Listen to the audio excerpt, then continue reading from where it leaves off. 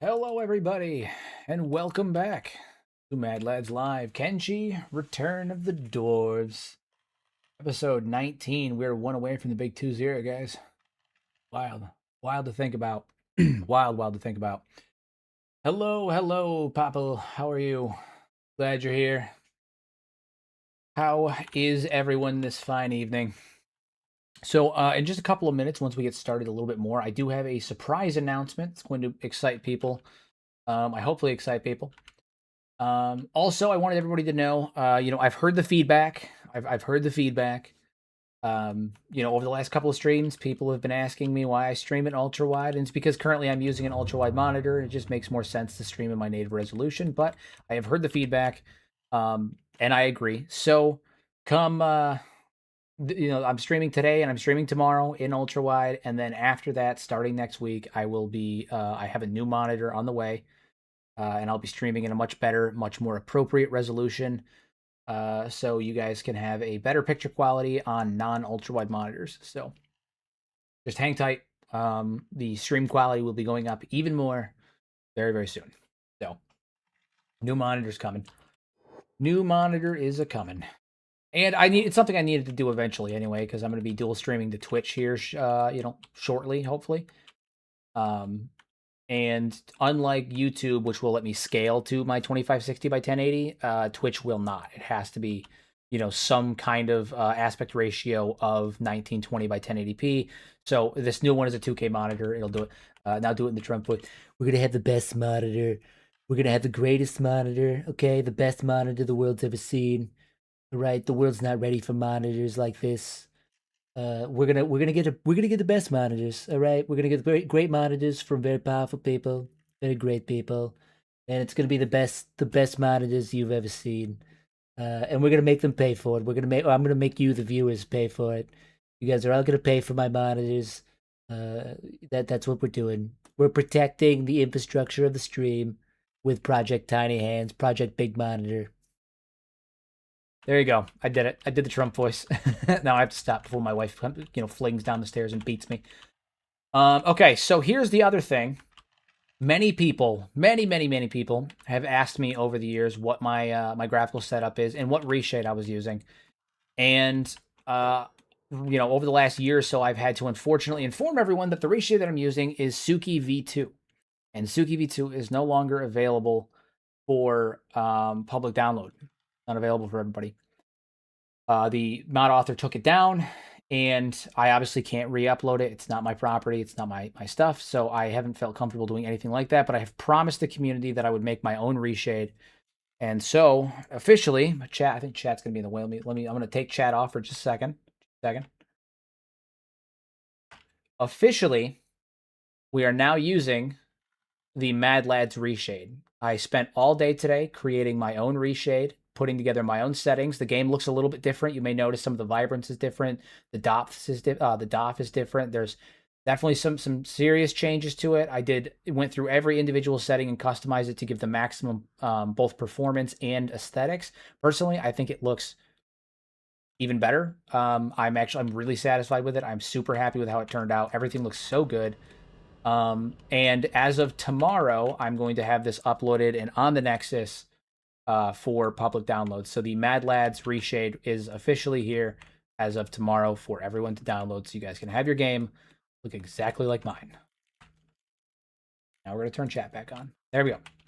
So those are my big announcements. So new aspect ratio starting next week, and no more ultra wide, and the official reshade of the official Mad Lads reshade is going to be available as of tomorrow.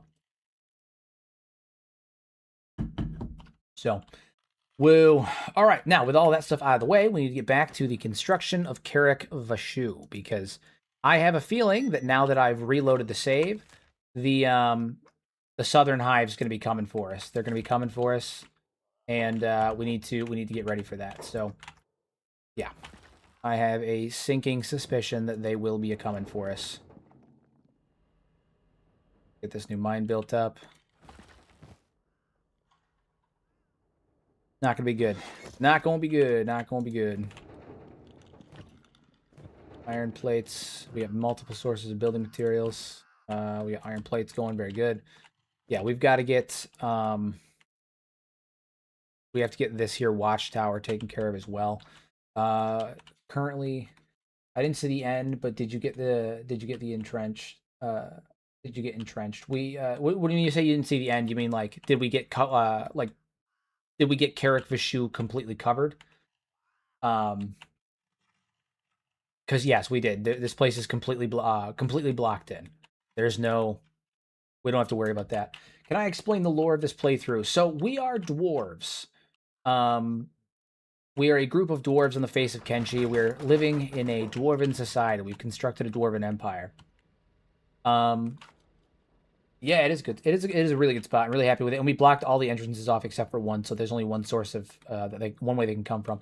So we're an empire of dwarves, and we had originally set up with the intention of going to war with the Shek, right? And we set up down here at in the Fishman Isles at a base called Garzumi Keep. It was named after one of the dwarves that died to say during the process of liberating the keep of the Fishman Isles. And we spent the first 16 episodes, down here, building up, creating an empire, recruiting dwarves, and we went to war with the tech hunters. We attacked the tech hunters, and we butchered the tech hunters. It was great. We were doing really well. We became militarily incredibly strong and independent. We were capable of fending off not just tech hunters, but later on, we ended up even being able to fight the United Cities, and we got overzealous. And we decided we were going to challenge the Southern Hive. And we went in with 23 dwarves, 3 golems, and 4 armored gorillas. Okay, these are the golems too. These are not small golems. These are big fucking boys. Okay, and so we went in with 23 dwarves, 4 gorillas. One of them being the great white gorilla, and 3 golems. And we walked out with 2 dwarves, 2, 3 golems, and 2 armored gorillas. It was no, and 1 armored gorilla. Sorry. It was an absolute disaster. Absolute disaster. And then to make matters worse, it just became one big cluster after that. Every attempt to rebuild to fill our numbers ended in disaster. We were being attacked by beak things. The United Cities turned on us after effectively, almost 2 in-game years of loyal service. We had gone here many times. We were, massive partners of economic, massive economic partners, and yeah. So then at the beginning of the last episode, I mean, the Southern Hive actually marched on Garzumi Keep, and they took it. We had to flee, and so the dwarves fled all the way up north to the Fogman Isles, and we set up a new base by the name of Carrick Vashu, and we've kind of got like a Hobbit story going on, right? The dwarves of Erebor, in the sense that we were kicked out of our ancestral home by the Southern Hive, and now we have to go to a new home, build up a new base, and I did drastically underestimate the Hivers. Absolutely. I drastically underestimated it, for sure. But now we had to go to a new home. We're building up a new base ironically, unlike the Dwarves of Erebor, we didn't flee the Misty Mountains. We went to the Misty Mountains. And now we are rebuilding with the goal of one day going to retake our ancestral home. The Southern Hive's not only well trained, but they're also even worse now because I have the the Southern Hive expanded mod, so they're even worse. They're even worse in terms of how tough they are. They're beasts. They're absolute beasts. Need to get as many of these as I can. Get this watchtower.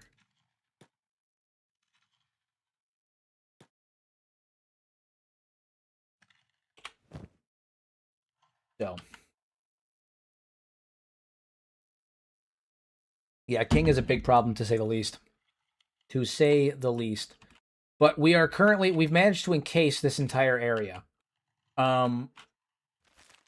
So the pathfinding cannot go through this ravine. This area is sealed off. Can't go through there. This section sealed off. Can't go through there. I blocked off this little walkway here so they can't go through there. The only place they can come is up through here, and I'm going to build this tower and load it up with turrets. So we're going to be shooting down here towards the Fogmen. Thankfully, it doesn't seem like the Fogmen are going to be much of an issue for us. The one upside is my hope is that if the Southern Hive chooses to come after us, While we're here, because they can redirect their last attack there. The Fogmen, while not definitely won't kill them, but the Fogmen might provide them with like a minor challenge. So there's that. Wow, they just glitched straight through that, didn't they? That's fine. In addition to that, we do have 3 Ironsides. And originally I was only going to go with the 3 because I thought, any more than that, and it's going to be overpowered. But clearly, based on everything that has happened in this playthrough, the repeatedly losing our entire our entire base, basically, and the I think at this point we've lost upwards of 25 to 30 dwarves total, between the UC and the Southern Hive. I feel that it's not really cheating at this point. It's just making it's evening the playing field, if anything. So we will be dealing with that. Are you still planning to use this base to go recapture the other one, or do you think you'll just keep this one as the main one now? I'm not sure. I do like the whole Dwarves of Erebor kind of thing that we have going on, where it's like, hey, this is our home now, but we will retake our ancestral home, right? I think that's really cool. We'll see how that goes, but I do like that like motif that we have going on. Also, on top of the Fogmen that we have helping defend us here, the Dawn Guard patrol this area as well. And while they are not strong enough to take on the Hive, they are strong enough that maybe they can weaken them. Before right, if you guys could maybe not break my gate, that'd be fucking awesome. That we could weaken them before it becomes a problem, so. Have you been inside Narco's trap? There's a powerful Ironsides in that location that you can recruit if you can beat them, but they're incredibly strong. I have not been in there yet, but I do know of him. I just haven't gotten there yet. If I do go get him, I'm going to basically send all of my existing Ironsides in there to beat his ass and then, recruit him from there. But we're not quite there yet. Haven't quite gotten there yet.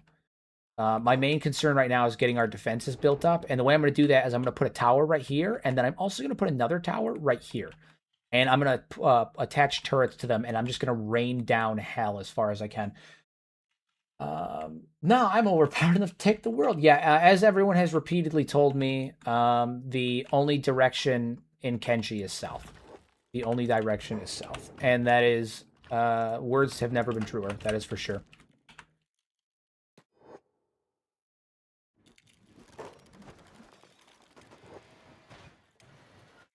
Every so often we'll have to open up for the Dawn Guard, but that's really not a big deal. The default direction is south. Yeah, all roads lead to hell. All roads lead to hell in Kenshi.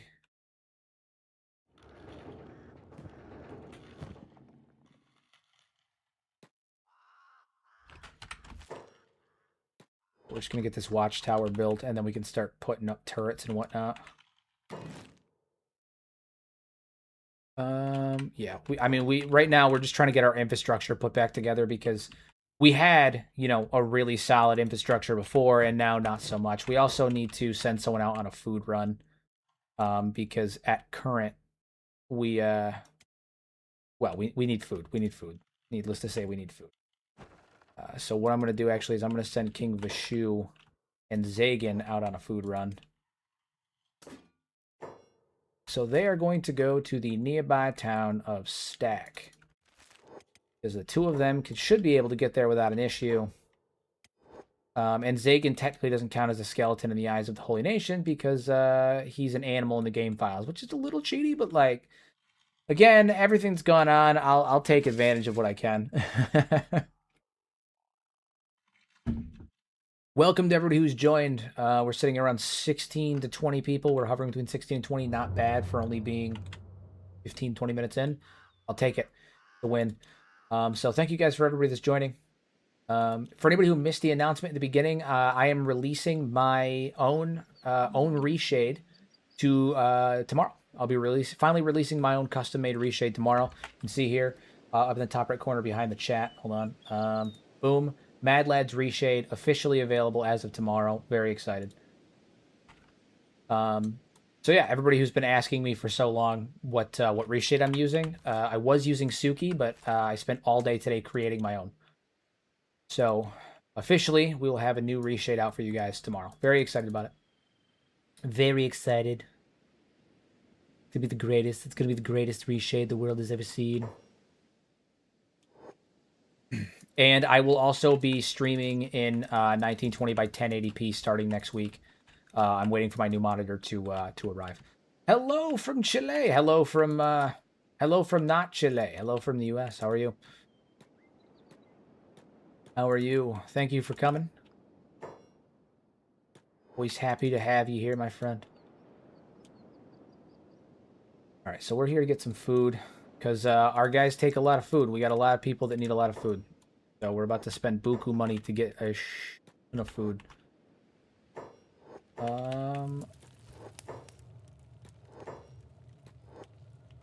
Do I have a copy of the Holy Flame? He says, do I have a copy of the Holy Flame? Who do you think I am? Some kind of guy who has a copy of the Holy Flame?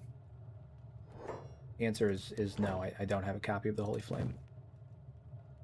Oh, they have bad food here. I'm not paying for this junk. I need fucking food packs, not whatever this crap is. I need food packs. Okay, meal packs. We're feeding juggernauts and yeah, that's better. That's better.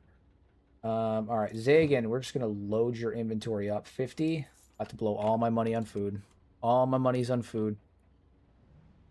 Keep those. Once we need more money later on, we'll utilize the Fogmen to get it, but for right now, we'll just use food pack. Does your reshade cause the game to load smoothly? I tend to get massive pauses while traveling.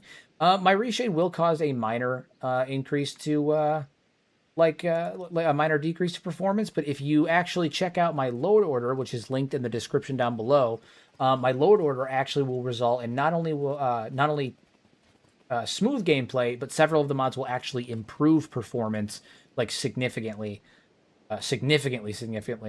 And then there's also one or two mods on the Nexus that you could grab that would also assist to improve performance further. But yeah, my load order, which is linked in the description, is will actually improve your performance, not just hinder it as well. So always an avenue to approach there. Obviously, it'll vary based on system, but my reshade will cause an increase in a decrease in performance, unfortunately, just because it is adding in new effects, things like bloom, depth of field, all that stuff.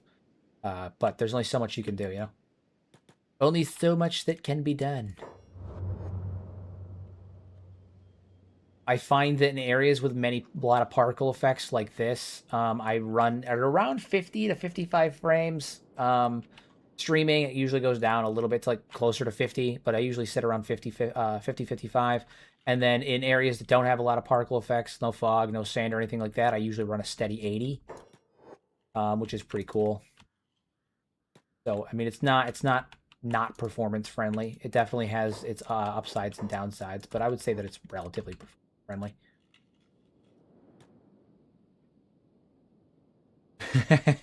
We got Madaro toppled before Kenshi too. Or GTA 6. A lot of things are happening. A lot of things are happening. All right. All right, so keep building, just keep building. We got to get this lad built up. It's your watchtower.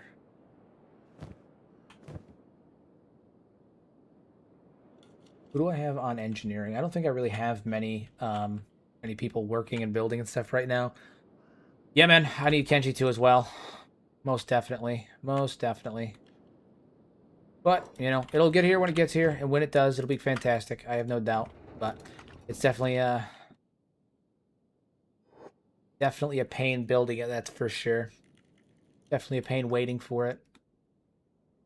But it will be worth the wait. I assure you it will be worth the wait. Chris, the team, all them, they're smart people. Very smart people. Wonderful people. They give us good product. Put out some good product.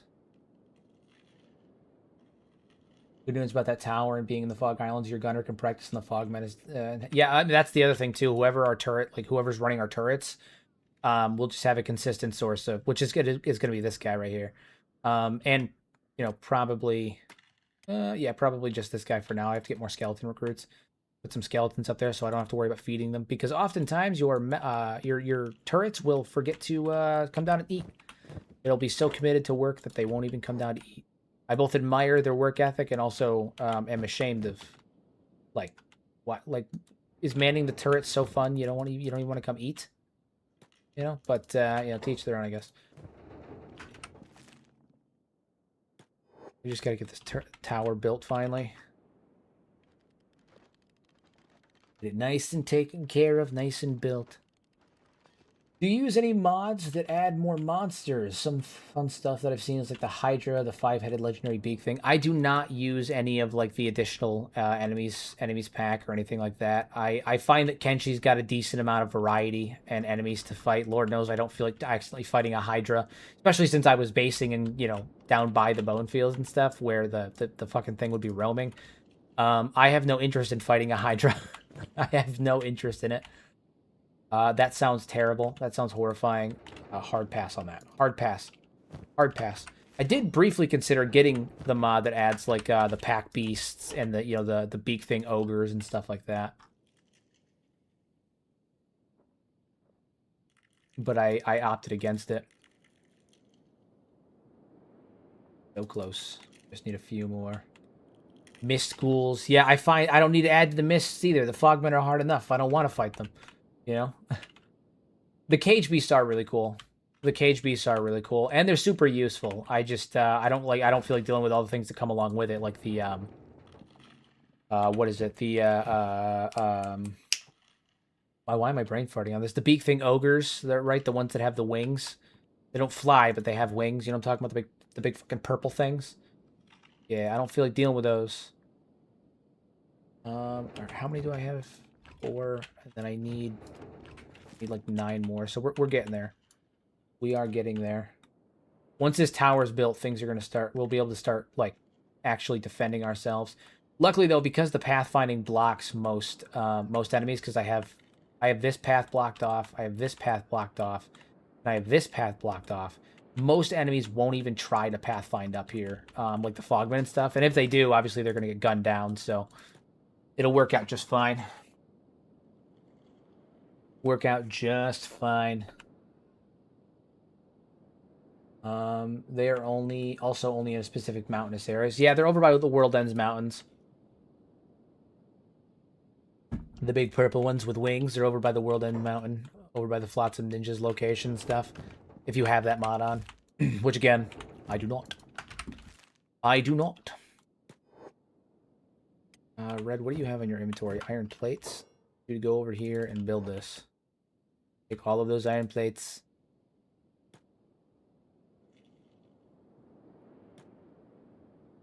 Alright, so we're done with building materials. Now we're up to iron plates. Bishu, I need you to come over here. I need you to grab some iron plates. Woo, take those. And come build this tower up and running. Yes, yes. Dustin, hello, how are you? Hello, hello, hello. I do like variety of enemies. Don't get me wrong, I do like variety, but I feel Kenshi actually has a pretty good variety as a whole. Alright, so now we have the watchtower done. What I'm going to do is I'm going to start putting down turrets. Now, I don't know what we have in terms of... we don't have like much in the way of equipment, and we have no power yet, so there's not a ton that I can do. Can't put down like, you know, a mounted harpoon turret or anything like that, but we can put a mounted crossbow and go from there, at least until we can get, you know, harpoon turrets and whatnot. So what I'm going to do is I'm actually going to drop... I'm going to drop 3. I think 3 is fine. No, we'll drop a 4th one right there. And I think we'll leave... Yeah. Yeah. I think that's good. That should be give us the opportunity to cover all bases eventually. I think at the very least we need these 2. So we'll start with these 2 instead of wasting multiple resources trying to build multiples at once. We'll build these 2 and go from there. And then we're also going to drop another tower up here. And we're going to start building infrastructure because we need infrastructure. And in addition to infrastructure, we also need to start placing down farms so we can get to work on producing our own food again, because That was something we were doing, and we need to get our in addition to producing food again, we need to get our what is it? Our weapons and armor being produced again, because that is something that we were doing quite successfully, and then we stopped because we got ran out of our own base. But that's we're moving past that. We're moving past that. No, I happen to know that this section of wall here is traversable. So we're going to put another tower right here. And I don't actually like that rotation. I'm going to rotate that a little bit. I think that's probably better. Yeah, that's probably better. So now we've got 2 towers right here, and those towers will both be armed with turrets, and we'll be set. We'll be all set. Great stuff. Good stuff. Phenomenal stuff. Great people. Great stuff. Get all that stuff built up. Nice. Nice, nice, nice. All right.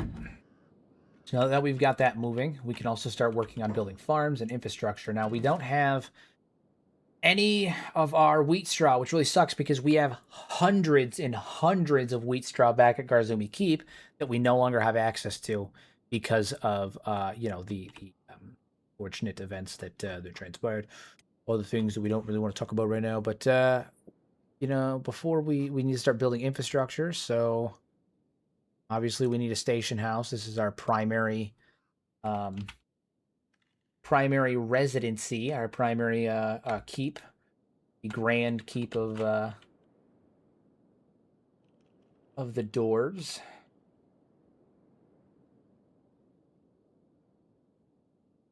I want to position this. Where do I want to position this? That's actually a good question. Is a better question. I was thinking probably like right here-ish.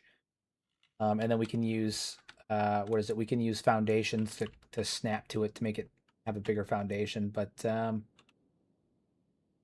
yeah, there's things we can do here. There's things we can do. What do we want to do here?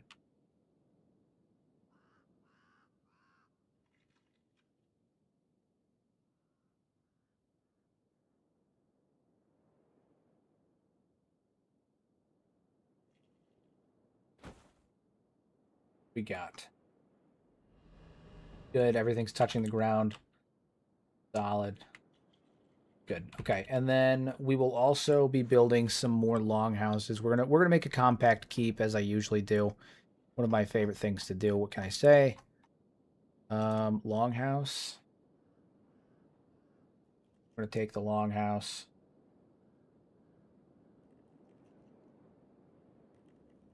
And how do I want to do this? See, this is always the tough part. Maybe we should connect it over here. That one of the big problems right now that I'm gonna have is getting into it. How do we want to do this? Hmm. Maybe we should use a combination of building types. Maybe we'll use the more stuff. I don't have any of it researched though, do I? Double house. Oh, I do. I do have the more stuff researched. Oh, okay. Maybe I will set up with some of that stuff. Large house with 2 entrances. Very spacious. Yes, very, very spacious indeed.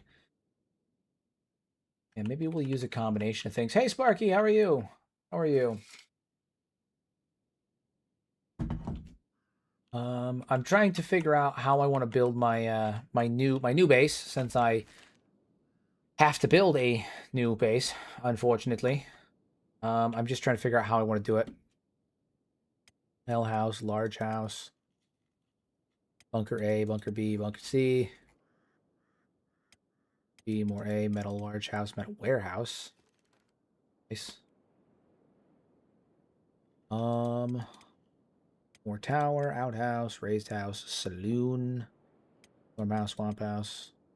We could always use a combination of buildings too. Build partially with the swamp. I mean, we are kind of like refugees in this whole situation, so maybe it might be like smart to use like a combination of like swamp buildings and concrete buildings as well. That would be interesting. Dwarves do love building, and I'm wondering if maybe using platform buildings and stuff like that may be an interesting way to do it. But I also don't know if I want to mess with the aesthetic, because I do like the concrete like vibe of the storm buildings. But I'm wondering if maybe while up here in the Fog Islands, we might transition to a mixed building style of concrete mixed with like metal buildings from the swamp and other places. I'm trying to work it out, trying to work out the details, you know. These tall houses are also really good too. Plus, I can utilize the stairs to connect many buildings. I just might have to use the Shift F12 to do it. But there's a lot of things I could do with it. Interesting things. A lot of things to consider here. Stack house, step house. Guess it works out that we actually. Oh, you know what would actually make a really good main building that I think about? Where is? I have the large they're like large warehouses. What it is? Yeah, right here, the box step house. Right, left. What is that? R, L. What is the R and the L? What's the difference? Right, left, but R wide door. I'm assuming it's just the direction the door opens? Question mark, maybe? Not really certain on that. Well, we're going to place you right up here, but we're going to use this as our primary primary keep. We can get it up nice and high. It's got a really large walkway, and we should be able to use that without any issue. Really good stuff. And then we can also use multiple connect other buildings to it to make it compact. Oh, the ladder's on the right side. That makes sense. That makes sense. You're a smart person. I didn't think about that. Smart person. Okay. So now that we've got that, we can use longhouses. Place them on the sides here. I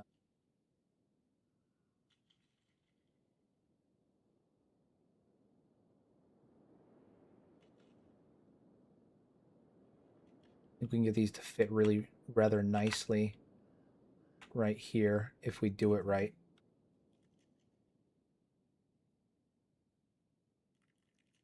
One right there. And then we flip to the other side. Maybe we do right here. I'm doing some really intricate building right now. Me watching a mastermind contemplate the depth, rotation, temperature, and sun alive of a complex living quarters while I'm putting 4 walls up and calling it a day. I mean, it's all a point of preference. I would be lying if I said that sometimes I don't just throw the walls up, but other times I feel like I want to put more thought into it. And given everything that our dwarves have been through, I feel like they at the very least deserve a quarter, a main keep that has some extra thought into it, a little bit extra thought. That's all. So then maybe we put a station, not a step house. Stack house is too big. Maybe just a basic storm house.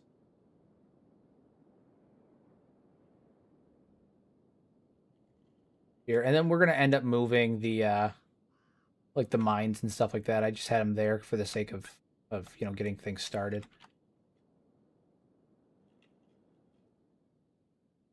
And I may not even put a gate to disconnect this right now. We can do that later. But right now, my main thought is just getting this place kind of set up and organized, since we have seemingly some time before things go to complete shit. And I'd like to take advantage of that. At the very least, we're defended for at least a little while. Make sure these are a relatively even height. Hell yeah, it looks like I eyeballed it pretty well on that. This is pretty nice. This is pretty solid. I like this. Hell yeah. And then we can, when we want to, when we're finally ready to, we can put a gate like right here, or we can, figure out how we want to do that. Maybe not like a full size gate like this, but maybe like a smaller gate to just kind of like hold things off. But I like this. This will make a good keep right there. So, all right, we've got things happening. We've got stuff going on. Things are happening now. I need to start establishing people some roles. So I'm going to make him do engineering. I'm also going to make Red do engineering as well. They have the room for it. So, and then Athena and Valkis are also doing engineering. So we have that stuff moving. We need power and iron plates. Do we have any copper on us? I don't think we do. We might need to go out, hunt some fogmen, sell something maybe, and then go from there. I'm glad the Kenshi reels gotcha. They've been getting a lot of people recently. I've been really focusing on like clipping my lives. I heard that through the grapevine. No, from watching some other YouTubers that have been successful, admittedly, and some of them that were successful but then fell off. That clipping lives was like the way that they were originally like finding success, and I started doing it 2 days before Christmas, and my views since then have gone from 40,000 a month to about 360,000 a month. I'm getting like 100 subs a day right now. It's been crazy, absolutely crazy. With that being said, for anybody who's watching, I've brought it up a couple times, but now we have 33 people here. The aspect ratio is ultra wide for right now. It is just for today and tomorrow. After tomorrow, when the streams start for next week, the aspect ratio will be flipped over to 1920 by 1080p because I want to start dual streaming on Twitch, but also I'm getting a new monitor. I've had a handful of complaints. I say complaints, a handful of constructive feedback about the aspect ratio. I will be fixing it. So don't worry about the aspect ratio right now. It will be getting fixed. I do have that getting worked on. Just hang tight. We're working on it. Hang tight. Okay, so we got iron refinery. Beep, what are you doing? You need to. I'm gonna have Beep mine. Beep can mine. Stone mine. Processor. Stone mine.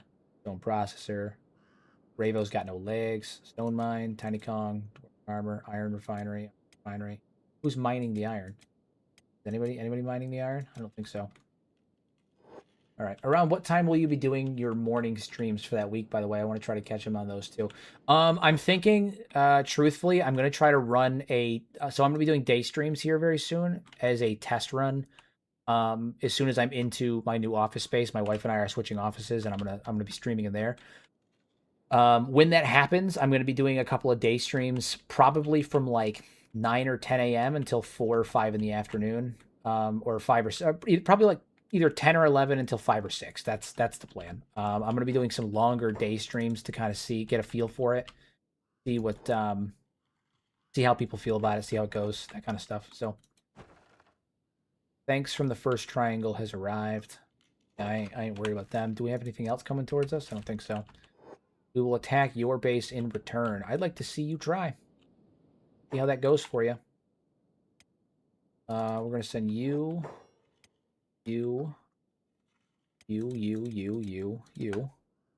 all over here. I'm gonna beat the shit out of them as they clip through.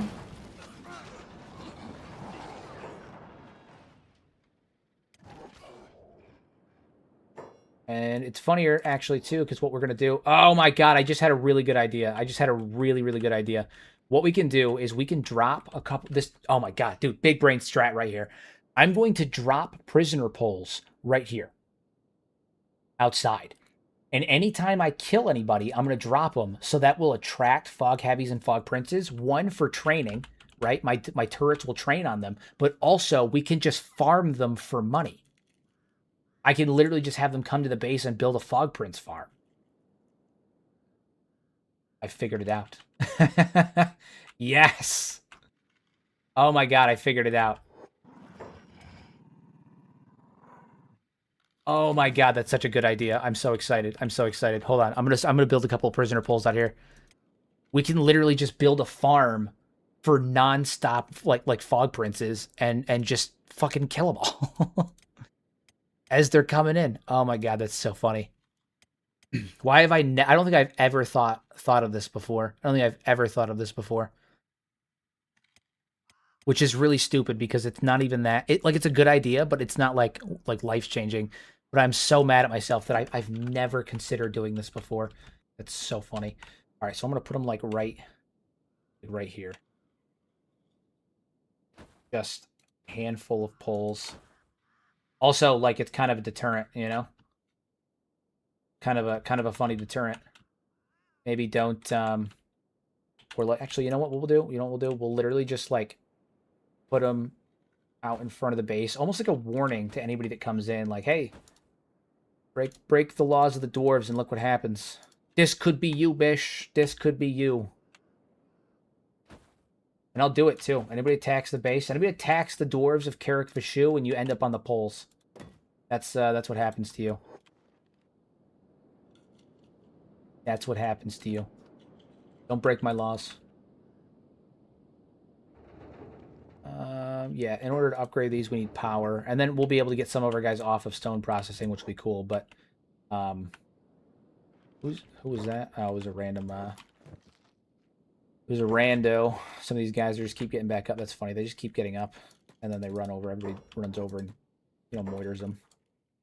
All right, so then we're going to deal with this like that. But, yeah, so that's my big brain strat. I'm stoked. My God, that's so funny to me. That's hilarious.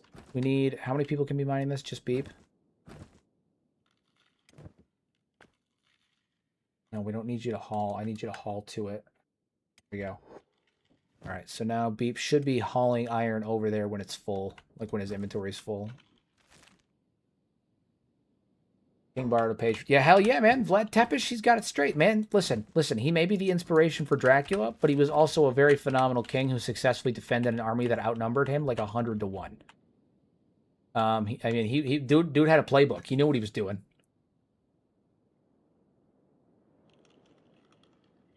Have I played The Darkest Dungeon? I have not. I've heard the name a couple of times, but I've never played it. Never played it. Yeah, hell yeah, dude. Carrick Vishu is going to be an absolute powerhouse. This place is going to be goated. Absolutely goated.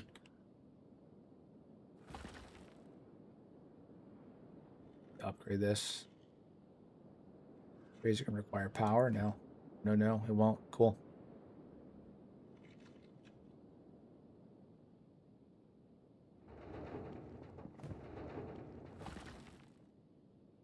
Oh, stupid me.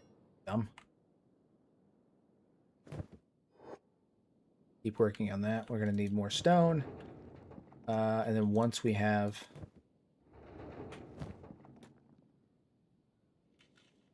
Once we have at least one building material, I'm going to take this out, upgrade the... I'm just going to keep upgrading the stone mine right now so we can get higher quality stone faster.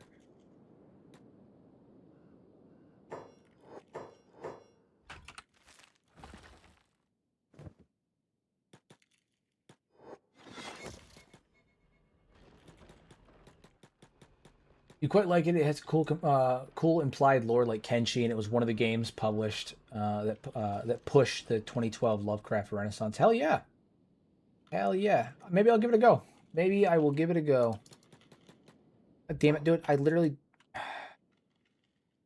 specifically said not to do that, and he did it anyway.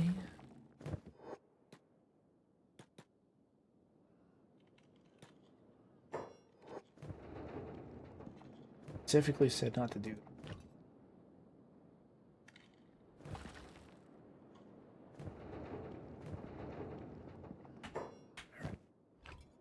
Okay, try this again. Upgrade, build. Once it hits the top, add materials, add materials. There we go. All right, so now it's 52%. Now we can produce stone a little bit faster. Good, because that's the big thing, is that we need a consistent source of stone. Darkest Dungeons is stressful as fuck. Makes sense since the game's main premise is to explore the stress of adventuring and mental impact. That sounds, I mean, it sounds fun. It sounds like a lot of fun. I would be wholeheartedly down. Maybe I'll give it a go. I plan to start diversifying some of the streams, especially if I'm going to be doing day streams. I'm going to be streaming a lot more. I plan to start diversifying some of the streams a little bit. Not all of them. I'm still going to be doing primarily Kenshi, but I do want to pop in and do multiple things.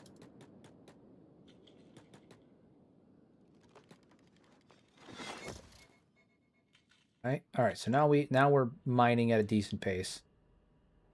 Stone underground. What does that really mean?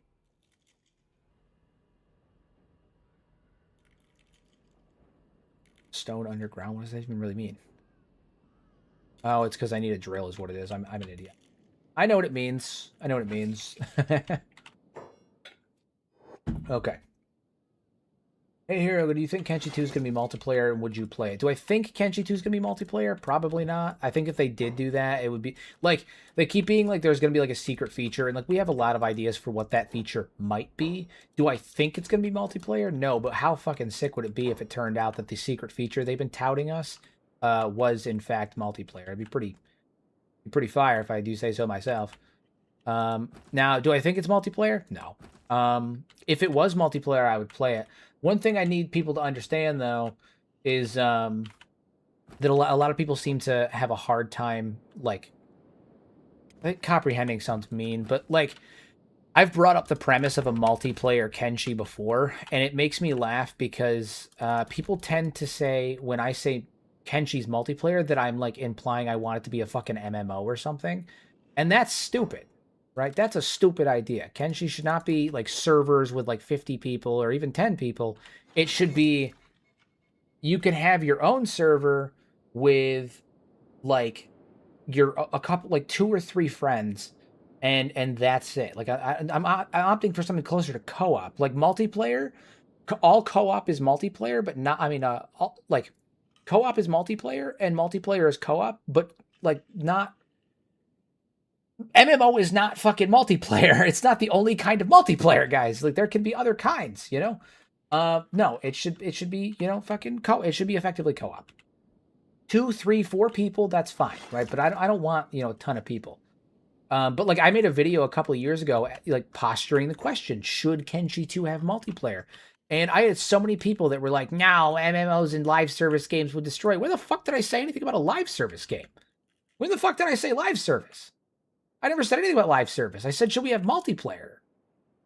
Maybe it's a generational thing. Like I grew up with, you know, like obviously like LAN, you know, sit home with your buddies and play 2-player thing. And, you know, that's not really, you know, split screen 2-player is kind of rare these days. Like not to pull the old head card, but like you know, I'm almost 30. You know, LAN parties used to be a thing. We all used to sit around and play on split screen. And so like when I think multiplayer, I think like obviously you have like MMOs and massively online multiplayers and shit like that. But like I think co-op or split screen, you know.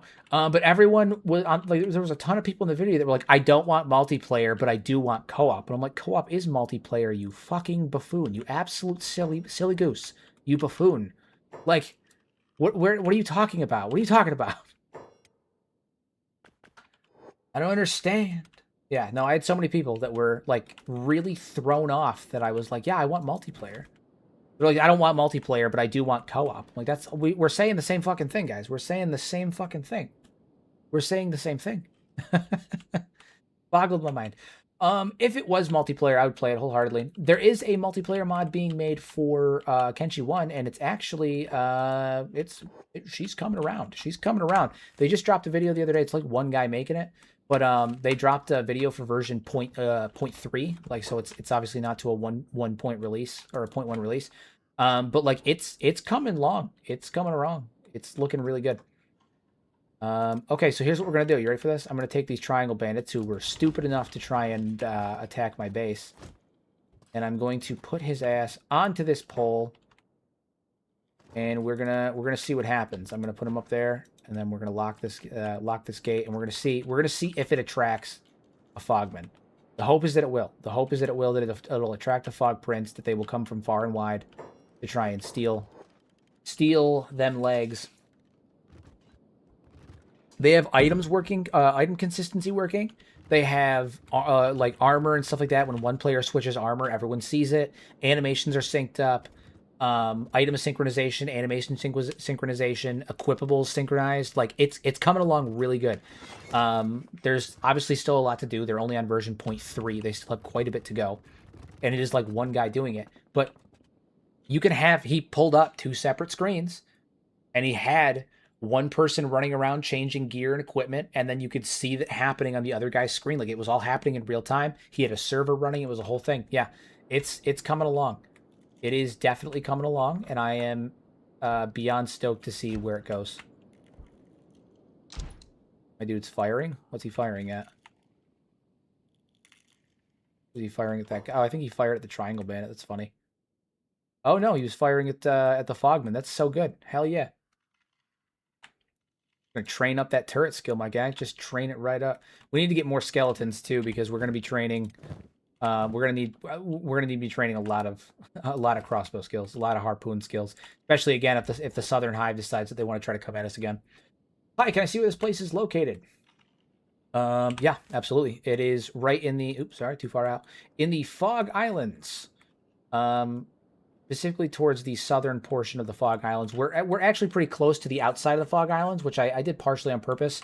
I wanted to be in the Fog Islands for the purposes of using the Fogmen for partial defense, but far close enough to the entryway that I could get out of here for supplies if I need to without too much of a problem. How are we coming along in the base? Okay, yeah, these buildings are coming along pretty nicely. Our main keep is coming along pretty nicely. Pretty good, pretty good. Good. We will have to make a run probably to either Stack or Mongrel at some point for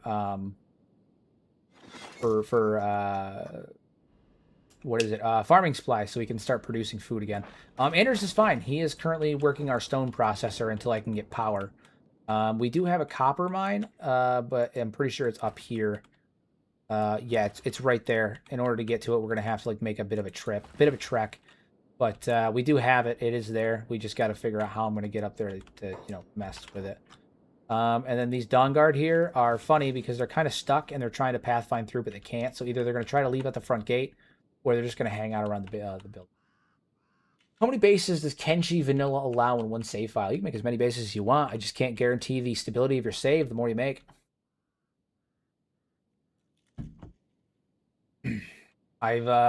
One of the things I used to do, and I was going to do it in this one, is that when I went to war with major factions that were across the map, right? So, like, say I was down here, Shet Kingdom territory, and I wanted to go to war with the United Cities.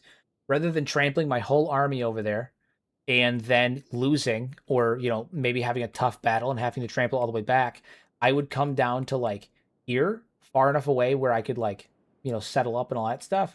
And I would make another base, like a small base that was just like a building, some rough walls, maybe one tower, and then some storage for food and some beds and stuff. And I would use that like a almost like a military encampment. I would make like a military camp for the purposes of campaigning in that area. And then once the fight was done, once I had secured the victory against that enemy, I would go back, destroy the base, and I'd pack up the military camp and I'd leave, and that would be that. What is this construct? Oh, I want him to use that turret instead. It's probably better location. No. That one right there. Yeah, that's the one. That's the one. No, that one. The one. I can get a better angle on this one. What are you doing? What is this guy doing?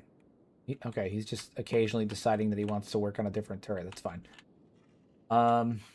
You should definitely make outposts around the map. Yeah, I mean, like, I would recommend making at least, like rest stops, right? Like a building with beds around the map. Just for the sake of having places to rest up and whatnot. Guy's got funny hair. He's got a thing on his hair. Interesting. Okay. Well, that's fine. All right. So once these buildings are up, we can start worrying about. We got to start getting food and stuff. Now I have no manis right now, and it doesn't look like I'm attracting any fog princes currently.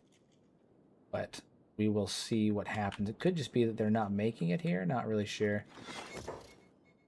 Who are you? More Dawnguard. Put a couple more out here. Once we get this built up, actually, we'll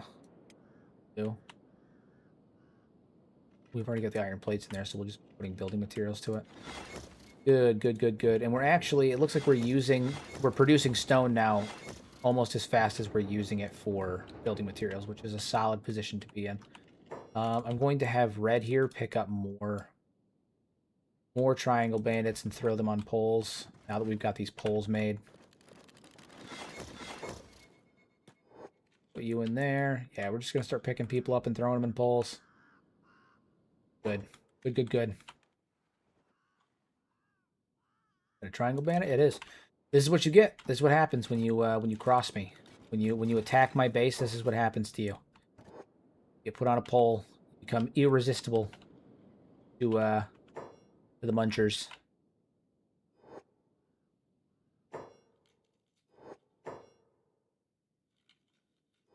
Yeah, yeah. The Dawn Guards seem to be doing a good job keeping them at bay, though, which is cool, I suppose.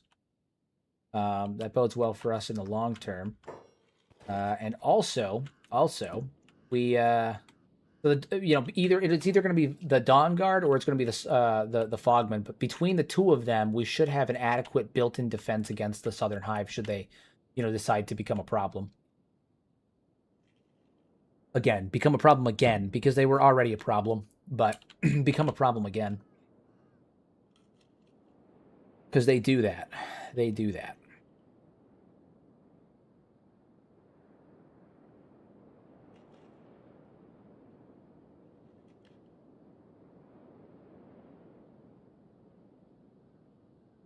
The Dawn Guard is a mod. Is that Mad Effect? Yeah. It's it adds the Dawn Guard in from Elder Scrolls V Skyrim, and they hunt instead of vampires. They hunt the Fogmen. I was using their armor set for our Slayer core. In fact, Beep is the last remaining Slayer. But yeah, I was using the Dawn Guard armor for our Slayer core. Impaler, I hardly know her. My wife and my sister-in-law use that joke an awful lot. The other one they do that drives me nuts is or if I say like fuck them, she'll be like fuck them. I hardly know them. Or if there's a sign that says road work ahead, they'll be like road work ahead. I sure hope it does. Hurts my insides every time. Terrible, terrible. Truly awful. Truly an awful joke. Okay, power. Some wind generators going, at least temporarily.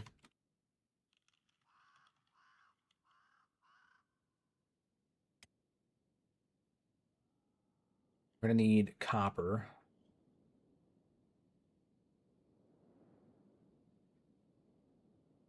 I'm gonna put my wind generators back here.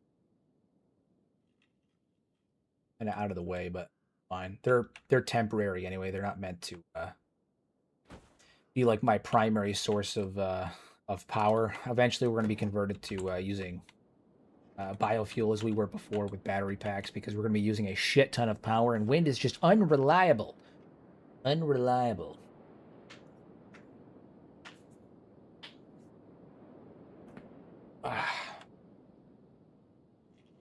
Stiff neck, man. Okay, our turrets seem to be doing pretty well. Jesus Christ, this is just ripping through bodies over here.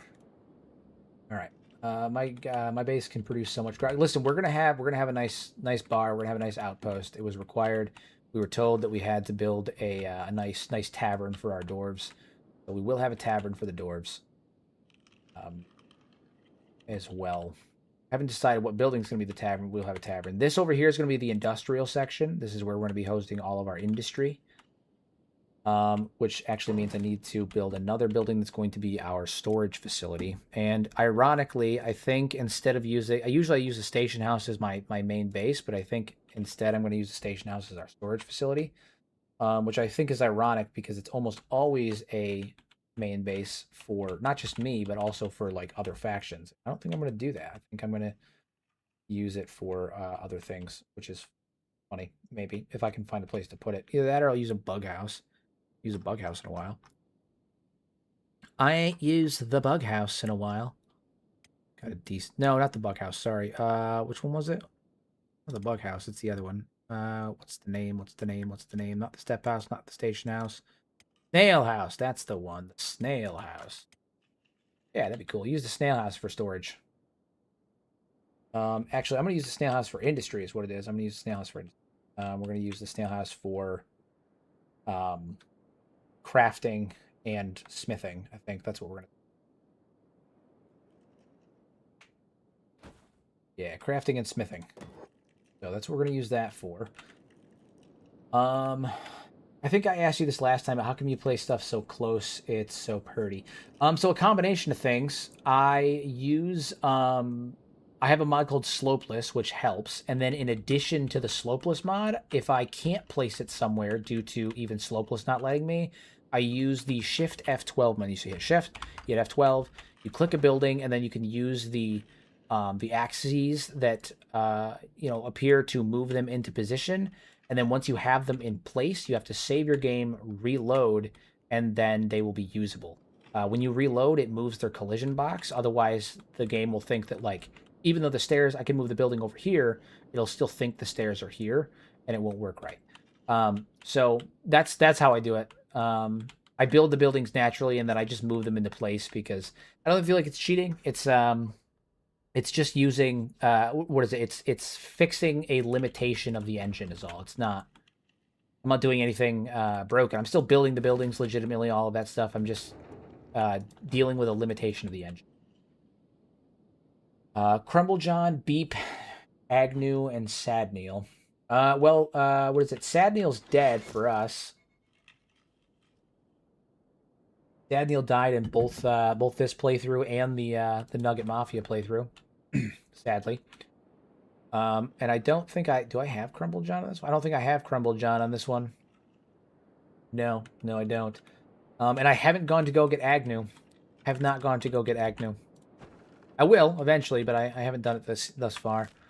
I don't want to say it out loud because it's going to end up biting me in the ass, but I'm genuinely surprised that the Fogmen haven't decided to come after us up here. Granted, we're outside of their borders, so maybe they'll just leave us alone. It's not like we kidnapped their queen or anything. So they might just leave us alone up here. Which is good. That'll buy us the time we need to rebuild.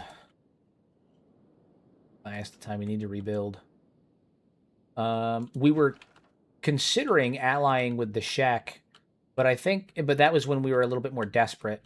I think that where we are now, I don't think we actually will need to. I think that we'll be fine. Which is cool because I didn't want to ally with the Shek. That wasn't the plan. In fact, the plan was the only original plan of this playthrough was to kill the Shek. So it's funny how we almost were like, no, fuck it, we have to ally with them. I don't think I am going to kill them, though. We do have Ronk the Dragon, who is supposed to be our Shek ambassador. So we might, I don't know, we might still ally with him. I already have this guy here. He was our only non-dwarf. He was supposed to be the ambassador between us and the Shek. The one guy to help us with that, but we'll see. We'll see how that goes. I think now that we're out of Holy Nation UC territory too, we can make him look like a proper Shek warrior. I think in the proper Shek attire. He's Ronk the Dragon. Unironically, it actually would work out too in the actual lore of the game because you'll notice there's only 4 or 5 invincibles at the Shek Kingdom because Asada was the 5th, and then she overthrew Shagger and became queen. So there's only 4 or 5 invincibles, and we could easily headcanon that Ronk the Dragon here is the 5th 5 invincible that was sent out by Asada to act as our like military ambassador. Nope, big nope. Rim up here. And our doggo up here.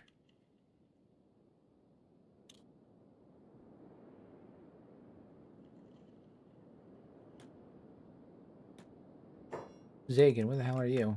Oh, he's outside. That's not right. Why'd you go outside? That seems mighty foolish of you. It doesn't seem like these are attracting Fogmen. I'm still going to keep them because I feel like this is a really funny deterrent to have against enemies, just like throwing them out here for the Fogmen to come eat, but it doesn't seem like it's working, which is unfortunate. I was hoping that it would attract Fog Princes. It could just be that the Dawn Guard is killing them faster than they're coming over here, which, is possible. The Dawn Guard seems like they're cleaning fucking house over there. Okay, so we're going to need copper. And in order to do that, we need money. Do we have anything that we can sell? Or did we sell pretty much everything we had? Does Shek look down on other Shek that travel with non-Shek? Or is only those that fall in combat? By default, they tend to think that anybody that's not a Shek is inherently weak and useless. but it's not all encompassing, and it's not an exact science for it. You know, there are the exceptions to that. It's not that they look down on them, as long as the individuals have like can prove themselves in battle or are like competent. You know, but proving yourself to a Shek is really fucking difficult. Even like for instance, even if you take out like the Bugmaster, well, the Shek of the Shek Kingdom will believe you, and like view you as a warrior. The like Krall's Chosen and all of them, they won't. They'll actually view you as a liar, and when they attack your base, they'll basically talk to you as if you're a liar. Um, as if you were well, as if you were lying to them.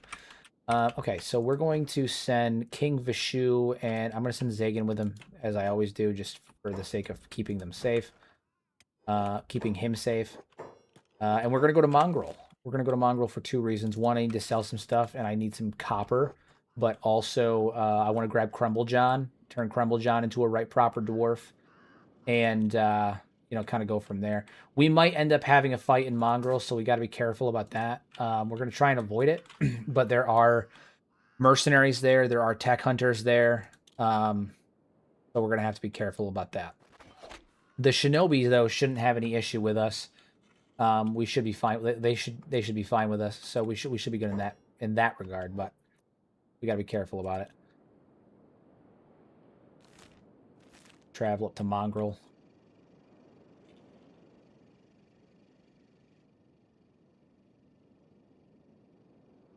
Wait for the area to finish loading in. All right, so we're headed out. Forget not everyone is the Holy Nation. Yeah, literally. Literally.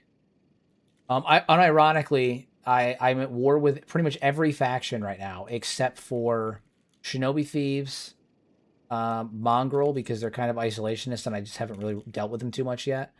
The Shek Kingdom, which was the one faction I wanted to go to war with, and the Holy Nation. Although I did have a brief snafu with the Holy Nation on our way over to the Fogman Isles, to the Fog Islands last episode, because they found my group hiding out in the forest with some skeletons, and they didn't approve. But what are you gonna do?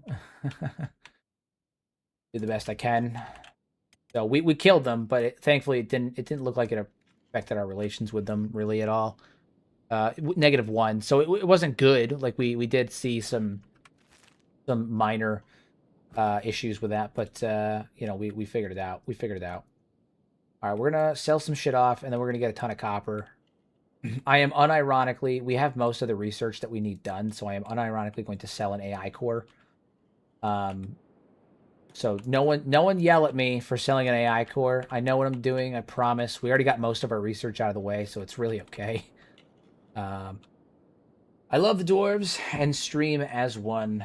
I'm glad that you love the Dwarves. I love the Dwarves too. I've been playing them for God knows how long at this point.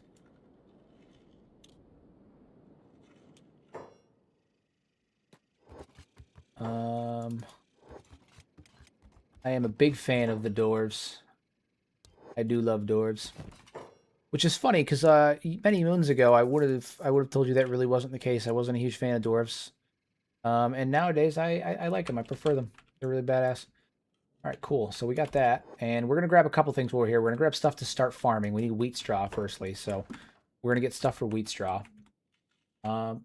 Will you be getting the one Southern Hiver in Tengu's Vault when you get Agnew? No, I'm gonna get Agnew, and I will. I don't think the dwarves would ever trust a Southern Hiver. Beep is the only Beep and Ronk there are the only exceptions to the non-human rule for the dwarves. Beep is, a cinnamon bun. He's Beep the Slayer. I can't not have him. And Ronk is an ambassador. So both of them have reasons. I don't think after everything that's happened, the Southern Hive, we would trust any Southern Hiver. I don't think the Dwarves would trust a single one. They killed 21 of their comrades. I don't think they would trust a single one. I think that would be too much. You'd ask too much of them. You ask too much. So, unfortunately, no. I don't think I could do it. Can't do it. I can't do it. I tried. I tried, but I can't.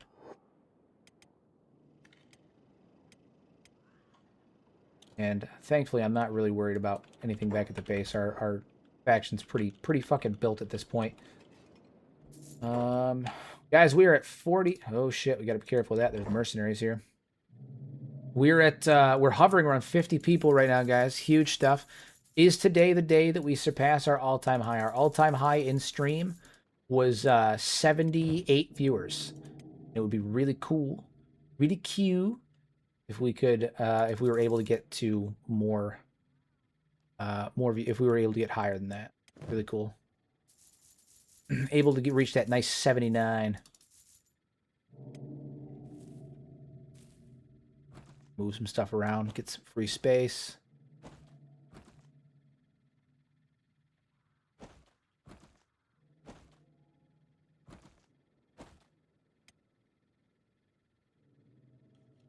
Is there anything else to move? Good stuff. One more. It'll give us 4. I believe 4 or 5. All right, we have 1, 2, 3. What is the qualifications for building one shitey farm? One small farm. We need how much? Small. We need 10. Shit. I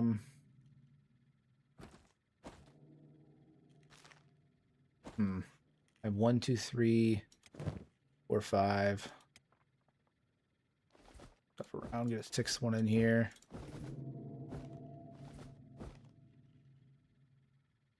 All right, we're gonna get out of the way of those mercenaries so we don't cause a scene.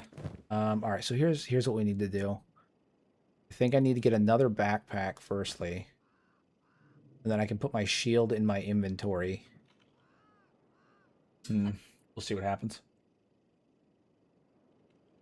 I would probably end up just having everyone as a big titty shack if I streamed Kenshi. Because I would end up shilling my old mod and need an update. Beeps boobs. Jesus Christ, man. Bad. Bad. Fingers of shame. Bad. Oh man. It's like what is it when MXR mods got kicked off YouTube because he did reviews on Skyrim mods for big titty statue mods.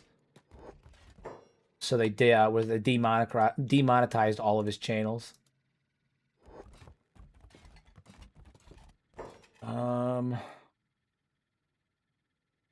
Trade. Do you have anything here that I can use to carry more stuff? A small thieves backpack. It is small. It is small. I'll probably load that up. I could just give Zagan my Imperial backpack. My Imperial shield, I mean. No, because... No, yeah, Zagan should be able to carry. Or can he not put a container inside of him because he would be... No, I can't do that. I can put it in my inventory. Big concerns, big concerns. All right, I'm gonna get rid of the science book. I'm gonna get rid of the Nodachis, and fuck it, I'm gonna get rid of the my town knife part. I'm really not interested in it right now.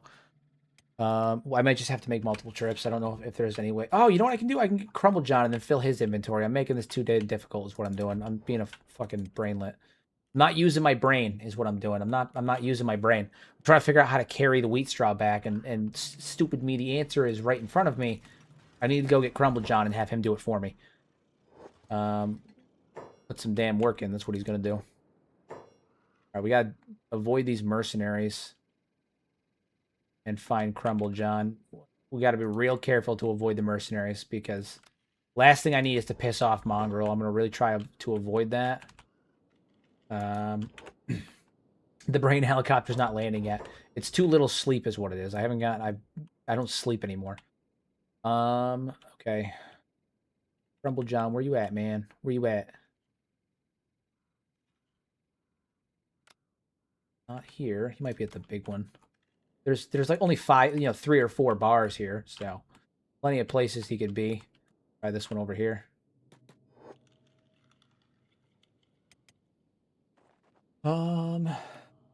There's a sailback mod that you might have liked. Adds mechanical pack beasts. The dwarves might like that. Maybe. I am okay with recruiting skeletons because I do so under the pretense that they are like dwarven constructs, not skeletons.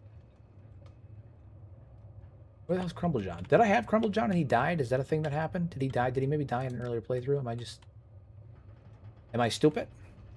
Am I silly? Am I yumpy?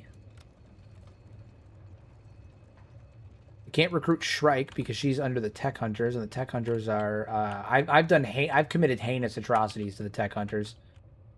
Okay, so that's 1 bar. I've searched that bar. I've searched that bar. Is there another bar around here? Is there another bar I didn't search? Crumble John just loafing around doing Crumble John things? Am I just unaware of the happenings of the world? I also need to get Ravo some legs at some point. Why wouldn't dwarves like skeletons? Engineering is in dwarven blood. Oh yeah, that's why I have dwarven construct. That's why I have the golems there. The idea for them is that they're I can justify the skeletons because they're golems. Because again, this playthrough was originally based on Dragon Age Origins, and so I was like, all right, well the dwarves of Dragon Age Origins have golems, so I'm gonna give them golems, and they have constructs and all that stuff. It's tinkering, it's ingenuity, it makes sense. And yeah, fingers crossed that Crumble John is a juggernaut. But again, I'm wondering if did I get Crumble John in an earlier playthrough and he died? I'm not seeing him anywhere. I know we got Beep, but I don't think Crumble John died. I don't think I even got him, but I'm not finding him, which is quite odd. Quite odd indeed. Crumbled Johnson, yeah, Crumbled Johnson. That's funny because it means two things. I am just trying to figure out where this lad is, and I'm not seeing him. He's not responding to my summons. Someone do the fire dance. Summon Crumble John.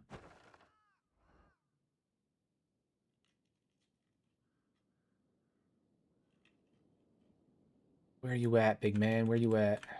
53 people, guys. Woo lad. Tonight might be the night. Very exciting. Tonight might be the night. 80 people, all-time high. That's the goal, 80 people. 80 people, all-time high.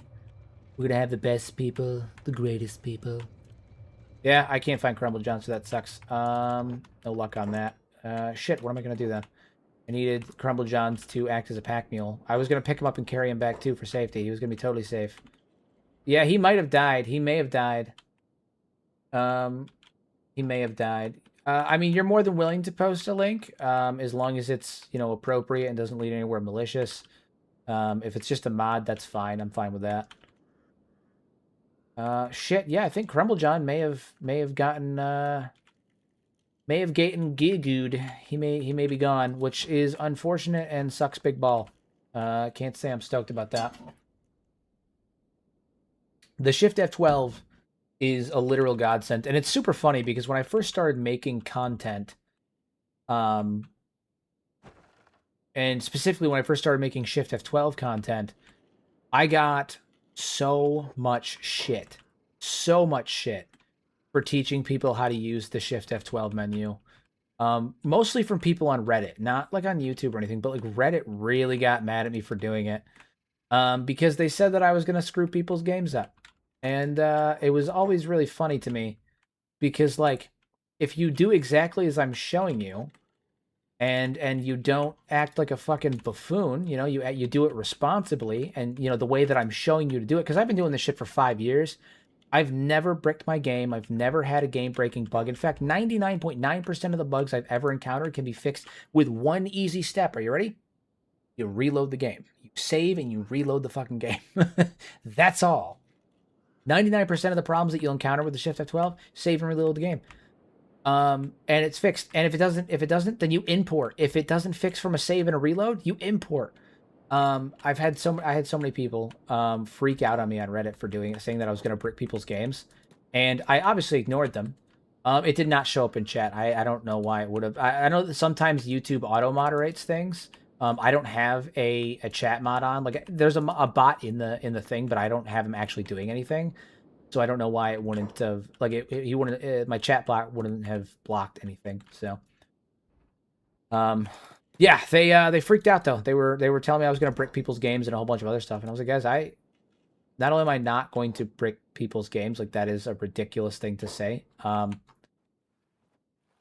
I've never like had any issues, and if you do exactly as I'm telling you and you know, showing you how to do, no one's games are gonna get bricked. What are you talking about? What are you talking about? You absolute buffoons.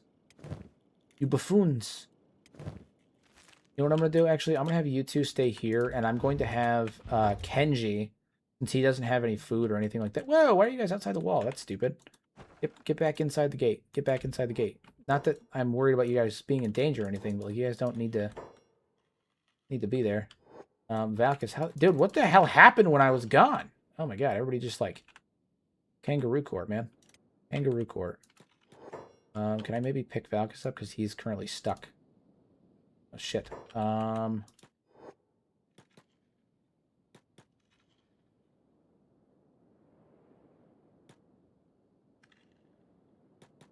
I might have to. Shit, Valkus, what are you doing, man? How did you get down here? I might have to place a ramp and then like move it into place with the Shift F12 so you can get down.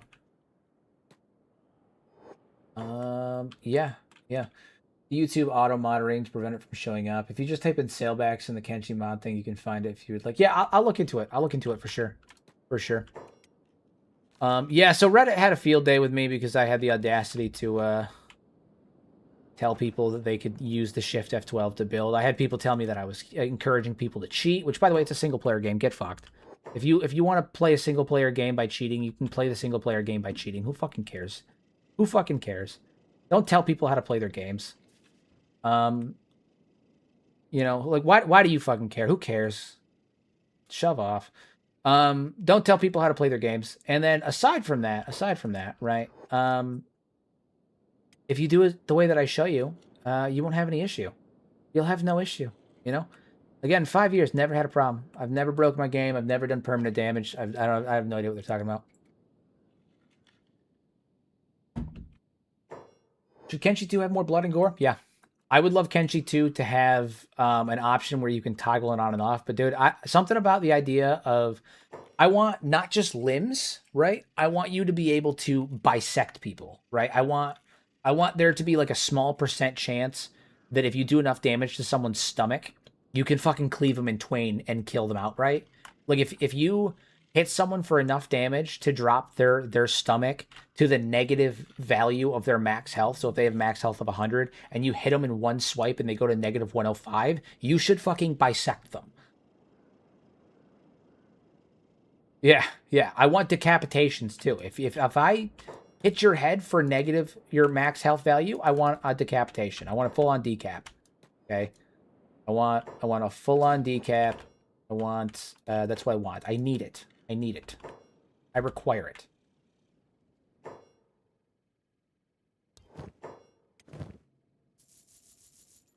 All right, so now that we have that taken care of, we can get more copper. We can go back and we can do two things, which is that we can get our farms started. We can get farms going so we can start to feed ourselves again, because right now we can't.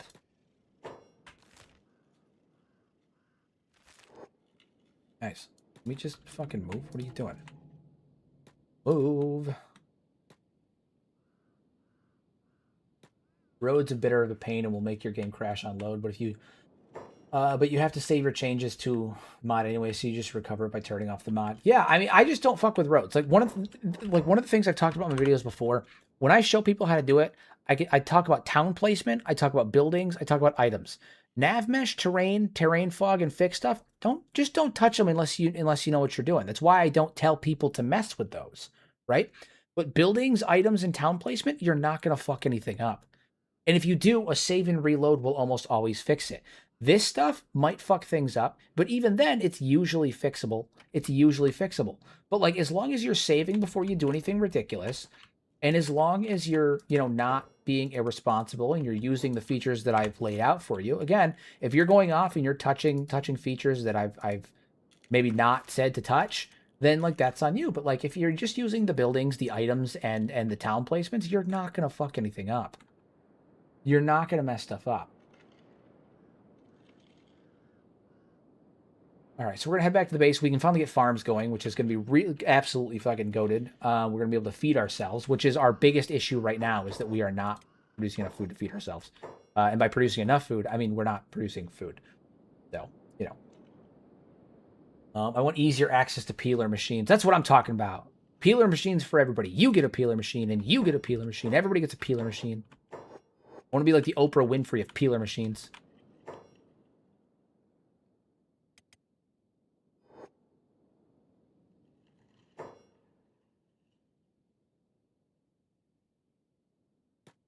Everybody gets a peeler machine. Everybody gets one.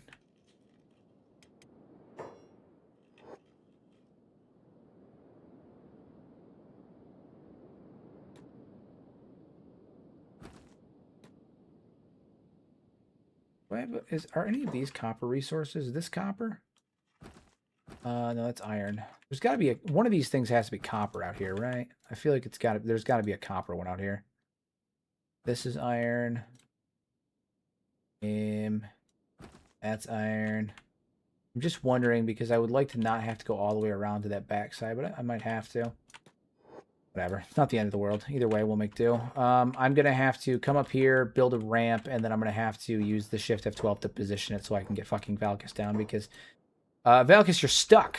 You're currently stuck. Yeah, you're stuck. You're a stuck man. We're going to have to fix that. So I'm going to save it real fast. With stream. Also, since we're 56 people, I'm gonna bring it up one more. I'll bring it up one more time. Everybody has asked me for a very, very long time about how I get my game to look so good, and more importantly, what my reshade is. What reshade am I using? Am I using a reshade? The answer is yes. And up until now, I've been using the Suki V2 reshade, which is no longer available publicly. Unfortunately, you can't download it. The mod author took it off. So it's not available for public download. And I told people for many moons at this point that I was going to create my own reshade for everyone to use. Eagle-eyed viewers may notice that my game looks a little bit different. And that is because as of tomorrow, I'm officially launching the Mad Lads reshade. So it's going to be available on the Nexus for download. Everyone will have it. Yeah, your game will officially look like mine. So I'm going to get that uploaded tomorrow. Not sure of the exact time, but I'll be posting on my community page when it is available. But I'm going to be uploading it to the Nexus for public use, public consumption. So just hang tight for that. All right, so I need to build a ramp. Ramp. All right, so that is not a great placement for the ramp. That's not great. So unfortunately, I need a wall to connect it to, and motherfucker, making everything so damn difficult. Can I do one of these ones? No, of course, the one ramp that might actually work is not going to connect to it, and I don't think I can get to the other ones. Yeah. All right. So, I want to do this. How do I want to do this? Here, I'll see if we can build it. If we can get over there to build it, then we can use that for that. So we can use that to put together. What was it? We can use it to put the ramp together. Whoa! You don't have to go out for that. No, get your buttons over here, man. You don't have to. What are you doing? No. Just build the generator. No, why you're not? You don't have to go around. You fucking ninny. You're right there. Put the stuff in the thing. God. Pathfinding. Let me tell you.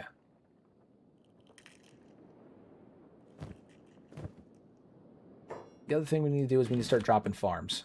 So let's start getting farms set up. We need one wheat straw farm small, and we'll go from there.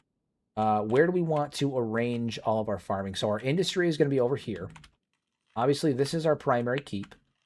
So I'm thinking farming will probably be over here, and we'll have food production over here. Yeah, that's probably the best move. Probably the best move. On the upside, too, crop yield and fertility should be really, really good. Should be really, really good. We're going to be farming at an angle, maybe? No, I would prefer not to.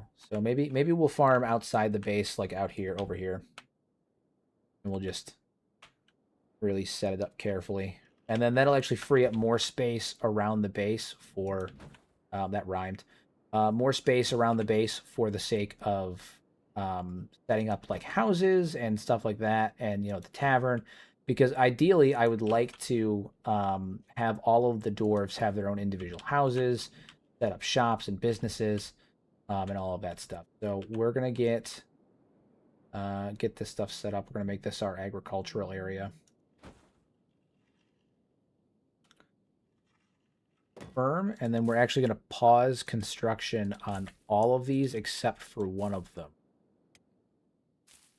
I just need them set up temporarily. Now, unlike in Gazumi Keep, we have some different issues that we're going to face with the production of resources. One of them being that it is not constantly raining here, so we will not have a consistent source of water. It's arid. Does that mean cactuses grow well? To be honest, everything grows well in the Fog Islands. That's why it's kind of a goated place to build, even when motherfucker, I'm pretty sure I paused the construction of that one, but that's fine.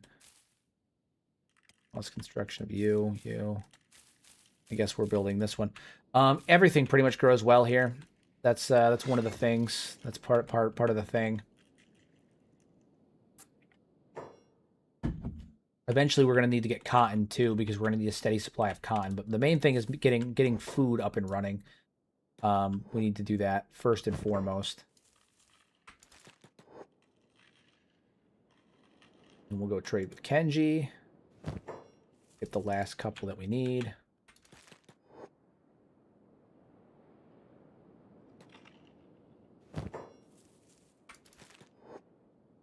And then from that one small farm, we'll be able to get all of the other food that we require. All of the other wheat straw we require to make all of these. Okay, so now we need to build a source of water. We're gonna need a well, which is stupid because we've never needed a well before, but we're going to need one now. Again, upside, really, really good everything here. Really, really good everything. So we're going to build our well right here. We're going to have 2 wells running, and they'll be working at peak efficiency. We should only need to use one of them for now, so we're going to pause construction on that as well. But we'll get this built up, and then we'll have a source of water being made as well. Oh, that's the issue. This thing is outside the base currently. Okay, so we're going to dismantle this currently then. We're going to have to build our power closer into the base. That's why it was being a pain in the ass. That's fine. That makes sense. That's fine. All right, then we're going to put our source of power over here. Put it up here. Right up here. Right up here. We're only going to be using this temporarily, as eventually once we have enough supplies in the form of wheat straw, we're going to start producing fuel again.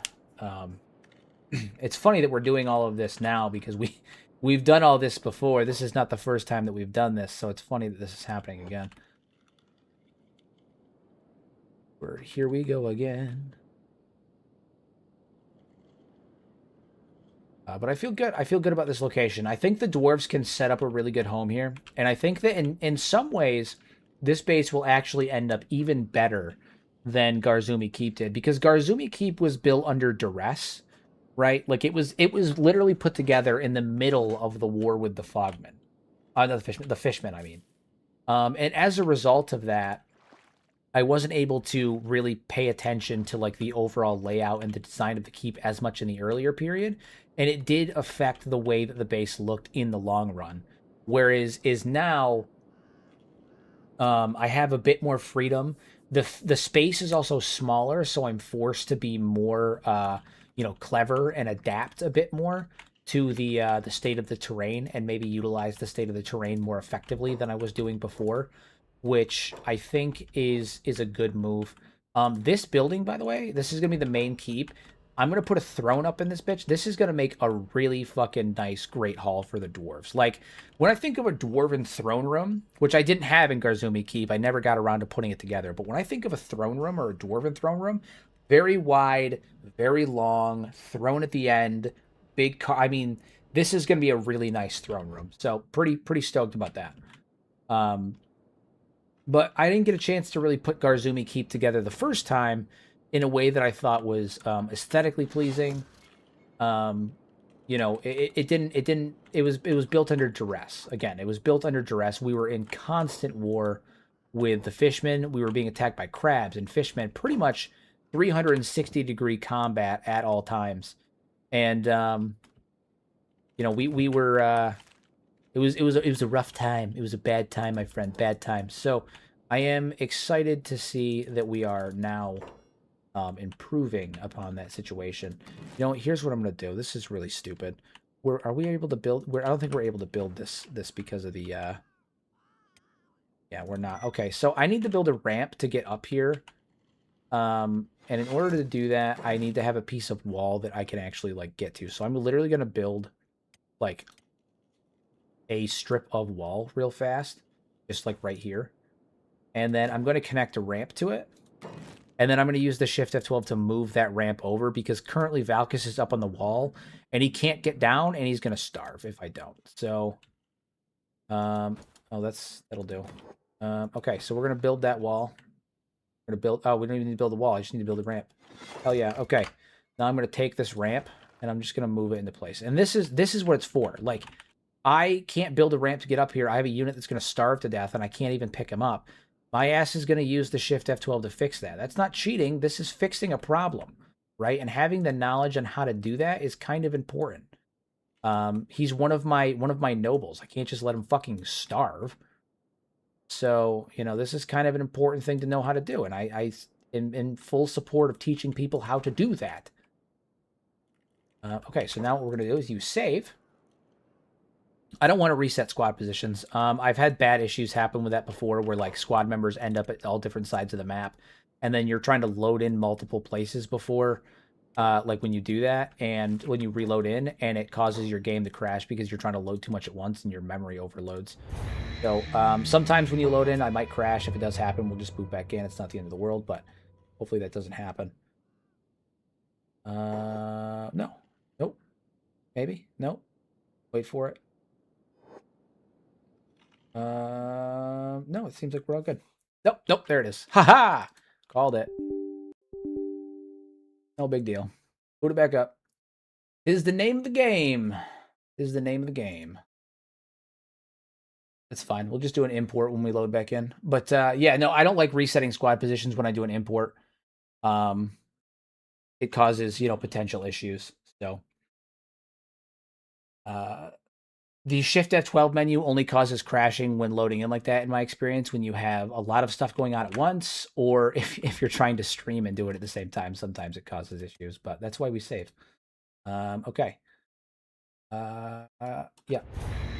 We'll import in and it shouldn't be a big deal. It should work just fine. That's the last major edit that I think I need to do anyway, so it shouldn't have that issue again. But now that that ramp will be in place, we can use it to get up and down. Because the nodes for building ramps are so fucking temperamental. They're so temperamental. Okay. Are we having any frame rate loss on stream? No. All right, we might have a small frame rate issue on stream. Let me know if it becomes a problem. If so, I'll just do a quick reset on the stream. Not a big deal. Sometimes that happens. But we should be fine. Let me know if there's lag on stream. Yeah, it does appear to have some lag on stream. Interesting. Okay, guys, give me just half a second. I'm going to do a quick reset on the stream to get rid of the lag.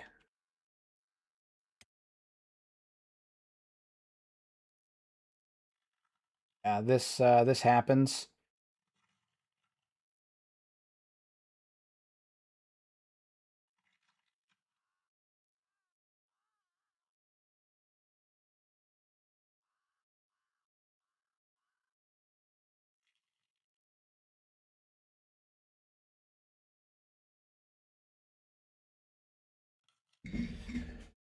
All right, give me just a moment, guys. I will be right back.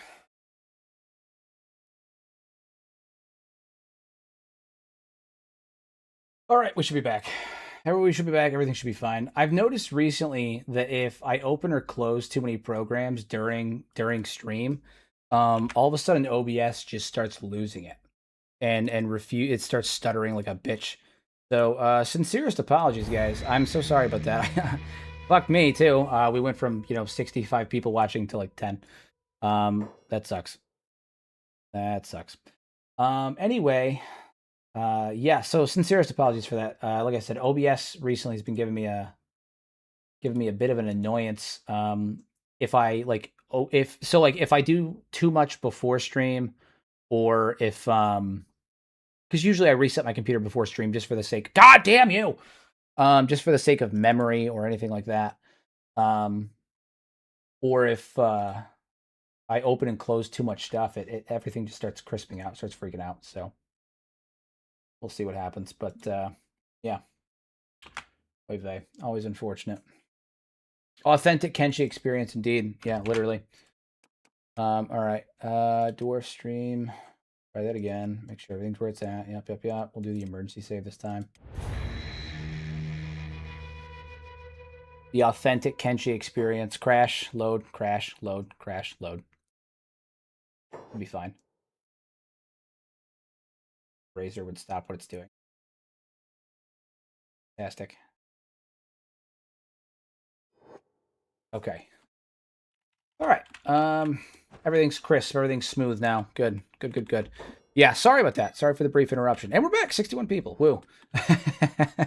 Oh my fucking god. Oh, wait, no, never mind. It's just Steam. Huh, it's just Steam. I thought we crashed again. I almost just had an aneurysm. It's just Steam.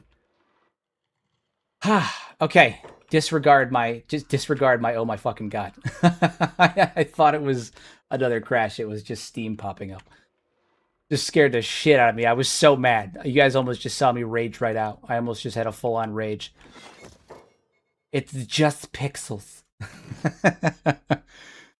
Oh man. Okay, anyway, we're back. We're so back. Um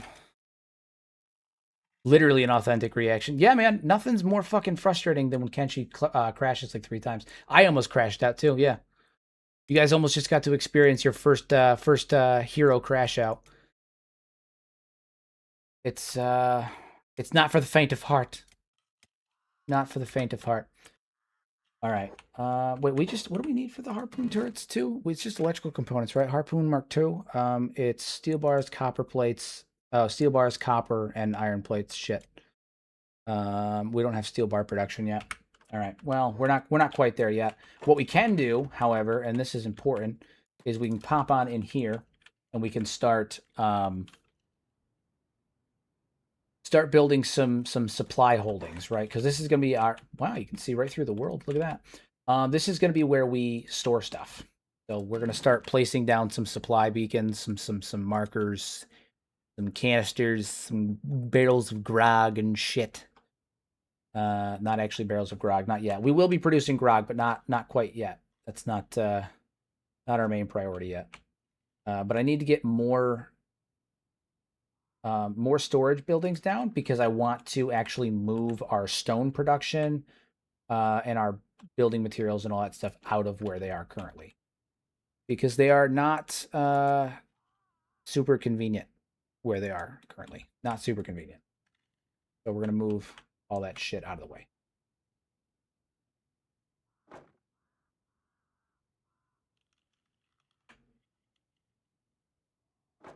We're gonna get 3 things for iron plates. Stores 50 iron plates. We shouldn't need more than 150 at a time anyway. I don't imagine that. We're also going to need we're gonna need storage for wheat straw, but I'm gonna have a separate building for that. What else are we gonna need? We're gonna need ore storage for sure. Ore storage for sure. Ore for sure. I'm gonna put that over here. We're actually gonna turn this here.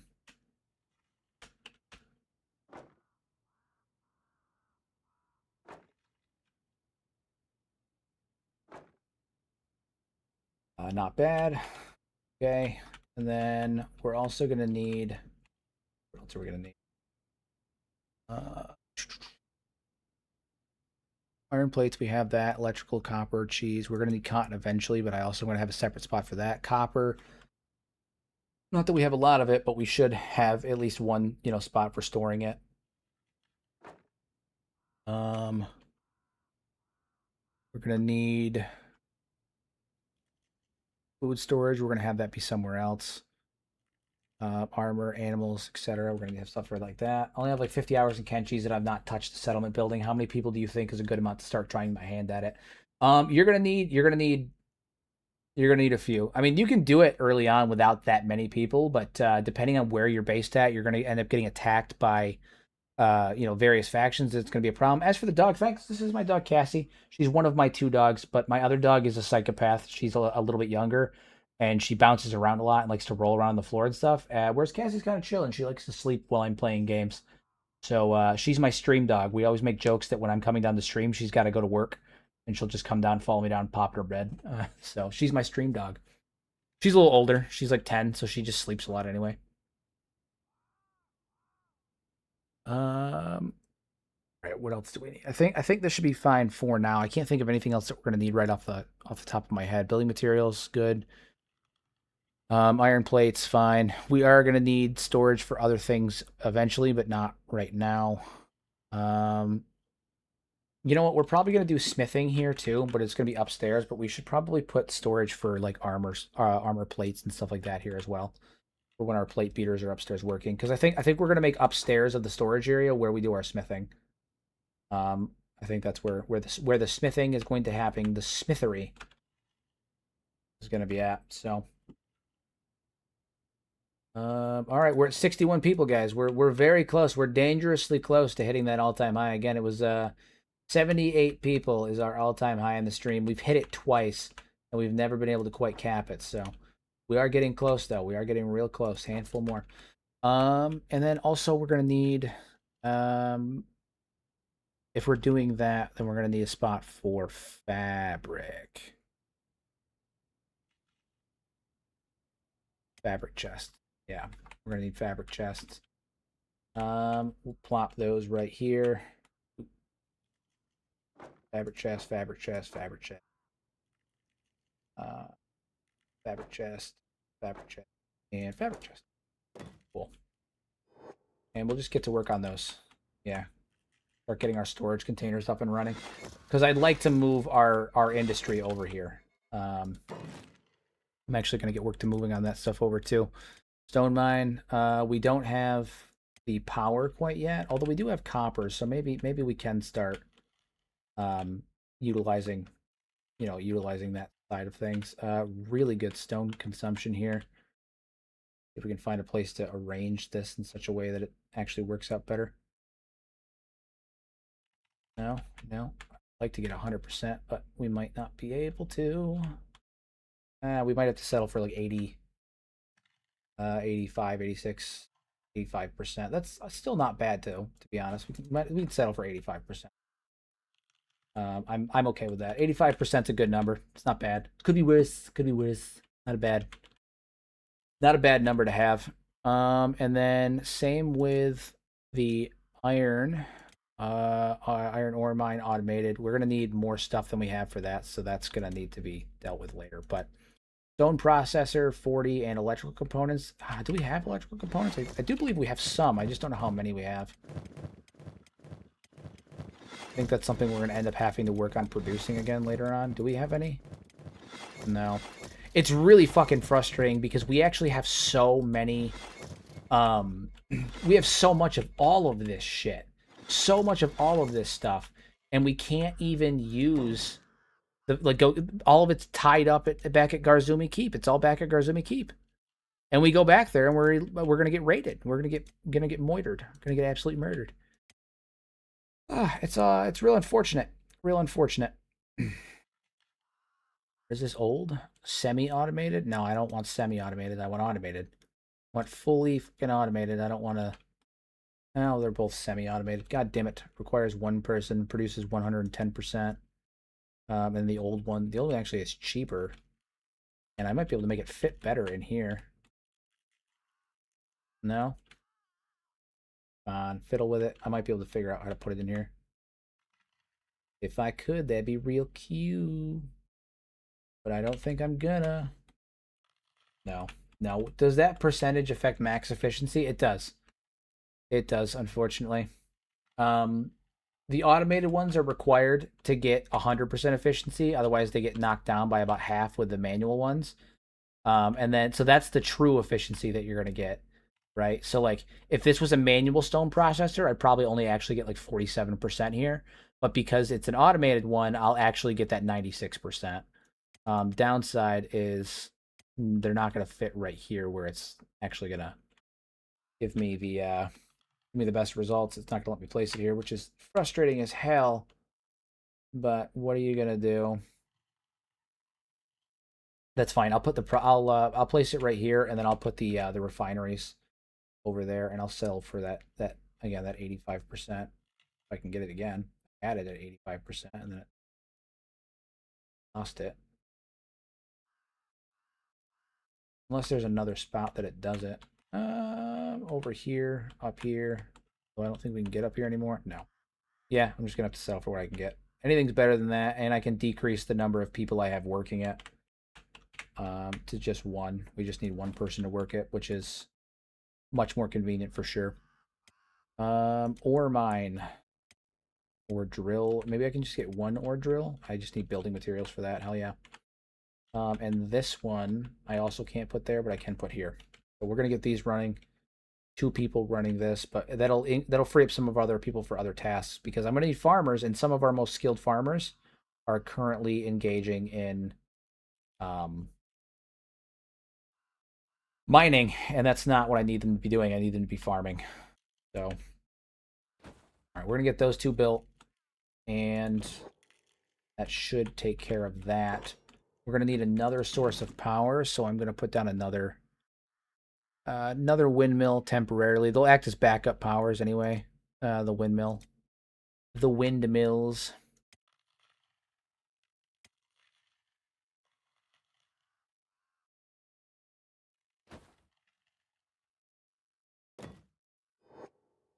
Those put together. I believe Vishu still has a bunch of copper, so we're gonna go put these together here. And then once those are put together, I can get rid of these. I can get rid of all of these. And free this space up for doing other things. And I can finish the keep, actually get the keep in. Albion Online. Oy vey. We're up to 66 people, guys. Fantastic. Do remember to like the stream. If you enjoy being part of the community, if you guys want to help support me in a more personal way too, we do have a channel membership. It does come with a whole host of perks, and it's only $3 a month, $2.99. You get a badge in chat. You get a shout out at the beginning of all my long form videos, and you get access to our community only Discord, community members only Discord, where you have not just myself but other YouTubers like Paytastrophia, Muffin Top MD, and Frankie was here as well. That you can interact with them.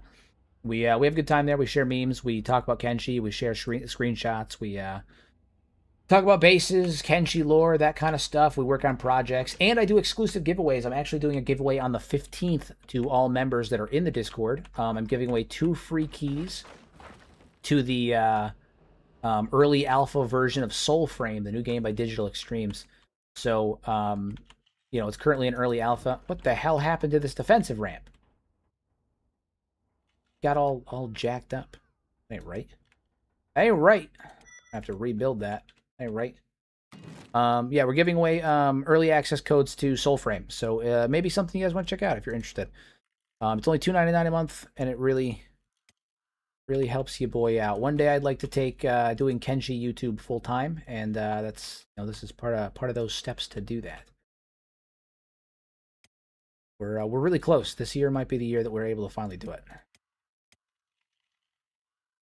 I have a pretty good feeling that this year is the year that I'm going to be able to go full time. I was actually unironically talking to my wife about it the other day. Right, welcome to the Mad Lads. Absolutely. Thank you, sir. Thank you very much. I appreciate it. I appreciate it. Welcome to the Mad Lads. We're at 70 people, guys. We are only we're only 9 people away from our all-time high. 9 people away. That's huge. Huge. It's possibly the biggest that it's ever been. Easily the greatest, the biggest, the bestest that it's ever been. All right, triangle first is headed towards our base, but that's fine. They're gonna get absolutely massacred when they get here. Can I just upgrade these straight? Now I gotta replace them. How much copper do we have? We have five copper left. How much is it for a harpoon turret? Defense harpoon turret. One requirement, by the way, in order to link up into the Discord is that your Discord has to be linked to your YouTube. It's I have an automated bot that verifies channel members, so your YouTube will have to be linked to your Discord. But that's pretty quick, pretty easy, non-invasive, but it is a requirement in order to get the bot to work. Excuse me, swallowed wrong. Ow, that hurt. Not great. Not great at all. All right, we're going to have you just start plucking away. Just start shooting. So anyway, we just started blasting. We're going to have Zagan, Kenshi, Grim, Grunt, Golem, and Tiny just start attacking. Everyone just start go beating ass. Getting really close. Yeah, my end goal for the year is that I'd like to go full time streaming, making Kenshi content. I have a lot of really big projects coming up. We're gonna be doing a machinima anthology series really soon. Fully voice acted, made in the engine of Kenshi. I've run a couple of test footages, and it's for whatnot. It's come out really well. Fully voice acted. We've got a couple other content creators and independent voice actors working on it as well. We're also doing a podcast very soon with a fellow Kenshi YouTuber, Peta. We've got a podcast happening, and it's gonna be a Kenshi podcast. We've also we'll see how it goes, but we've reached out to some very interesting people to see if they want to help participate and or back the podcast. So we'll see how that goes. And we're gonna be interviewing other Kenshi YouTubers, talking to mod authors, talking about things in the community, Kenshi 2 stuff, things like that. There is a tabletop RPG for Kenshi. There, if you search it on YouTube, there's a gentleman who made he converted 5e D&D 5e into a tabletop Kenshi game. I mean, it's fully functional. It's complete. There is a download link for it. I meant to post it in the Discord the other day. Dustin, remind me to do that later. I'll post it in the Discord. I meant to do it earlier today, but I forgot to do it. I brought it up on chat and stream the other day, and I meant to do it, but I didn't. If anybody has any questions about the lore too, one of my favorite things to do on stream is talk about Kenshi lore. So if anybody has any questions about about Kenshi's lore, do let me know. I'm always more than happy to jump in on that and talk about the lore of Kenshi. Oval, Hammett, and skins. Oh, you know what else we should do? We should get our smithy sorted out. Crafting. We need our armor smithy, so we need our Imperial armor smithy for making our Imperial armor, because that is the armor of our Dwarven military. And then in addition to that, we're going to need plate beaters, and we're going to need our weaponsmith. So we need our weaponsmith. Where you at? Weaponsmith, fantastic. And we're going to, once we're automating the process of collecting resources, we can get our weaponsmiths, and we can get our we can get both our weaponsmiths and we can get our armorsmith back up to work doing what they're supposed to be doing. Good old Hammett and Oviel making weapons and armor. We also need plate beaters, plate beating stations. So we're going to get some of those rolling. And we're going to let people do that outside, because I don't think I want a lot of noise inside when we're working on making weapons and armor. So we're going to be doing plate beating outside. I don't want a lot of noise inside. I want my smiths to focus. You got to be focusing.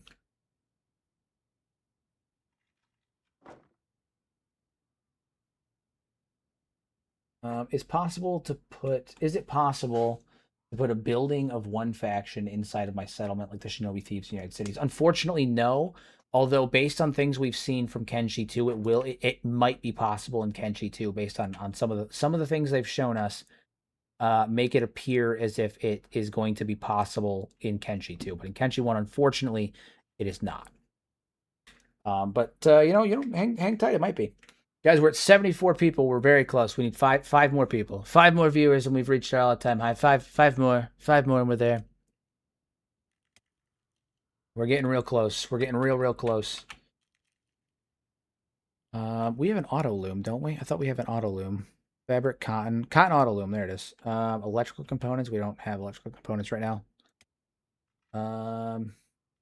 Is it an engine limitation or just that no one bothered to put it in? Probably a bit of both.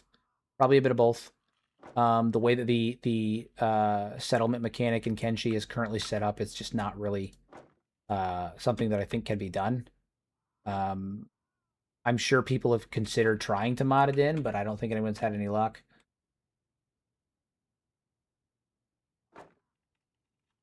We got our looms. Actually, I'm going to put them on the other wall. That way we can line them all straight out. Get them nice and contained. We're going to have people working them automatically because we don't have enough fabric, but that's fine. Our armor smiths are also really good. And once we get the auto looms going, everything will be running just fine. Hello. Welcome to the stream. Welcome everybody who's joined us recently. Glad to have you all here. I hope you guys are enjoying the Dwarves. I certainly enjoy the Dwarves. It's my oldest series that I've been doing. We've almost got the stone mine built, and then we can start removing some of these. I know we're really close. We need 5 more people, and we'll hit our all-time high. 78 people is the highest we've ever gotten. We've managed to reach it twice. We've never gotten past it. So fingers crossed. Alrighty. Okay, this is taken care of. We need 1 person to be working it. Who are we gonna have do it? Pins. What are your stats, Pins? What are you good at? Laboring, farming. So Pins is one of our farmers. What are you good at? Weaponsmithing and armor smithing. So he was a plate beater. We're going to put him... Zizo, what are you doing? You're on iron refinery. You're a laborer. All right, we're going to put you over here. This is what you're on now. We don't need an iron... Well, I mean, we need someone on iron yeah, we're going to need someone on the iron refinery, but... The lore you were talking about, is that in-game lore, or did I make it up? So it's not that I made it up. I use in-game sources. I use the information that we know about the lore, and I also use a combination of references, because Kenshi is primarily comprised of a mix of references to real-world history, other games, and movies and TV and stuff like that. And you use a combination of real-world science, movies, TV, and references to put together the story of Kenshi. Kenshi uses a lot of real world science with things like topography and environmental storytelling and things like that.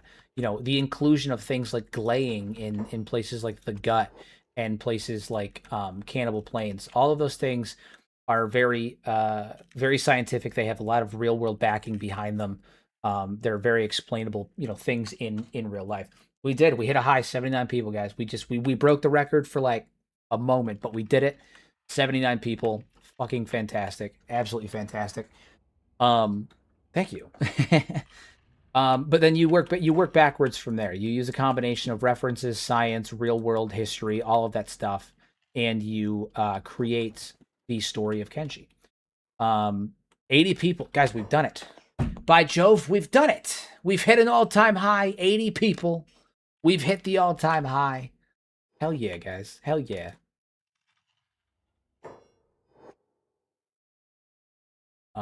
But I mean, Kenshi's story is one that is Kenshi as a whole is primarily speculative, right? And so you have to approach everything with a speculative, with an inquisitive and speculative nature and whatnot. Thank you, Dustin. Thank you, sir. I appreciate it. Gifted membership. Thank you to thank you to Dustin for doing that. And thank you. Congratulations to anybody who got that. If you guys are a gifted member as well, you guys do get access to the Discord for the duration of your gifted membership. So just something to keep in mind. You do get access to the Discord for the duration of your gifted membership.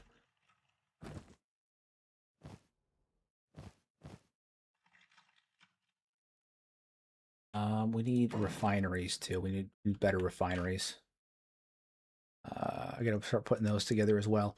But Kenshi's lore is all very speculative. But my goal has always been to take the speculation, take the speculative pieces of the lore, right? Because it is so speculative, and weed through the the tapestry and static of Kenshi's speculation and find the sources and the references and the materials to put together a comprehensive story of what may be the truth and make it make as much sense as possible.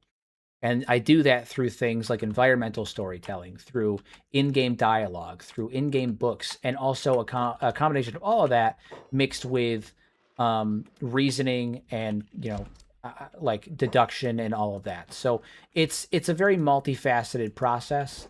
But again, doing so, you can put together a very comprehensive and interesting story about the state of Kenshi and the world of Kenshi, and it all makes a lot of sense, and it's all put together in such a way that I think tells both an interesting story and apparently some Dawn Guard died in here. Not quite sure why, but is what it is.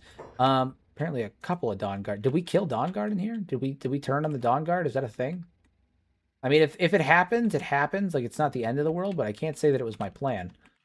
So interesting on that. Yeah.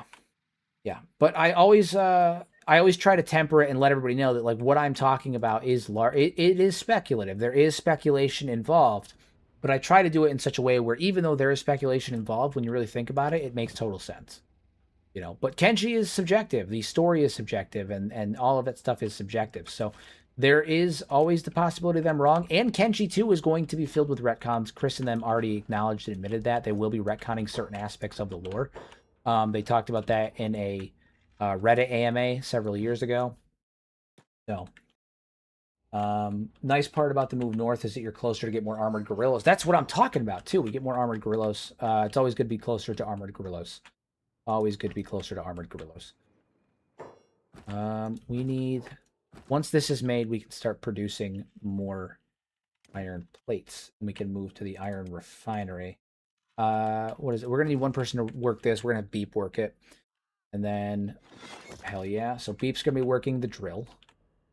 And then I can take whoever was working the iron refinery. We're gonna need that. No, the iron refinery requires how many people? 3 people to be working it. Yeah, we need another iron refinery out here. So I'm gonna get rid of this one. No, because we need iron plates. Has your swamp turtle companion ever turned into a bald human before? I don't have a swamp turtle companion. Pedastrophia has a swamp turtle companion in his Swampers playthrough, but I don't. I do not. Beep, you're moving awfully slow. Oh, your leg is all fucked up. That's why. Your leg is messed up. No wonder. All right, we need manual stone processors. Got to make a couple more of those. Stone processors. Try to get some less shitey ones. We're gonna need more power for sure, but we can always work on that after the fact. We're gonna need iron plates and a lot of them. Wish that section there wasn't being so damn temperamental for placing things down. That would be really friggin' awesome, because it would be really convenient if I could just put stuff right here, but it's really not going to let me do that. Maybe if I make it cockeyed. It's funny, if I make it cockeyed, it lets me do it. That's annoying. Whatever. Just hurt my feelings, make me do something that I don't want to do. It's fine. It's fine. Don't worry about it. It's fine.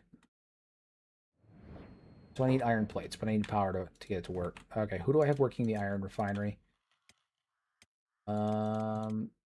You You're supposed to be working the iron refinery, so why are you not? Go work the iron refinery. Ew, it's because we need iron. Okay. Beep. Your job is to operate the ore, but haul to the iron refinery first.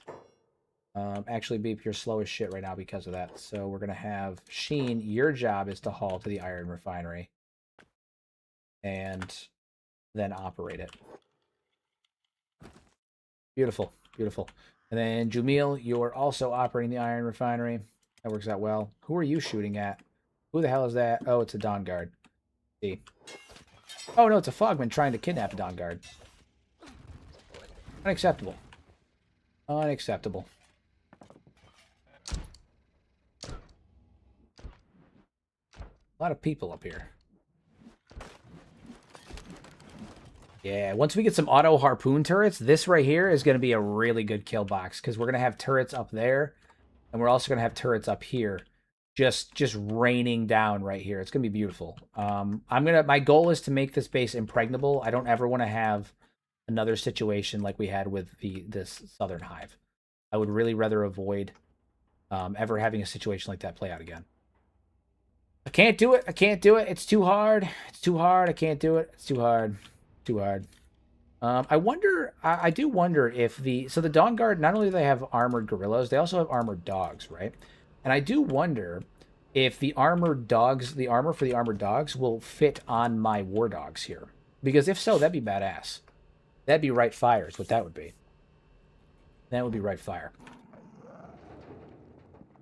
All right, so we got to get these built. In order to do that, we need iron plates. So we got to get this taken care of. And then once this is built, we're going to delete this probably. Or once we get a number of iron plates built, because we have some things we have to do. We got to get more power firstly. Because we're only producing 30 power right now. We need like 80. So we're going to be using a lot of power. I'm probably going to need to go on a copper run, which is not great, but. And then I got to figure out where I can get a source of more skeletons. We had several skeletons, but we lost them as a result of the fights, in the Bonelands and all that stuff. I know where I can get a couple. But I'm trying to. We're gonna have to march on the Triangle Man. He's Triangle First should be at the Dust Bandit at the Dust King's old settlement, right? That's where he's supposed to be after I. Yeah, so he should be at the Dust King's Tower, right? Yeah, okay, so he is at the Dust King's Tower. Okay, then here's what we're going to do. I'm going to take Kenshi and Zagan, maybe. Oh, God, we need more food again. My lord. Who do we have on farming? Who was set for farming originally? A farmer. Was it Pins? I think Pins was our farmer. Yeah. All right, Pins, hop to it. You're a farmer now. I'm at the Fog Islands. I am at the Fog Islands. Hop to it, Pins. You're a farmer now. You're also passive and on block. And you know what? Just because I don't have clothes for you guys right now, all of our non-combat dwarves are going to be taking clothes from these bandits here and wearing those for right now. Just because I can't keep having you guys running around stark nude. No more stark nude dwarves. We got to get you guys outfitted properly. I don't need you guys to necessarily be, wielding crazy weapons or anything of the sort, but I do need you guys to not be fucking naked. So we're just going to take these and give them to our industrial dwarves. They used to be slaves, and now they're not. The industrial dwarves. Now they're part of the family.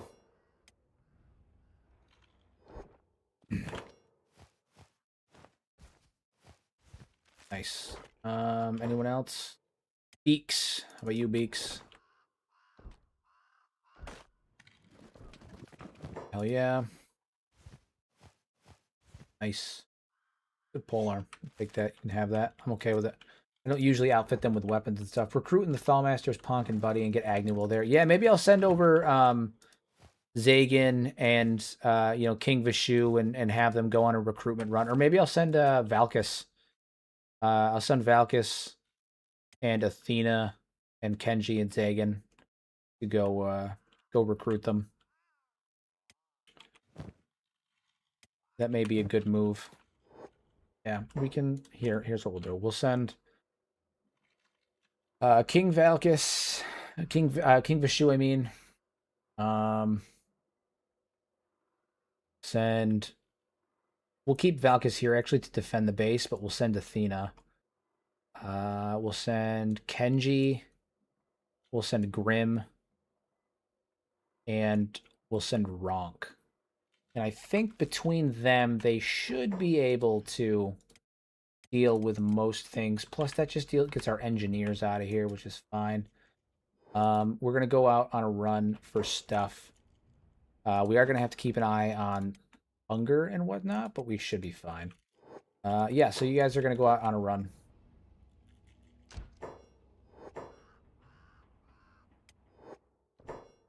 Dawn Guard? Yeah. Okay, so apparently the Dawn Guard are coming to attack us regularly.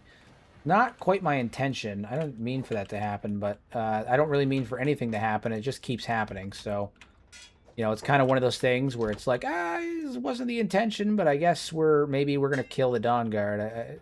You know, we'll see what happens. It'll be fine. It's fine. We're fine. Let's head over towards... is Grim not out here yet? Oh, Grim's right there. Okay. Yeah, let's head towards the towards Venge. Head to Venge. We're off on a mission, everybody. We're going on a trip, on a journey. We're going on a trip, our favorite rocket ship. Flying through the skies. They're all picking fights, to be honest. Yeah, literally everybody's picking fights. The thing is like many of the fights that we've engaged in, like all of the fights, like the issues that we have with other factions, all that shit, we didn't start like any of them. I think we started one of them. All of the other ones were just people coming after us, man. They keep coming at us. I didn't start none of this shit. They started it. I'm finishing it though. That's all. I didn't start these fights, but the dwarves are gonna finish them.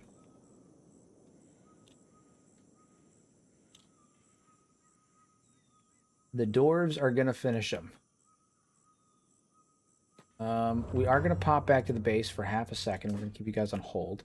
Pop back to the base for half a second because there is a little bit of industry, a little bit of things that I need to be doing. I need happening while we're, you know, waiting. While we are waiting. Get on up there. Get on up there. All right. I need cooking to be a thing. I need to start cooking again, which means I need bread ovens, right? For baking bread. And we're also going to need a silo for breaking down wheat straw. So we're going to get bread ovens running. And we're going to get the stuff for making flour, converting wheat straw into flour. I have a different bread oven? Ah, yeah, it's just... Okay. Let's rotate this a little bit. There we go. Place. There. Same deal. Right there. There. Right there. So we'll get 4 bread ovens in place. And then I'm also going to need, after the fact, in the farming section, I'm going to need a thing to make grain. Grain, storage, grain. It's under farming, I think, right? Farming. Rain collector, water tank, silo, wind pump. Is it not under farming? Am I a fool? Have I been wrong this whole time? Food, maybe? No. What are you under? Raining walls. Ew. What are you under? Crafting, that ain't it. Is it? No. Platoon bridge, no, that's all stupid stuff. Am I just missing it? It's got to be under here somewhere. Wind pump, I don't need that. Good to know, though. Yeah, it's a grain silo. Am I missing it? Is it in front of me? Am I just not seeing it? It's not just the grain silo. It's the one specifically that you use to create the... Is it the grain silo? I have no fucking idea, man. I'm a brainlet. Blender food. Blender food. Is that the one that makes? Oh, it is the one that makes wheat straw flour. Yeah, yeah, yeah, yeah, yeah.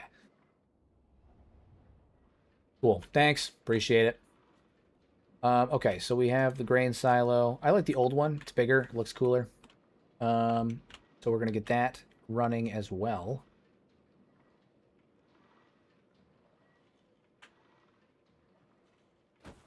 2,500 hours, people. I've been playing this game for 2,500 hours.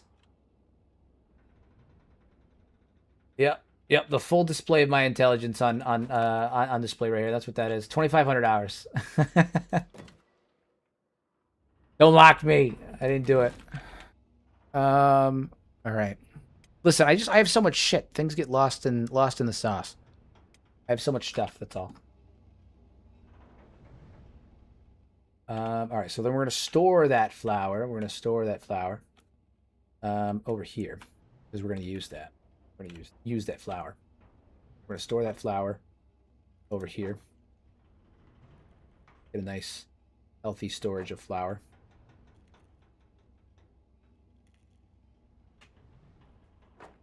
Good, good. And then we're also going to get a wheat straw storage. Wheat straw. And we're going to get a nice healthy storage of wheat straw as well, because we're going to need a lot of that. Now, granted, some of this stuff is going to take some time. We have to get our first couple of crop yields. We may end up having to take a golem into Mongrel to do a food run in the interim period. Or into stack, I mean, for a food run in the interim period. And that's okay. But eventually, we're going to load this place up with food. We're going to load this place up with food. And we're going to be producing a shit ton of bread. And unlike last time where we only had 3 bread baskets, this time we're going to have many bread baskets. Because we're basically going to be living on bread. The main source of food for our peoples is going to be bread.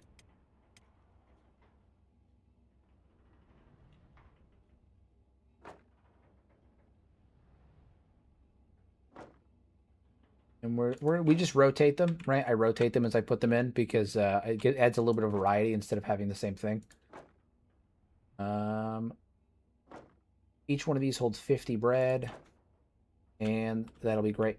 That'll be great. So we're gonna get those in, get those set up, and hopefully we're gonna get these building materials taken care of soon. We gotta wait for this first one to grow. That's gonna take a minute. Yeah, I mean, we're probably gonna end up having to go on a food run. I think we're out of food already.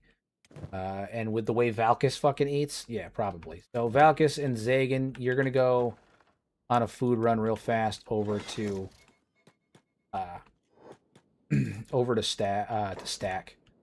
And you guys need to stop pushing outside of the gate, my lord.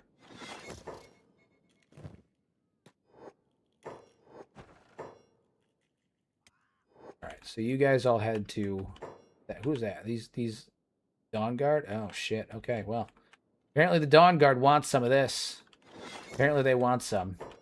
Are they attacking us? Like, what's the deal with that? Yeah, they're fucking coming for us. They're gunning. They're gunning for us. Okay. Dwarves don't eat food. They live off beer. Whose head's in the bag? That's don't worry about that. Don't worry about the head in the bag. You can worry about a lot of things. Head in the bag, not one of them. Don't you fucking worry about the head in the bag.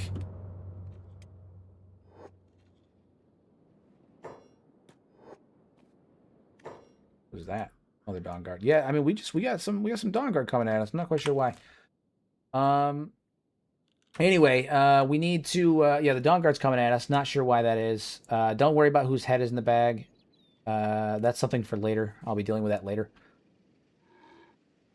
Right now we're on a food run. We're gonna go in there. We're gonna buy 36 or probably 30 packaged meals, and that should tie us over at least until the king and them get back with some either A, we can build food of our own because we need to start building bread, but we need a couple rounds of farming to do that, and also until we can get back with more skeletons that can man our turrets, because they will ultimately be the ones manning our turrets.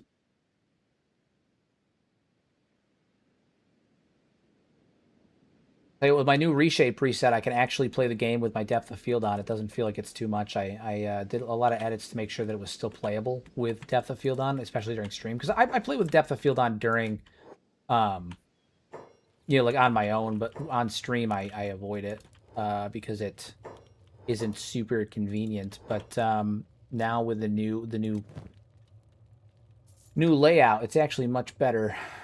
Okay, so that should be enough food to tie us over temporarily.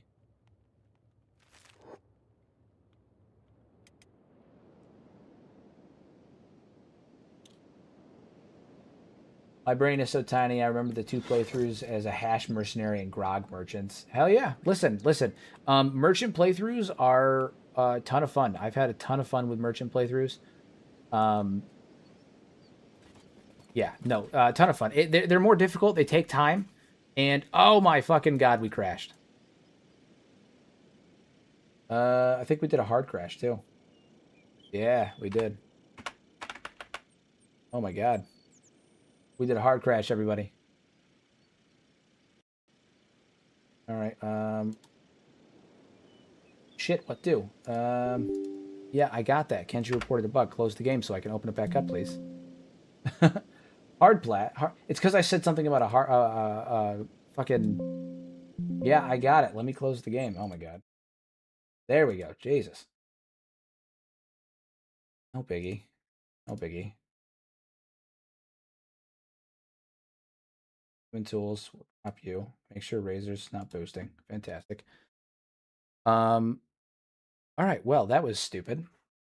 No, I know I can Windows Alt Tab. I was on my second monitor taking care of it. Is what it was. I'm usually over on the side of my second monitor. That was just a bit stupid. Let me wait for Razer to release RAM again. Not actually a Kenshi wallpaper. Actually, I'm pretty sure this is a Ghost of Tsushima wallpaper. I just I like the samurai aesthetic. It's cool. Pretty sure it's a Ghost of Tsushima wallpaper. Well, let's see when the last autosave was. God damn it. God damn it. God damn it. God damn it. Kenshi, man. Average Kenshi experience.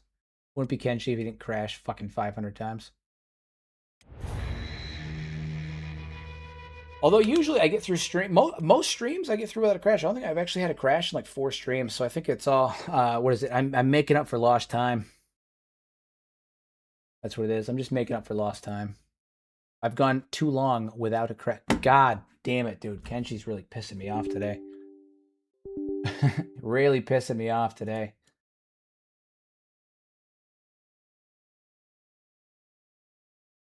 Absolutely ridiculous. It does load fast. I do it. Thankfully, like my game boots up quick, but man, Kenshi's really pissing me off today. I don't think I ever had this many issues. Yeah, I guess that's the one benefit is that it doesn't come off as too much of a deterrent to like the stream or anything because it's just Kenshi. That's just what Kenshi is. I am a Going Medieval enjoyer. I've had it since the early alpha, like the early alpha phases. I mean, Going Medieval is a great fucking game. Great fucking game. Okay, well, what are the times? Every 10 minutes, so I'll lose 10 minutes of progress. It was that goddamn ramp. Yeah, literally, it was the damn ramp. The ramp did it. The ramp did it. Are we gonna experience a frame rate drop too? Because that'd be really fucking annoying. Uh, yeah, I can usually get back in the game pretty quick. I'm trying to decide the best course of action right now, and I'm noticing the frame rate on OBS is starting to dip a little bit. I'm wondering if I'm gonna have a frame rate problem again. Nah, we'll. I mean, we'll see. We'll see. We'll see what happens. Okay. How much time would I have lost? 40 minutes. We'll try 10 minutes ago before we set out. Try and import, see what happens. Is my life over? Mayhaps. See what happens. Game's loading in. Things are happening. Things are happening. Okay, we're back. Downside, pretty sure my frame rate's gone to shit again. Dude, I fucking hate it. That's my god. Yeah, Kenshi's not being kind today, and I'm pretty sure my frame rate is stuttering like crazy. Um, yeah, I'm starting to get a bit of a micro stutter. Jesus Christ. I'm back. Hello. Oh, I've returned. Okay, I think I figured it out. Didn't have to do a fucking reboot this time. Thank God. Just had to reboot OBS and things seem to have gone back to normal. So, note to self, next time I don't need to do a full PC reboot. I just need to shut fucking OBS off for half a second. It's literally an OBS problem. It's so frustrating because what happens is if Kenshi opens and closes too many times, what ends up happening is OBS starts to get encoding errors because it builds up bloat in the back end, and OBS just acts a fucking fool. So usually I thought I would end up having to do like a full PC restart. That's what I did earlier. That's why it took me like 2 minutes to get back in instead of a second. It turns out if I actually just do a full OBS restart, it fixes the problem and it doesn't cause it's faster. So note to self, if I stutter again, I can correct the problem in like 15 seconds instead of like a full 2 minutes. So sorry for the brief interruption, guys. It's literally, it's not even my internet. It's literally just OBS being fucking temperamental. I don't know if maybe I need to up the bit rate that I'm using, but it's just OBS. So sorry everybody. Jesus Christ. And it's the fucking ramp again. You know what I'm gonna do? You know what I'm gonna do?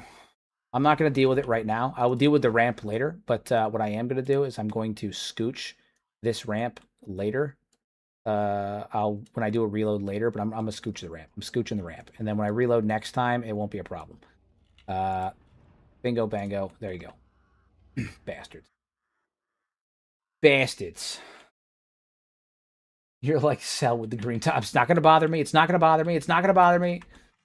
Fuck, it's bothering me. Literally. Literally me. Story of my life. You just defined my entire life. My entire existence has been defined right there. You know what I'm really pissed about more than anything though is I lost everything I did with the fucking farm. I lost everything I did with the fucking farm. Now I have to redo all of that. God damn.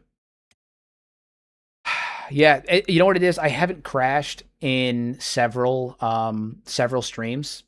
Kenshi has been very stable for several streams now. So now I've got to get them all out of the way. I've got to get them all out of the way again. Bastard. It's fine. It's fine.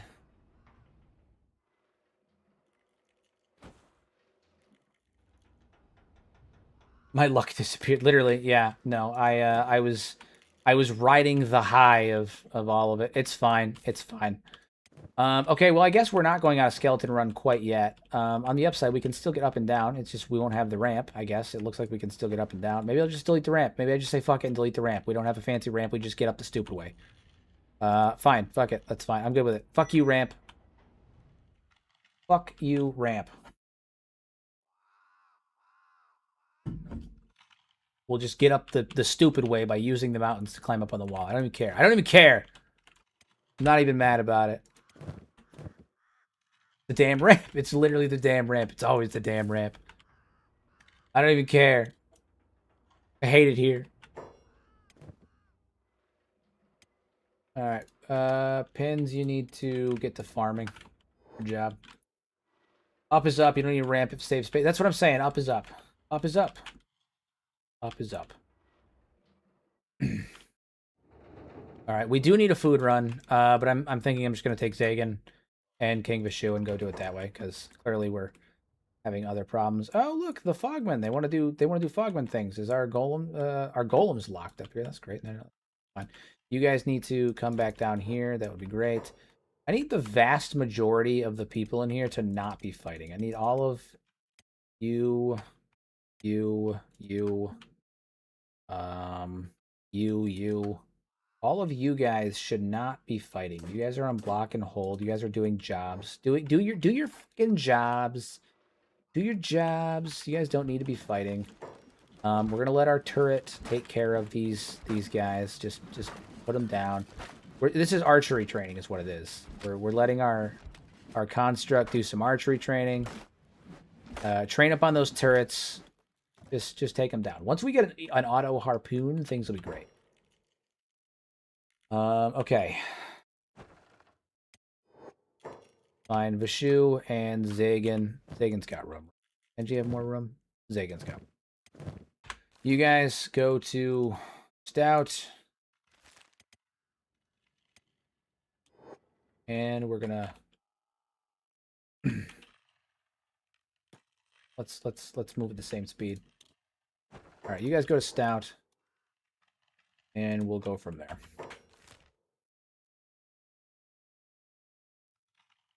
All right.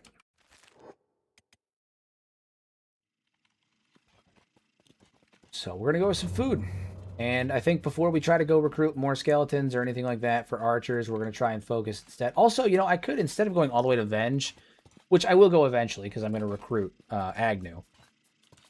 I'm going to I could always go to the Deadlands instead. It's a little closer. And beat up some of the skeletons there and then forcibly recruit them. They just need to use, there's an error code that you can do. Am I excited for Divinity Original Sin 3? Yes and no. I never played Divinity Original Sin 1 and 2. I tried playing 1, but I was kind of young at the time. My brother-in-law had it, and I think I was probably like 10 or 11 years old or some shit like that. I'm maybe a little older, but um, it just wasn't for me at the time. I didn't understand it. It was the system was admittedly a bit complex for me at the age that I was at. I didn't find it entertaining, and I didn't appreciate the. Thank you, Perv. Um, the You're probably right. Thank you. The system was a bit complex for me at the time, and it just wasn't for me. That was back before I was really into like narrative storytelling and like dialogue and all that stuff. I was more focused on action and you know, like all of that stuff. And games like those, even though they have good action, they also put a lot of emphasis on the narrative, on the storytelling, on the characters, and building relationships and all that stuff. And you know, the dialogue and the world events. And at the time, I wasn't really interested in that stuff. You know, I tended to lean more towards um, combat and gameplay and, you know, traditional things that like an 11-year-old would care about or 10 or 11-year-old would care about. Nowadays, I really enjoy the things that Larian puts out from a writing perspective. Now that I'm older and I'm more into writing and stuff like that, obviously, you know, I'm writing my own book and things like that. Um,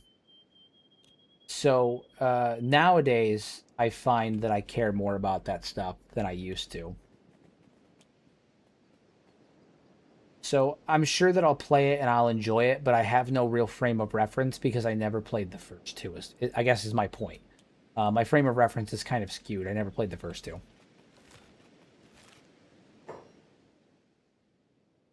I was playing Kerbal Space Program when I was 9. Yeah, yeah, yeah. So like it was always interesting. I played like a lot of really good games and stuff when I was younger. Like I played like my first ever I don't know if you can call it an RPG, but I'm going to because even though it's not an RPG, it's got RPG elements. I was 8 years old, right? Mind you, I'd grown up playing like the Super Nintendo and the Nintendo 64 and, you know, the Dreamcast and stuff like that. So I wasn't like unfamiliar with gaming or anything like that. But my first like modern system, my first like big console, I was 8 years old. My sister had just gotten like her my sister's boyfriend had just moved in with us. I was 8 years old, and he moved in with us from across the country. So he, you know, brought all of his belongings, and he had a an Xbox with a number of games, and the first ever RPG that I played was Fable, not Fable Lost Chapters, the original Fable, and that was like it was defining for me about what I wanted in a game. It was very defining for me. It was interesting. Yeah, the original Fable was my first ever what I would consider RPG.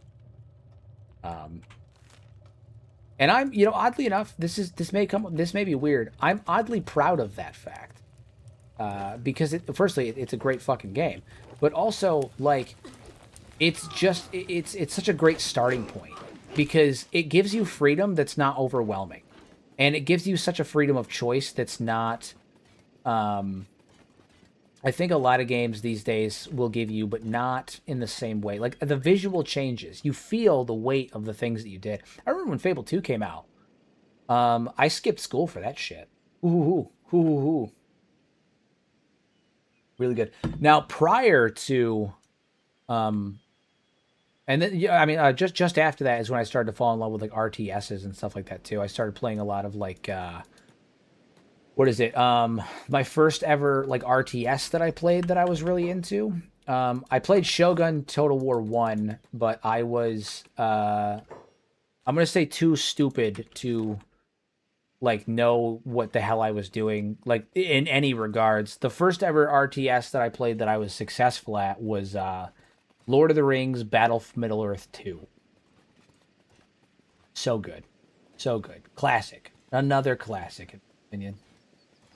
Fable 2, yeah, dude. I wish they would remake it for PC because I tried playing it. I think about 6 months ago on a totally legal emulator, and performance was shit. Couldn't be done, which really sucks because I have a hankering to play it again, but I refuse to buy an Xbox. Yeah, it sucks. I would love to play Fable 2 again. Such a good game. Such a good game. Look at these bandits thinking thinking they can even catch my short-legged boy. But even if they did catch him, do you know what would happen? Abuse. Triangular abuse. Okay? Abuse to many degrees. Abuse to many degrees. Sword of the Samurai was pretty inventive. You start as a low-rank samurai fighting one-on-one duels. Eventually, you amass enough land and power that it turns into a map-based strategy game. That's pretty cool. Pretty cool. Oh, dude, Stronghold Crusaders is really good. I always enjoyed the free create on Stronghold Crusaders. Like, I always enjoyed like creating my own maps and like setting up that kind of stuff. Specifically though, more than Stronghold Crusaders, I remember when Stronghold Legends came out, right? The Arthurian one that was like all about King Arthur and shit like that. Oof. Oof, what a game. What a fucking game. Goated game. Stronghold Legends was phenomenal. Phenomenal. Dragon, how are you? How are you? Oh look, Fogman. Too slow. Can't catch me. No, you can't. No, you can't. Dragon, we broke our all-time high viewers today. It was fantastic. We hit 80 people.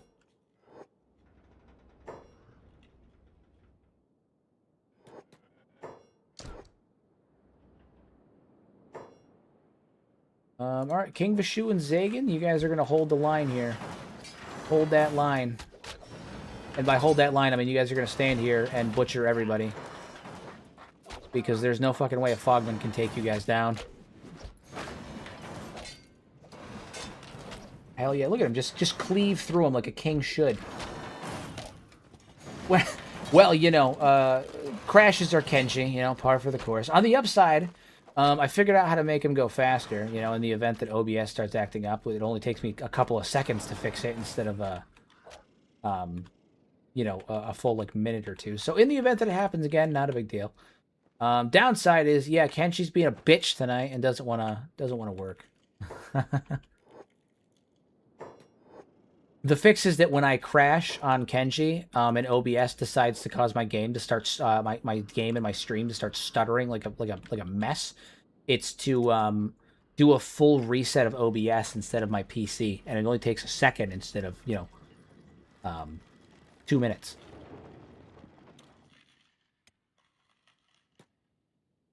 Ridiculous.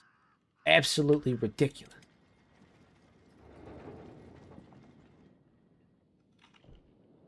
Also, Dragon, I didn't. I will remember Rex. I promise. I'll set a. You know, I'm gonna set an alarm on my phone. I'll do it tomorrow. Tomorrow's stream, Rex will be there for the Nuggets. I promise. I'm so sorry. I keep forgetting. I keep forgetting. I'm sorry. I set an alarm on my phone.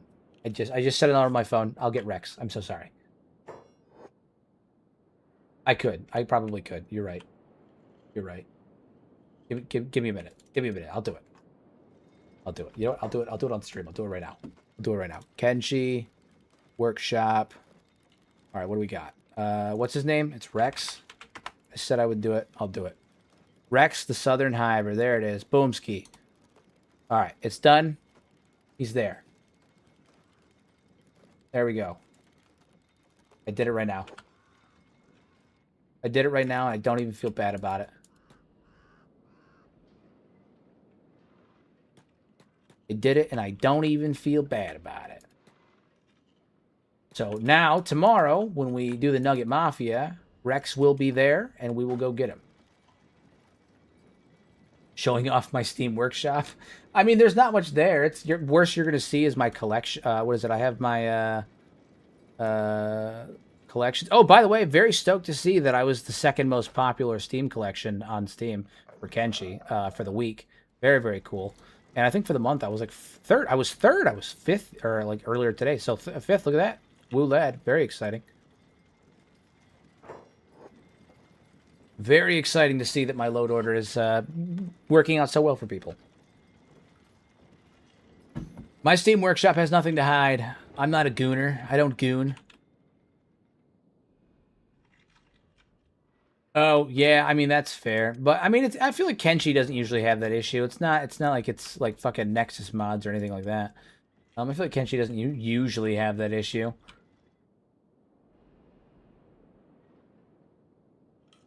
You know, it's not like I'm going into the Steam store and I'm going to go to what is it? Fucking I feel like every time I hop on Steam and I go to like the trending games, new and trending, there's at least like 3 Gooner games in there every time. Are these really trending? Are Gooner games trending? Am I just behind the fucking times, guys? Am I too old for that? I don't get it. I don't get it. Are Gooner games trending? Are they trendy now? Steam's new and trending is is a trip. Yeah, literally, the new and trending, it's literally like 2 obvious games, a bunch of random indie games, and then just goon. Nothing but goon.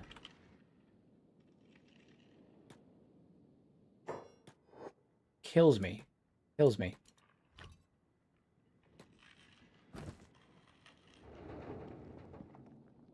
Very popular, and it's good for achievement hunting and write stuff on profile. I don't know.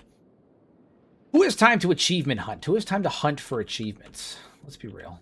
I don't know. Maybe it's me. I don't know. I don't know. I'm an old man apparently. I don't have time to achievement hunt. I don't have time.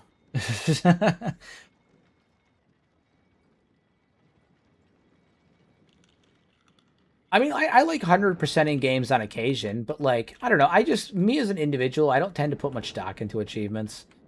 I know, like, for some games, I'm like, I'd really like to 100% it, but I don't know. I just don't care. I just don't care enough.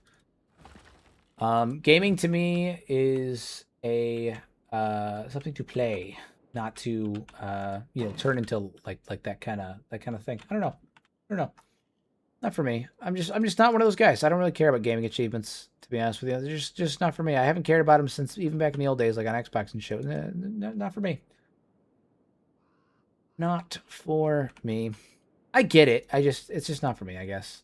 Maybe I do get it. It's, a completionist thing, but also I don't get it because like not for me. Not for me. I'm not the guy. I am not that guy. I ain't that guy. All right, we're gonna make a basic one, and we're just gonna upgrade it as we get. Boy, right. Boy, right here. I dislike that it's not letting me make anything not fucking cockeyed. That's really.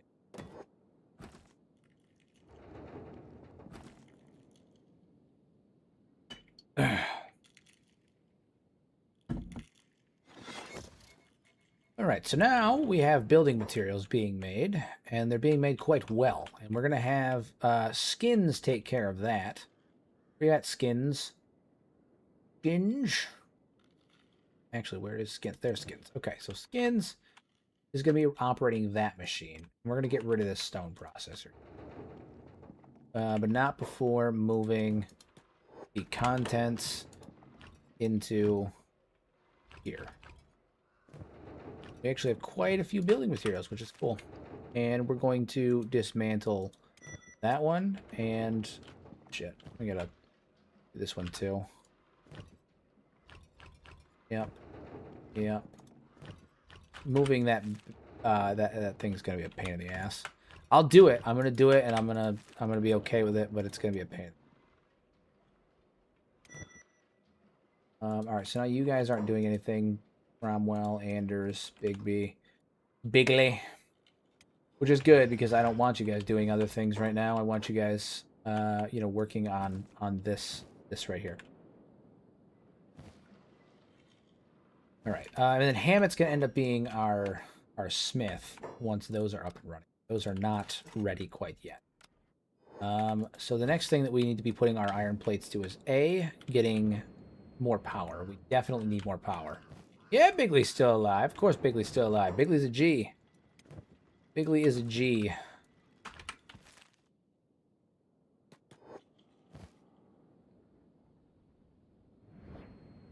We need to get this wind up and running because this'll up our wind, double our wind out, which is kind of important right now. We need as much power as possible. We need as much power as possible. How are we doing on food? Are these growing yet? Yes. Okay. Well, then it's about time we get in here and start making. I say start. It's about time we get in here and we start remaking the interior of our stuff. Now that I have to redo it all, because why wouldn't I? On the upside, I know he is a G, and G means G. G means the letter G. The letter of the day is G, and Bigley is that. All right, so that's taken care of. Storage. My ring light is flickering. That's fucking annoying. Please stop. You're driving me nuts. You're gonna give me a fucking aneurysm. Storage. I needed flour. Firstly, yep, flour.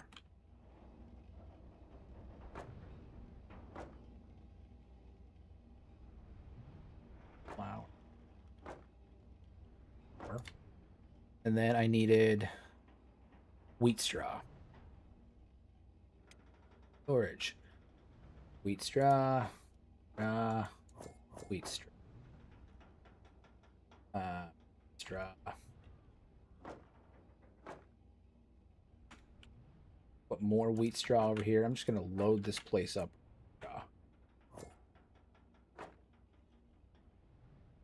Load it up.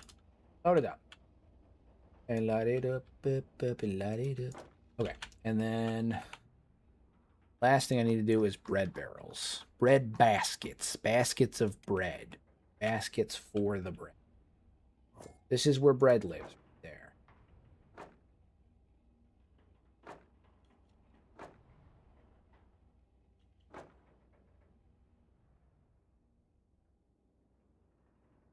There's a mob where you can teach your food, tech your food up to be completely automated. Might look into it. Might look into it. I don't actually mind like non-automating my food. Like I don't mind having someone who specializes in making the food and stuff. I'm okay with it. It can be a bit of a pain in the ass, but it's not the end of the world. Get all that stuff built up because I don't think any of it requires iron plates, so we should just be able to build all that shit outright. I am gonna save it in case A, we crash again, but also if we do crash again, I don't feel like fucking rebuilding all of that for the third time. That would be really fucking annoying. We need a chef hat mod. That is something we do need. Absolutely. Yes, sir. Absolutely. Can confirm chef hat's needed. Can confirm. That is what we need. We need to get this manual iron refinery taken care of. Once that's done, we can start loading up on the automatic one. And that'll be super good, super useful. We also have to get this last windmill done. We got a couple of projects we're working on right now. A couple things we're working on. Couple things we are working on. Bandit demands. What are that? Dust bandits? That's stupid. Fools. You fools. Fine, what are your stats? How are you with turrets? You decent with turrets? You are decent with turrets. You know what you're going to do? Your job, Vigo, if that is your real name.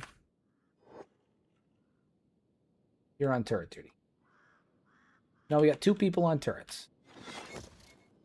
2 people on the turret.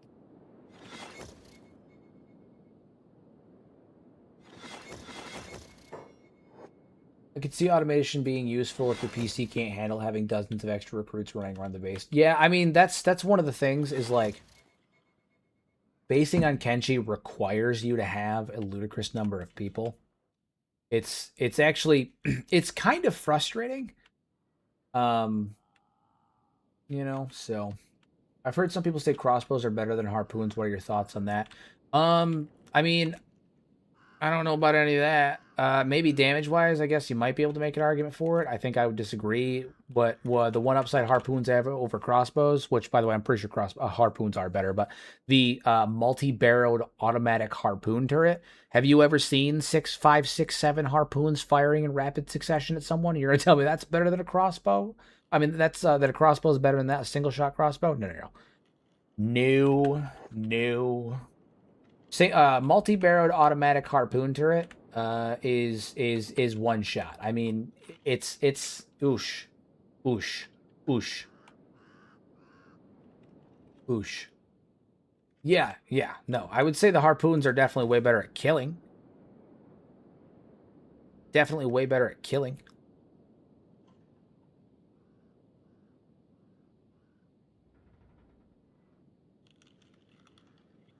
Fucking Gatling gun. Hell yeah, dude. Do it up. Turn into a Gatling gun. Do it. No regrets. Sheen and Jamil. I need 2 on this. All right, you guys are now working on that.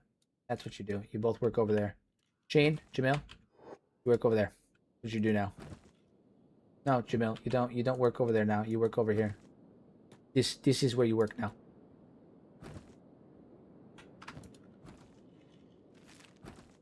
And we're actually going to dismantle the iron, the manual one. Welcome back. Welcome back. We are talking about the differences between harpoons and crossbows, and which one does more damage, and all that fun stuff. All that fun stuff. All right, so we're getting some automation happening now. Things are happening. We are getting some automation. On the upside, too, our farmer, Pins here, is actually a really competent farmer. She's been doing this for a while, since Garzumi Keep. So because she's a competent farmer, we can actually unpause and start the construction of some of these, which is going to be really good.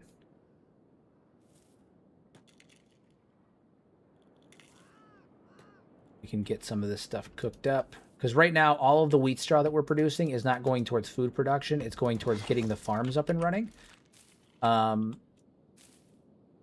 Because once we do that, we can... I mean, things are going to rapidly progress from there.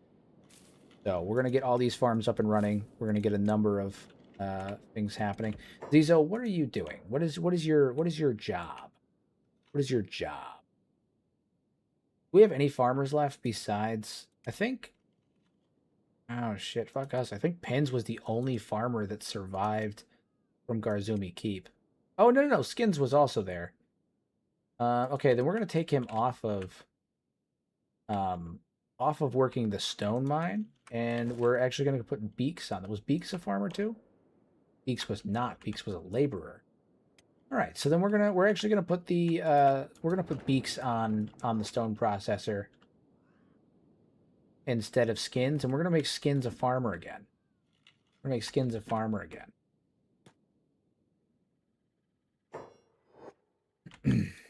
Yes. Yes.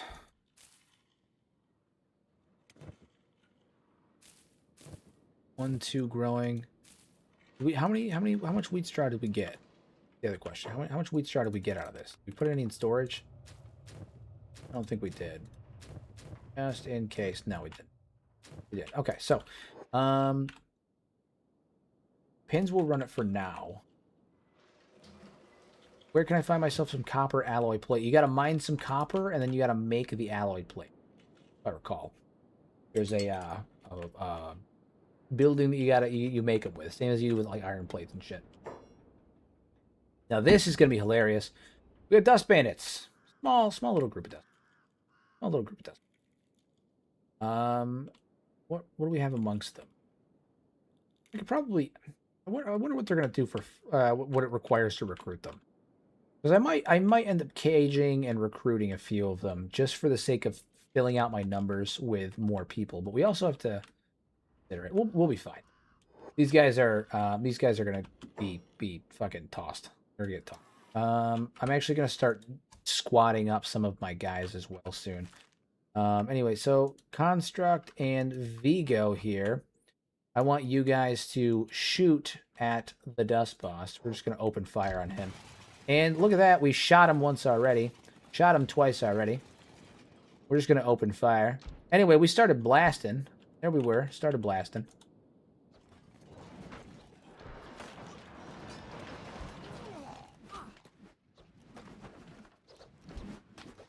We're just going to watch some of these arrows land. And it's funny here watching these guys shoot because they're literally just shooting their own men. And then I'm pretty sure we're repairing this almost as quick as they're damaging it, which is really funny. Yeah, so we're gonna watch the turrets do what the turrets do. Just watch the turrets. Oh, never mind. Dagon and Golem decided fuck it, and they just decided to take care of business, I guess. Because why not? It's funny. Yeah, the bandit demands have ended. I would say so. I would say so. Funny. They just decided to take care of business. And most of these guys are flat out dead. There's no coming back for that. Oh my god, the carnage. Dead, dead, dead, bleeding out, dead, dead, dying, dying, dying, dead. Yeah, Zagan and the Golem got impatient. They just said, fuck it, let's, we're gonna be styling on these fools. We're gonna roll up and we're just gonna cleave them in twain.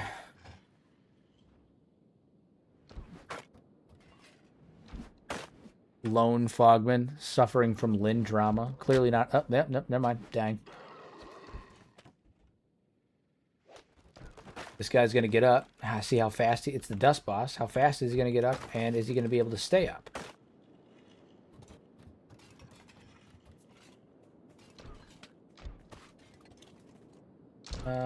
Yeah, he escaped. He escaped. Yeah, well, that's fine.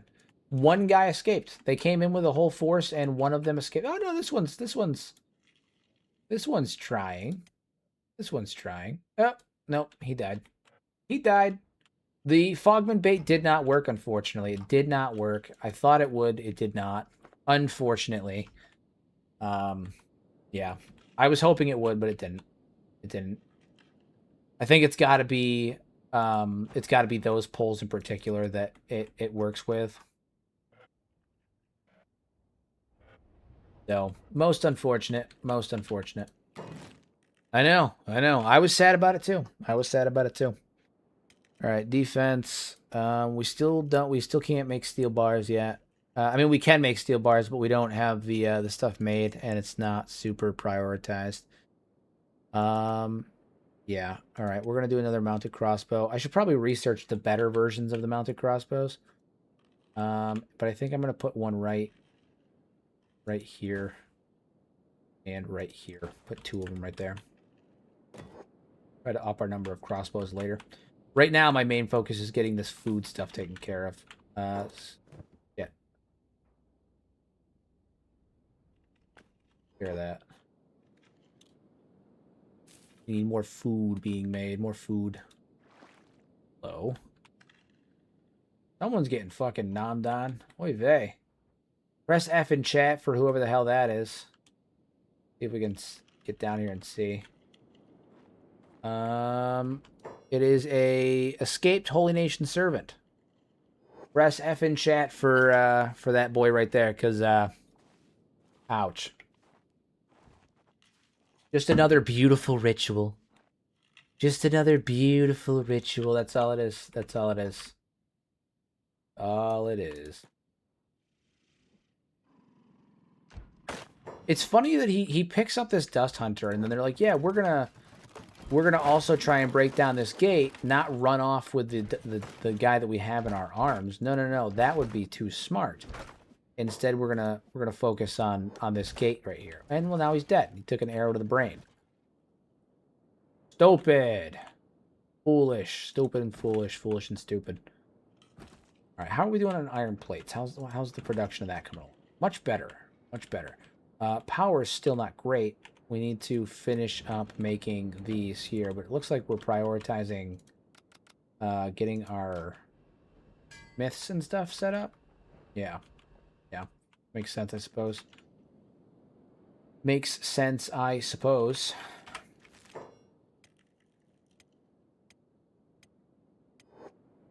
Always save, and always have an emergency save, just in case. All right, so we're still working on that. We need to get power moving. It'll be easier once we can start doing like wheat straw power and stuff, but right now, not so much. We can run around, do the laps, make sure everyone's eating. Did I ever play Mountain Blade Warband? I have not yet. Titanic Hobo, thank you for the gifted memberships. Much appreciated. I sincerely appreciate it.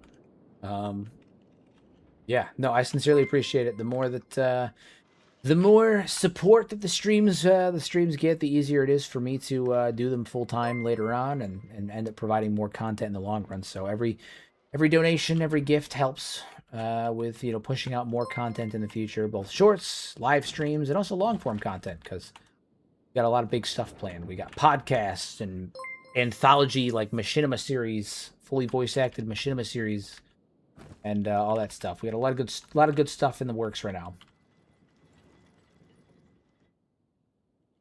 So always helpful, and I sincerely appreciate it. You're the goat. You're a goat. Speaking of goats, I wonder where Cosmic's at tonight. I haven't seen him. Cosmic is also a goat.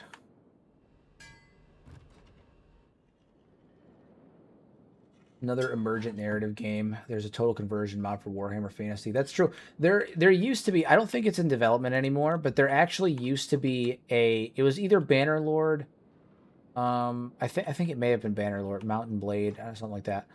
One of them had a Kenshi conversion mod where it converted it to Kenshi. I think it ended up ceasing development, which really sucked. 81 people in the stream. Guys, we're killing it. We're hovering at 81 people. That's phenomenal. Absolutely phenomenal, guys. 81 people. Absolutely phenomenal. Big wows. Big wows. Yeah, Bannerlord has Kenshi armor, race, and weapon mods. Yeah. Maybe one of these days on stream I'll pop up Bannerlord, and we'll get the Kenshi stuff going. We'll kind of do like a Kenshi Bannerlord playthrough. That'd be fun. Maybe we'll do that at some point. I think after these weapons are done, I think I'm going to pause production on some of these other things here. We have so many things that require iron plates right now. We're only producing so many because we need more power, and we can't get more power until we, use the iron plates to build the fucking the windmills. I'm actually going to pause construction on all this stuff.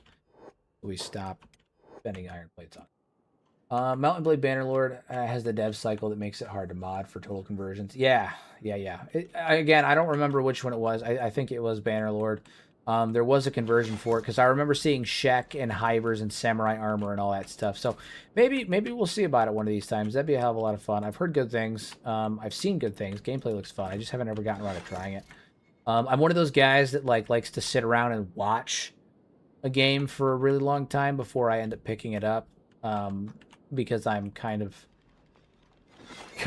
frugal, and I don't like spending money under like almost any circumstances if I don't have to. Yeah. We're looking at this. That's a lot of. There's a lot of parts. What I am gonna do, because it would be fun, walls, Stormgate. We're gonna put a Stormgate here, and I think I'm gonna use this for the walls for the keep itself. Shit, run button. There we go. All right, flatten this out, make it good.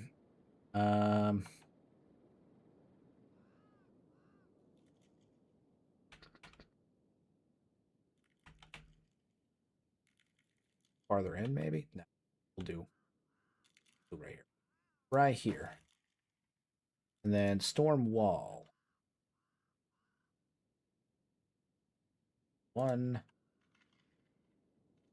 And then I'll obviously have to use Shift F12 later to move it in place. What I'll do is I'll move it in place before the stream ends, because I don't feel like having to reload if things break. So what I'll do is I'll move it into place after the fact. Like right at the end of stream, I'll move it into place. That way when I go to load up the dwarves next time, it'll already be there, and it'll be in the right spot. And we won't have to worry about it. But this will be the I'll move those into place, and then this will be the keep. The keep will be encased and closed. It'll be good. It'll be a good time. It'll be a good time. But then the keep's encased. Nice and enclosed. Nice and good. Nice and good. I think that this base is going to end up being way more efficient and defendable than Garzumi Keep was, for sure. Garzumi Keep was good, and it lasted the dwarves for nearly almost 2 in-game years, over a year and a half in-game. But unfortunately, you know, we lost it, and we had to move. But I do think that this fort here is going to end up being much more successful than Garzumi Keep was. Yeah, it's been almost 2 in-game years. Every 100 days is an in-game year. The dwarves are almost the Dwarven Kingdom is almost 2 years old. Almost 2 years old. On guard out here. Yeah.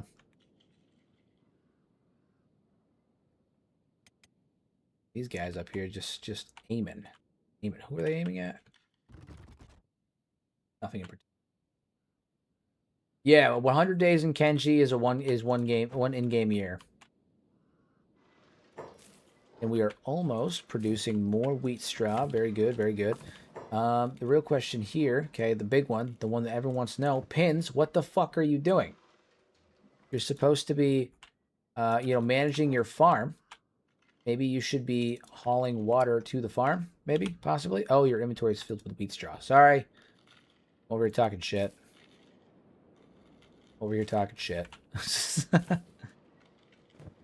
Whoopsies. I'm over here running my mouth.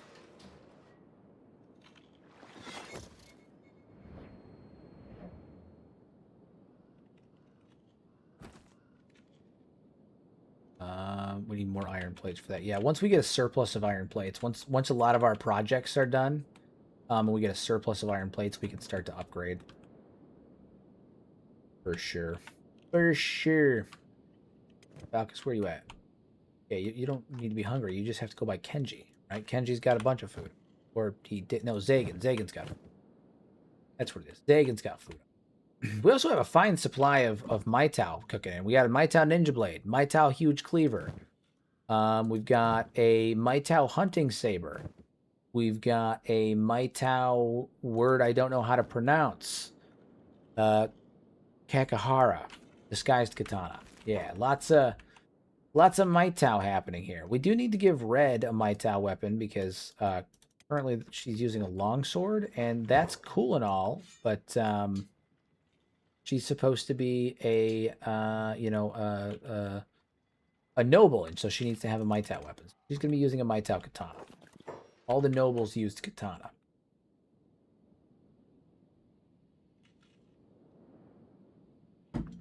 Hurrah. Okay. We're making good progress. Things are happening. Most challenging build is zone to build in. Well, the Ashlands is pretty much like there's not really much that happens there in terms of like fertility, stone, any of that stuff. Like it's kind of useless in many regards.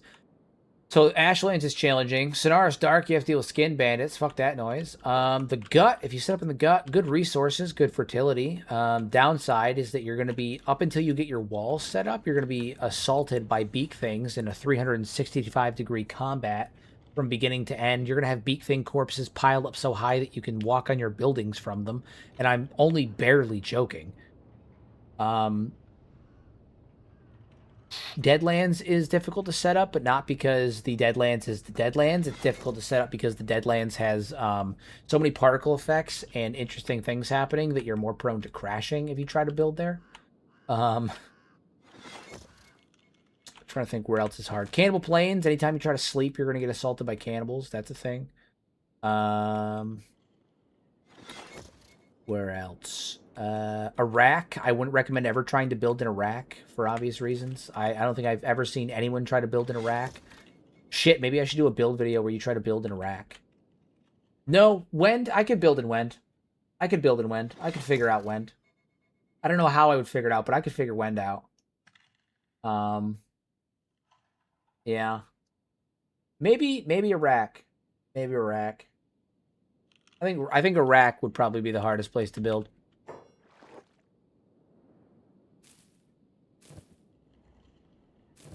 Nice. All right, we're making some serious progress. Once these farms are built, we can start producing our own food. Producing our own food. Be good stuff. Be good stuff. Okay. And every farm makes it easier because, all right, so skins, you're going to be in charge of that one as well. And pins, you're going to be in charge of that one. Is this one done? This one is also done. Pins, you're in charge of that one as well because you have the better farming of the two, I believe. Yeah. All right, cool. So now every farm makes this go exponentially faster.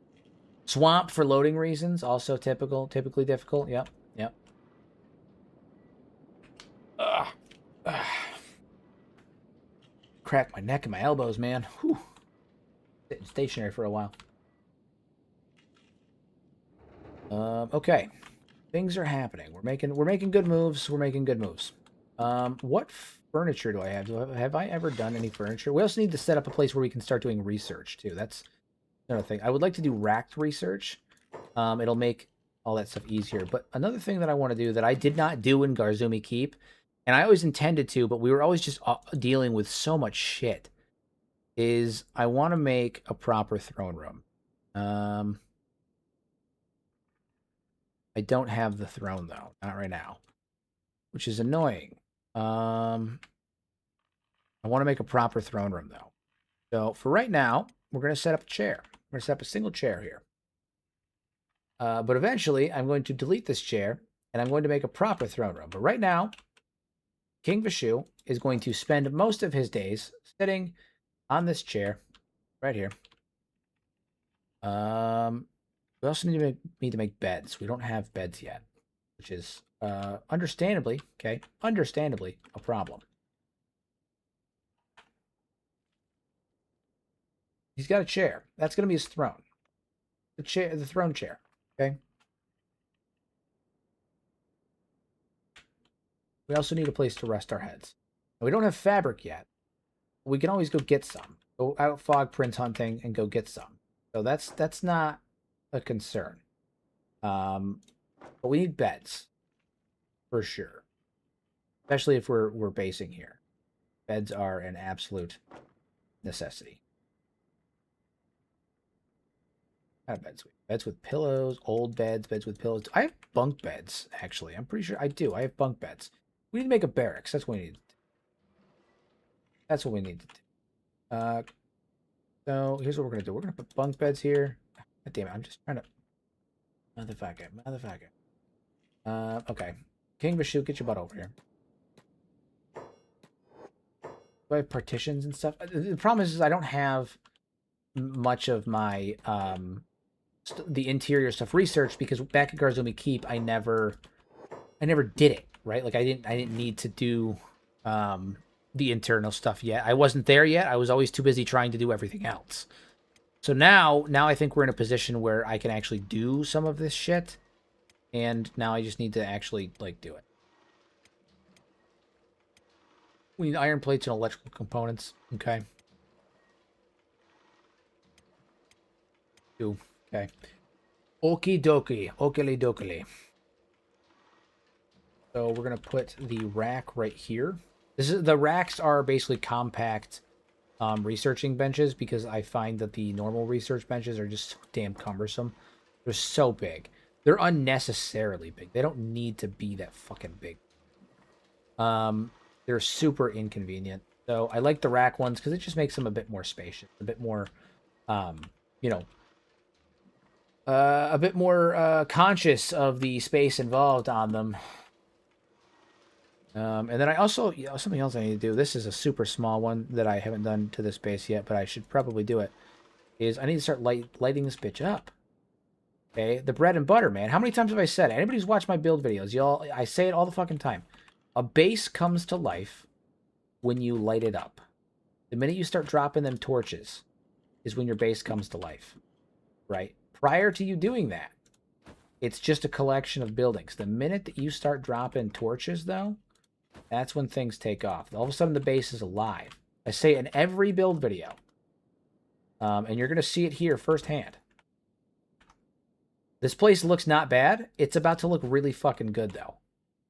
It's about to look really fucking good, though. Because I'm going to drop torches.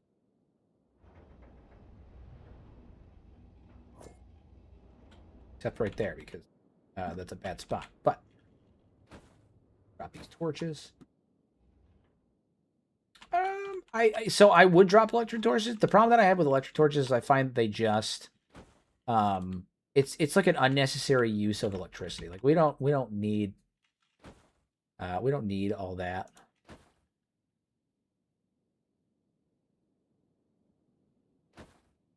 I do like the Holy Nation torches, the big ones. They're pretty cute, pretty cute, pretty cute.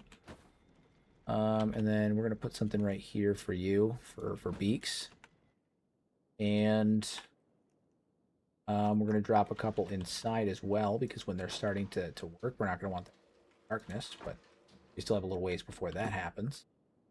Same in here. We're gonna drop a couple of torches as well. Let them work in the darkness. That stuff. Yeah, we're gonna drop some campfires for ambiance. That's for sure. Torches in between the farms. Okay, really important. Really important. Probably important. And yeah, all right. Let's get this shit done. Start dropping some torches. You're gonna see this base come alive in a second. All of a sudden, it's gonna feel like people live here instead of just like a collection of buildings. Gonna watch it just come to life. And it's funny to me how torches have that effect where everything just starts to feel a lot more alive. Everything starts to feel more put together.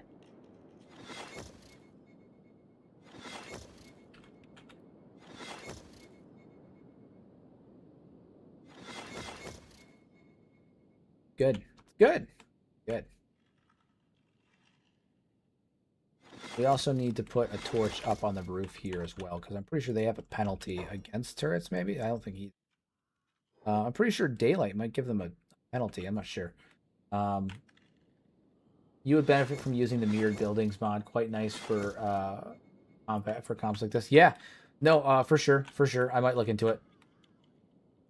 Lighting is always key. Listen, lighting is always key. No matter what you do. If you're doing any kind of level design, world building, city building, any of that stuff, the way you have lighting is key. I find that the easiest way to get decent, good-looking lighting that makes the base feel lively is to put 1 or 2 torches by every door. And then, you know, by the gates, all that kind of stuff, in between workstations and shit like that. Just in the places that make sense. You know, you're not going to be putting a torch all throughout here unless you're building like a road system or something. But like, if you're not doing that, then everything else is kind of, you know, that stuff's not really important. But yeah, no, for sure, for sure, for sure. Spotlights on the walls do help the turret aim. That's correct. That is correct. You can also just get the mounted crossbows that have the spotlights built onto them too, as well. I always am hesitant to use like the mounted spotlight turrets, and I mean like the electric lights and all that shit, just because like it seems like such an unnecessary use of electricity, especially in Kenshi where electricity is like so fucking important for the late game. So important for the late game. All right, so now that that is taken care of, we got our farms moving. These are done now. Pins, you have 3 farms. Skins, you have 2. But Pins, we're gonna have you doing 4 farms because you are the better farmer. So now that that is being done, we're going to assign, on in addition to that, you're gonna be working the grain silo. Very important. Very important.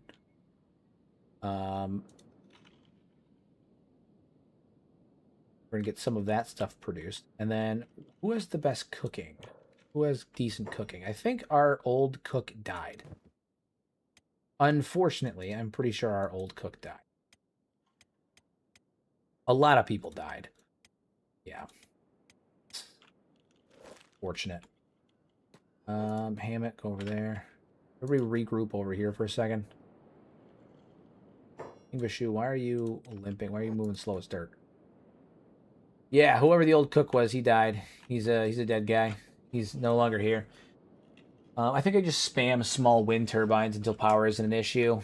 When I first started playing Kenshi, I used to do that, but now I'm also so fucking anal about the aesthetics, and I feel like, especially on stream, I have like a reputation. I have a reputation to uphold as like the guy that makes bases, and I can't. I don't want to make a base where I spam things, you know. I think if I was playing solo, I might consider it, but I have a reputation to uphold, you know. Okay. I'm going to make another set of farms now as well. Or at least I'm going to start the farms. I'm going to make cottons. Oh, cotton farms. I'm going to make one cotton farm. I don't have the cotton on me yet, but I will later. And when I do, it'll be super, super useful for when we have to make fabric and shit. So that one cotton farm is going to end up turning into 4 cotton farms, and we'll go from there. It'll be a good time. The reputation is Kenshi lore master and pretty base builder guy. Right, and I can't risk that not sticking, guys. I can't risk that not sticking. The aesthetics. Think about the aesthetics. Okay? Think about the aesthetics. It's important. It's important. I have professionalism and I have standards, and I cannot risk those things falling because I am a lazy piece of shit. I cannot risk it.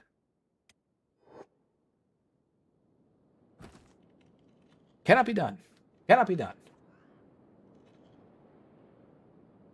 Iron refiner, we're going to need 10... We're going to need 12 more iron plates. So we're going to try and stack up as many iron plates as we can in storage. 9. Oh, actually, you know what? Shit, fuck it. Yeah. Woo, we could probably do this now.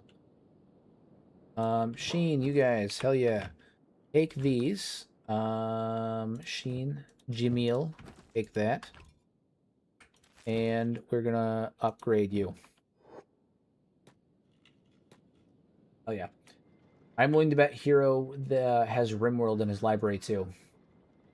I don't. I don't. Satanic, thank you for the dono. 10 for base reputation. Thank you. Thank you. Aesthetics are important. All right. They're important. Thank you for the dono, sincerely. For the super chat. Much appreciated. Yes, 10 for base reputation. Very important. I know I'd love RimWorld. Listen, guys, I don't think you understand the depths of how cheap I am. I try really hard to not spend any money unless I absolutely have to. Wow, these are getting bigger. I feel like these are getting bigger. These little raids of theirs. We're going to probably have to deal with that at some point, because I feel like those are getting bigger.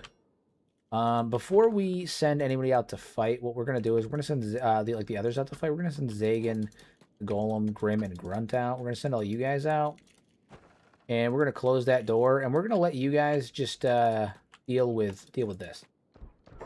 Hell yeah. Okay.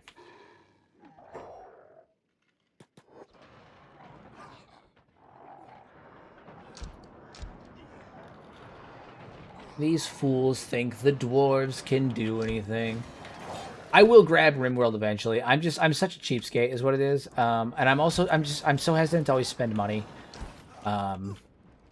Until like I know that I'm gonna like something. I try not to. Especially like right now.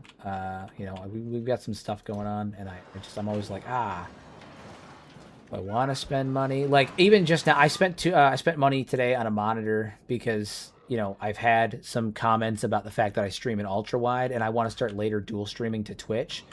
And so the monitor is an investment because obviously I make money off of my streams between ad revenue and donations and super chats and all that stuff.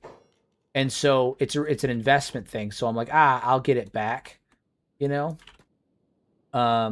Whereas, you know, some games I'm like, it's not like it's an investment. It's more like spending money for the sake of spending money. And I'm really bad at spending money, especially on myself.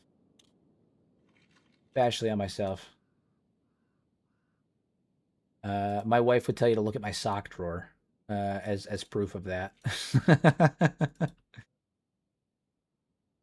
That's a lot of dudes and a lot of blood. And anybody that stands up, getting shot. Hello? Wait, whoa. Oh, just a bone dog. Just a dog.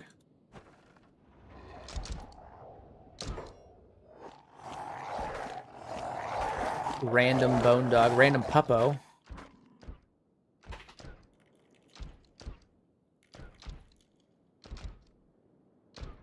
What's your global multiplier for Kenshi? 2.25? 2.25. And then my what is it? My squad size multiplier is 2.25. My squad, like the number of squads is 1.75.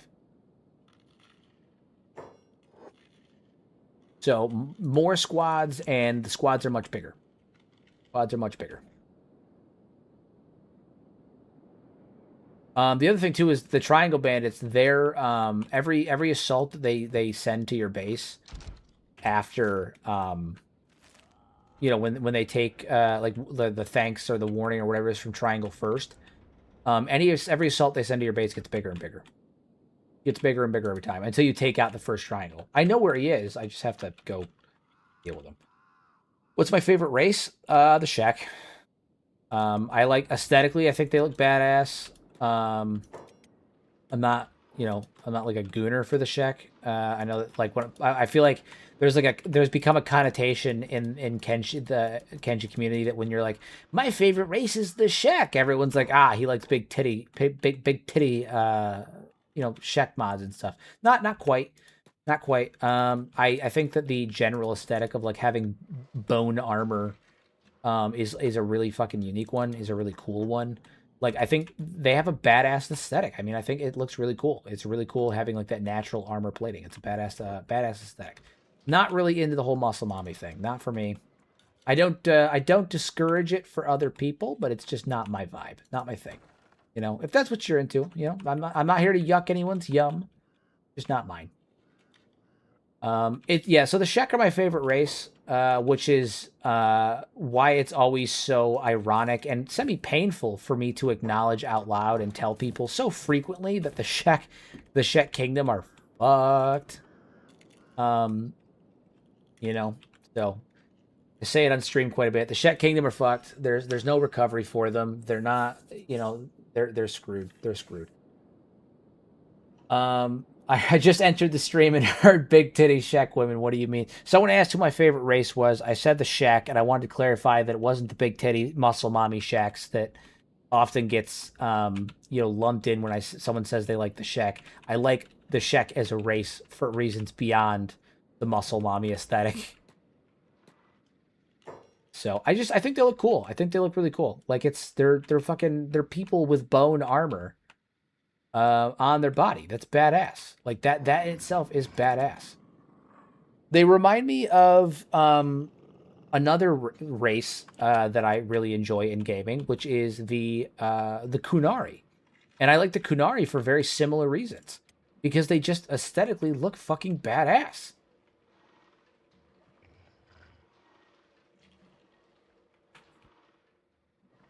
Yeah, the Kunari are just badass, and the Shek, unironically, I mean, remind me of the Kunari, especially the Kunari from Dragon Age 2 specifically.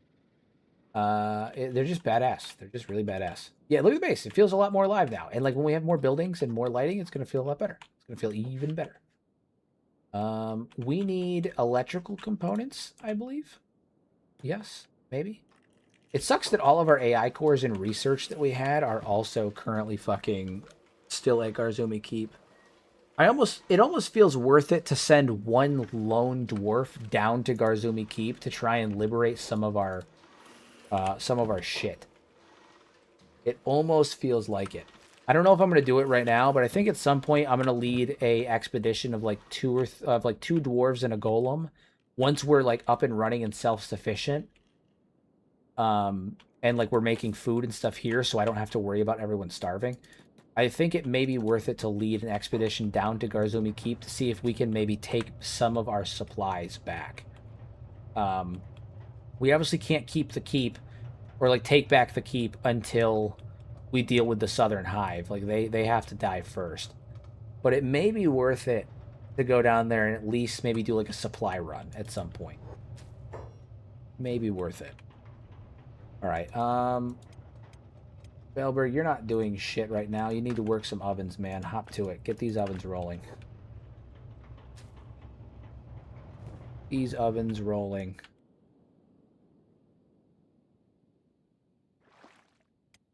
And running as well. We're also going to have to go make some more stuff.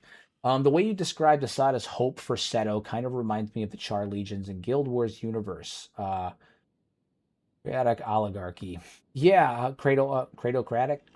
Is that the word? Cradocratic? Yeah, Cradocratic oligarchy. I was having a hard time reading that. Yeah, I mean, so Asada's plan for Seto, like she has to have her replaced. If she doesn't, then like she's fucked, you know. And even then, it's kind of a long shot because like she has to have Seto replace her, but because the Shek are all based in strength and it's all about martial combat and all that stuff, like she has to get her strong enough to be able to fight her and kill her. She's prepping her daughter to kill her, with the end goal being that she'll take over as the new leader and further and continue Bayan's reforms because without Bayan's reforms. And again, Bayan's reforms are not meant to be permanent, too. Like, let me clarify. Some people think that, like, Bayan is, like, some grand innovator who's trying to change Shek culture. He is not. That could not be farther from the truth. He is not. He is, in fact, trying to, he's just trying to help the Shek rebuild so they can go back to war. Like, their plan is not short-term, it's not long-term reformation of the Shek. Their plan is short-term rebuilding so that they can go back and win the war against the Holy Nation. Bayan doesn't want to change Shek culture. He just doesn't want to throw his life away meaninglessly. That's all. Like there's that weird notion that people have that like Bayan's he's the sanest Shek. Yeah, he's the sanest Shek, and he's trying to change the culture to be a new thing, and as long as Bayan is able to be there to guide the leader, that Shek they'll change and they'll become so much better. That's not true. That's simply not true. Bayan is interested in not dying. He is not interested in changing the Shek's culture. He still believes in Krallian culture. He's not trying to reform their religion or their doctrine or any of that stuff. They still believe all of the same things. They just don't want to die in a meaningless war. Bayan does not reject war for the sake of proving one's might or any of that stuff. Bayan rejects war that is going to end in death for the sake of war. He doesn't want a pointless war. He wants a meaningless war, if that makes sense. Literally, like he wants war. He wants the Shek to crush their enemies. He just doesn't want the Shek to die doing it. But he doesn't. It's not about reformation. If Bayan, in my opinion, if Bayan was truly trying to reform the Shek, they would drop this fucking notion of trying to beat the Holy Nation altogether. They don't stand a chance, and they won't stand a chance for a very long time. And that's not me like hyping the Holy Nation. The Shek are so far in the fucking dirt, they don't stand a chance. They don't stand a chance. They can't even keep themselves together. They can't even keep their own faction united. They're infighting on 3 separate fronts. They have the Band of Bones that reject the premise of non-Shek, that reject the premise of like anybody who's lost or failed or is deemed unworthy of battle is being reduced to servanthood. Okay, they already hate the fact that they're being stripped of their warrior ranks. So you have the Band of Bones, who are bandits. You have the Krall's Chosen, who are rejecting Asada's rule outright and wanting to return to a Shek traditionalist, like a Shagger style of doing thing, Krall traditionalism. And then you have the Berserkers, who want to return to like Shek fundamentalism, back to their tribal status from before the Age of Krall, before the Shek Kingdom. They have a fight on 3 fronts in their own land. They have Shek leaving the kingdom en masse to go find death and honorable death in battle elsewhere, going to the United Cities and becoming mercenaries and all other stuff. Like, it's just, they're in such bad shape. And this notion that they can pull themselves out of it anytime soon is laughable and ridiculous, because the Shek culture is so ingrained into each individual Shek that when Asada made minor changes to prevent them from fucking committing suicide effectively. So many of them just left the Shek Kingdom, or either left the Shek Kingdom or joined splinter factions in opposition to Asada. Right? Like, it's crazy. It's absolutely crazy. Absolutely crazy that people think that the Shek are actively being reformed. They're not. Bane's not trying to reform the Shek. He's just trying to prevent them from throwing their lives away for stupid reasons. Why would the Shek choose the Bugmaster as their place of death instead of the Holy Phoenix, per example? Because the Bugmaster represents a single insurmountable challenge, whereas the Holy Phoenix represents a nation that they're at war with, right? Like, the Bugmaster is you go into the... It's like a single eternal... It is... I'm trying to find a way to explain it. The Phoenix and the Holy Nation, going there, they view the Phoenix as being... both the Phoenix and the Holy Nation as being dogs. They're not worthy of Shek. They're less than Shek. Whereas the Bugmaster is an insurmountable challenge. It is a challenge that no Shek has ever achieved, right? Like, plenty of Shek have killed Holy Nation Paladins and killed Inquisitors. No Shek has ever killed the Bugmaster. It's an insurmountable challenge to them. It's combat of the highest example, the highest order, you know? And that's what they want, because to them, that's the embodiment of what it means to be, following Krull's doctrine. If they go into Iraq and they fight off the skin spiders, they make it to the Bugmaster, and they beat this threat that has never been felled before, that is representative of the ultimate warrior. Whereas killing a Holy Nation Paladin, plenty of Shek have done it. You know? The Holy Nation has... the Holy Nation are skilled warriors. The Shek are better. The Holy Nation has numbers on their side, though. The Shek don't. So killing a Paladin's not, it's not as impressive as fighting the Bugmaster. They're doing it because they want a challenge, and they think the Holy Nation are dogs. And also they say that the Holy Nation struck first, but I don't. Just based on the way the Holy Nation behaves and the state of their war, I don't know if that's necessarily true, but that's fine. It's conjecture. We don't know. The other thing to remember too is that if my theory on the Hybers are correct, and the Bugmaster being the lead geneticist that created both the Shek and the Hybers, the Bugmaster is representative, not that they would recognize this, I think, inherently, but it could be a cultural evolution, that the Bugmaster is, the Enforcers may have been used to help clean up the genetic rejects during the late stage experimentations of the Hybers, and the genetic rejects being the skin spiders. And so there could be like an ancient, feud that kind of has turned into a cultural thing between the skin spiders and their creator being the Bugmaster, and the Shek, that has kind of evolved into a cultural thing. But I think it has more to do with Krullian tradition of the Bugmaster represents a threat that has never been felled, and so if a Shek was able to fell that threat, they would be the ultimate warrior. They would be following in Krull's footsteps, and it would almost be guaranteed passage to Gateway upon their death, to their warrior afterlife. So that's all I have to say about that. Reminds me of how in Doctor Who, the Daleks have a secret orders to never kill a doctor because they see his hatred of Daleks as a beautiful thing. Yeah, the oncoming storm. They don't want to kill the doctor. No, sir. They need him because he is just as Dalek as they are.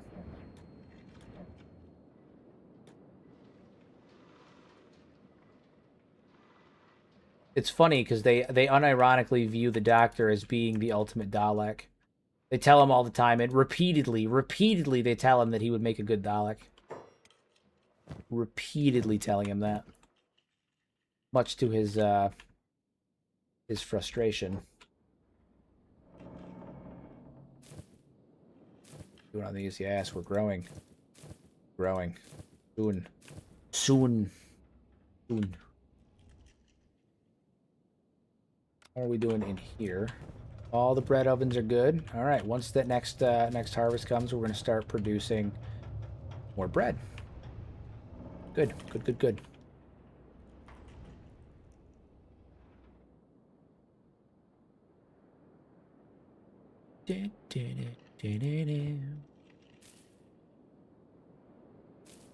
We're also going to start prepping for increasing these, making these farms bigger. Making these farms bigger. Do hybrids have human DNA or Shek DNA? Or are they completely separate from those species? Well, Shek used to be human, and they were indistinguishable from humans, but they were altered to be more aggressive, and they were altered to be more durable and more like proficient in combat. And then because of those alterations over, thousands of years, they branched off from the evolutionary tree. Like they created their own branch on the path of human evolution. So humans stayed human, and then the Shek were altered, and then they eventually branched off and made their own tree. And hybrids are probably along the same lines, if my theory on them is correct.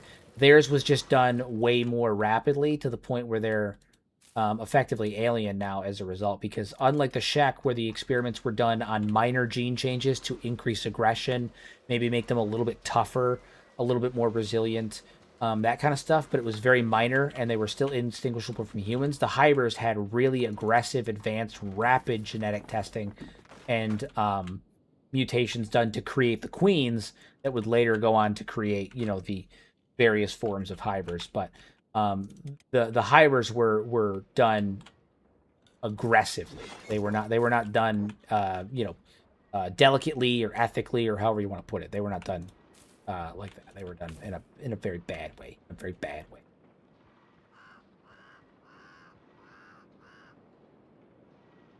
I don't know about the fishmen. The fishmen could be the result of experimentation, similar to what I feel the hybrids were, or they could also be in a hypothetical world. I think the fishmen present a stronger case than most of the life forms on Kenshi for being native to Kenshi.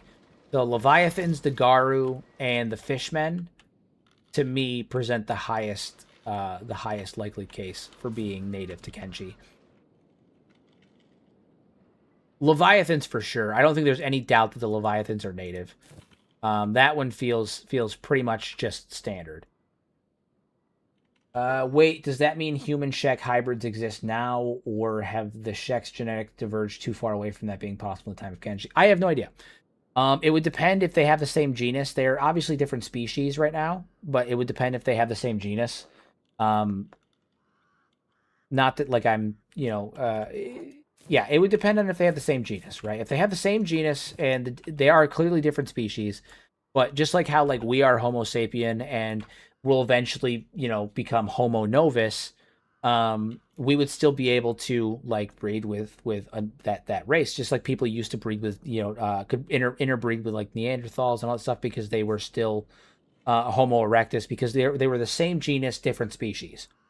Now the problem is that if they diverge a little too far, like in the case of donkeys and horses or lions and tigers, even though they have the same genus, their species are so far separated that they can create a hybrid, but the hybrid will always be sterile.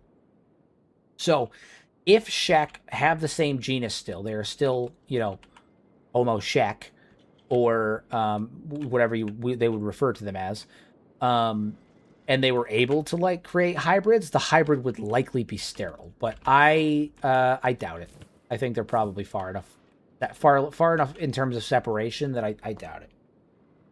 I doubt it.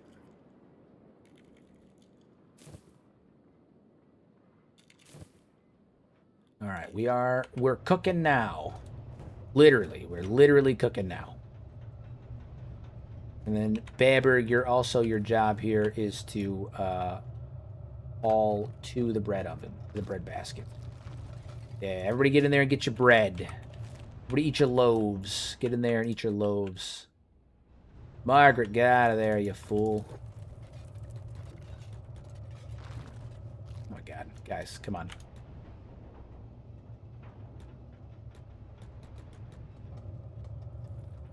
Yeah, so if Shek and humans are capable of crossbreeding, which I don't think they are, but if they were, it would likely result in a sterile hybrid. I don't imagine that would be a long-term functional thing. I don't imagine that would be something that would be going on for very long. So,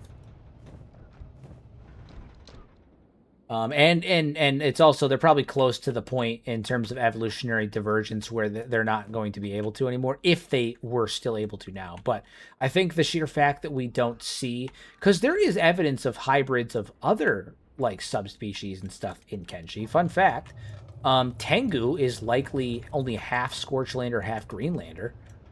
Um, it's very possible that he is half Scorchlander, half Greenlander.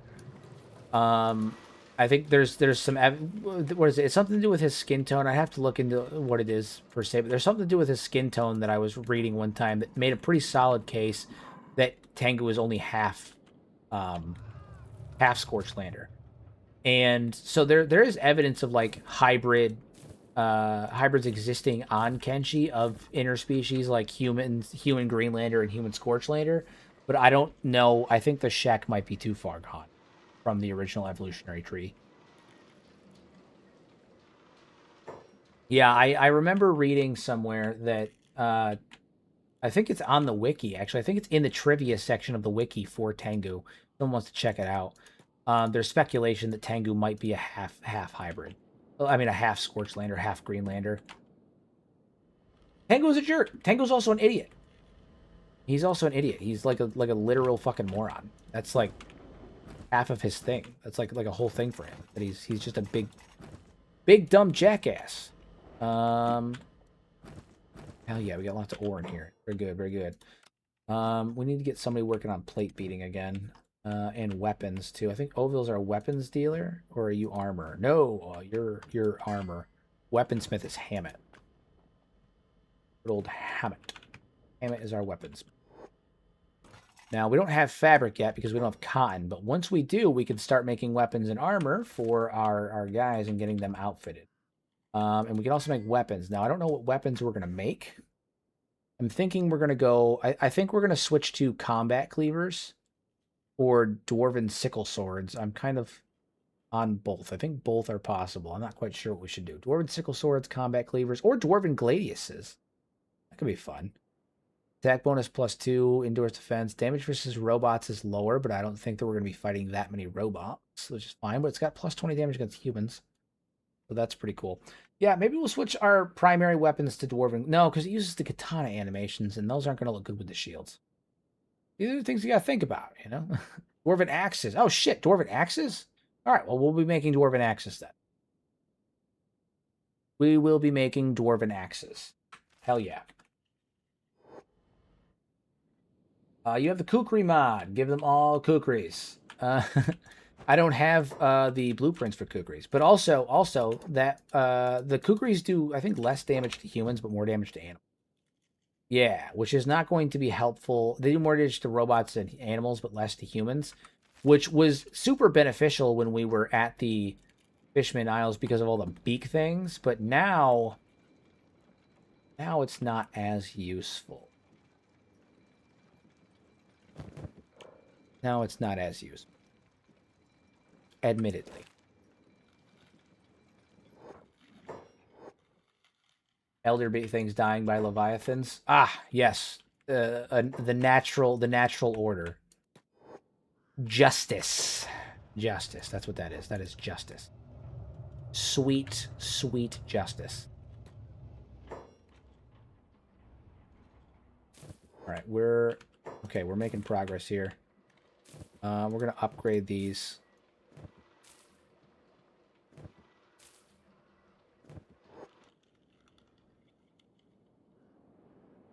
Everything gets owned by King. That's true. Everything does get owned by King. That is true.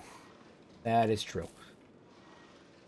King owned us. He ate half of our guys. He ate Lord Grimdark. He ate a bunch of us. He almost ate Lord Red, but Red managed to escape.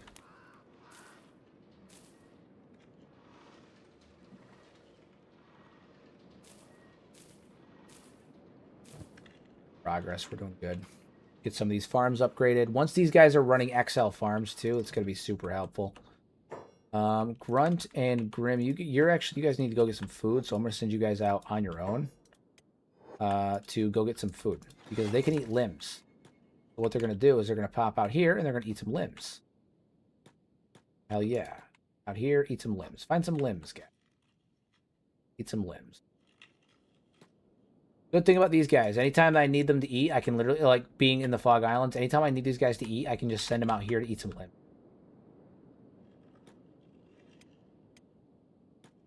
Have you tried Kenshi? Have you ever tried Kenshi Biological Warfare? Knock out a dozen Elder Beak things and then ferry them to Okran's territory and introduce them to their new native habitat. No, but I have done that with a Leviathan before. I dropped a Leviathan. I dropped 2 Leviathan in the middle of Blister Hill one time. Top tier keks there. Top keks. The toppest of keks. Really funny shit.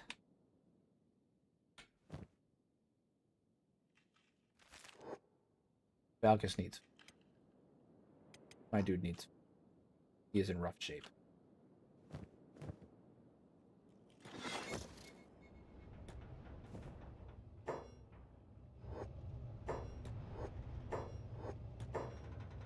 Job and hold.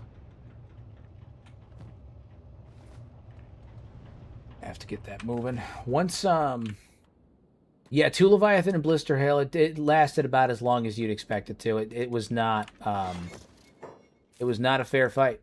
It was not a fair fight. Lasted about as long as you'd expect it to. There are bones that... Yeah, those bones, the bones that are far larger than any Leviathan, those are the bones of the ancient kaiju threat that the behemoths were created to combat. The original denizens of Kenshi. I'm almost out of water. Almost out of water.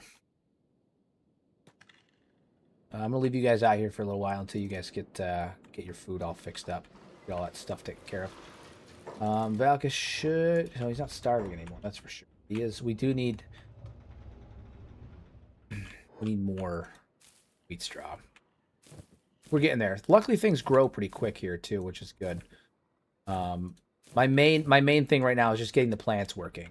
And storing up resources as well. I do need to send someone out here momentarily on a cotton run. Because I need to get 4 cotton farms up and running.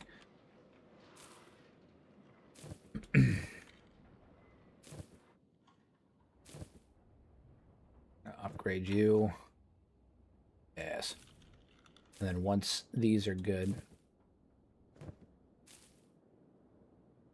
And we'll need a handful of wheat straw from those. That's fine, because we've got a good number of plants growing here. And luckily our lovely farmers here are actually quite competent at their job. Quite competent at their job. I wonder if we're going to end up building up the same number of like wheat straw that we had before. I don't think I could share hyperlinks, otherwise I would link the video. Hero, would you make me a moderator? And I don't think he trusts... Hero would have to make me a moderator, and I don't think he trusts me to be one yet. Logic, you're getting pretty close. You've been in many of my streams. Maybe. Mayhaps. We'll talk about it. We'll talk about it. We will talk about it. Been in many of my streams. You've always been very respectful, very kind. We'll talk about it. All right.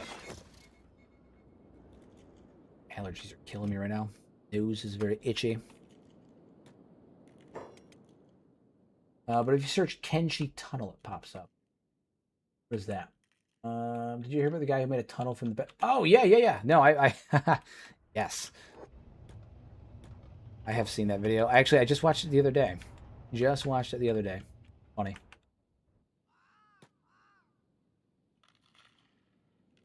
Respectful, kind, slightly unhinged. That's the point, though. That's what we do here. God, dude, my fucking allergies are killing me right now. Jesus.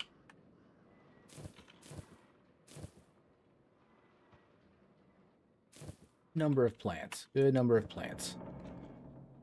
Jesus, this thing is... rips right through wheat straw, doesn't it?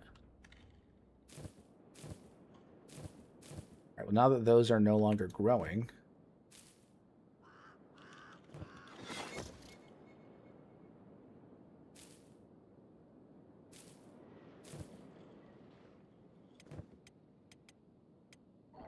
Jesus Christ, these guys are just out here tearing it up. I think I'm just going to leave them out here for a while. See what happens with that. Eat everything, kill everything, tear everything up. And they heal super quick because I'm on 3 times speed, so they look like they heal way faster than they actually do. But they do heal super quick because they're war dogs from the Juggernaut mod. But yeah, I mean, these guys are just tearing things up. But these are also 2 less mouths that I have to feed, which is going to be important. I need... yeah, that's going to be a problem. These guys are going to starve soon if I don't get them some food, which I need bread for. Usually I feed them bread. But we're not producing bread fast enough right now. We're barely producing bread fast enough to feed our guys. So we might have to hold off on production, on like increasing these farms quite yet.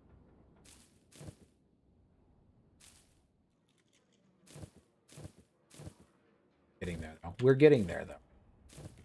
These guys are producing 72 plants per one. Let's see. Hopefully these guys can hang out till then. Valkus is... He's struggling. He's struggling hard.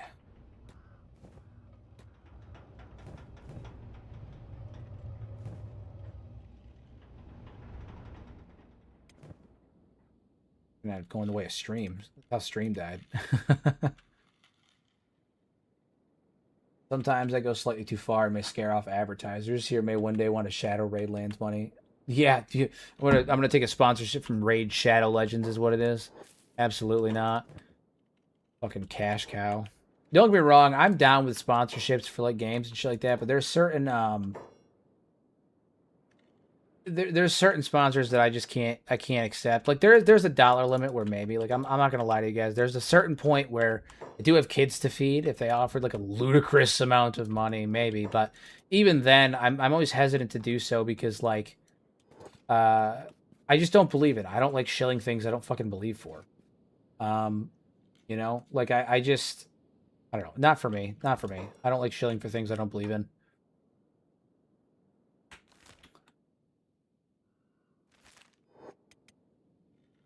Not one of those guys. It's just not my bag. You know, and like Raid Shadow Legends for me, yes, they pay a lot, but also it's a fucking gacha game, and not only is it a gacha game, it is I play gacha games, right? Like I'm down with a gacha game. If it's a good game, it's a good game, right? Gacha game or not, I'm for it. I fuck with a gacha game.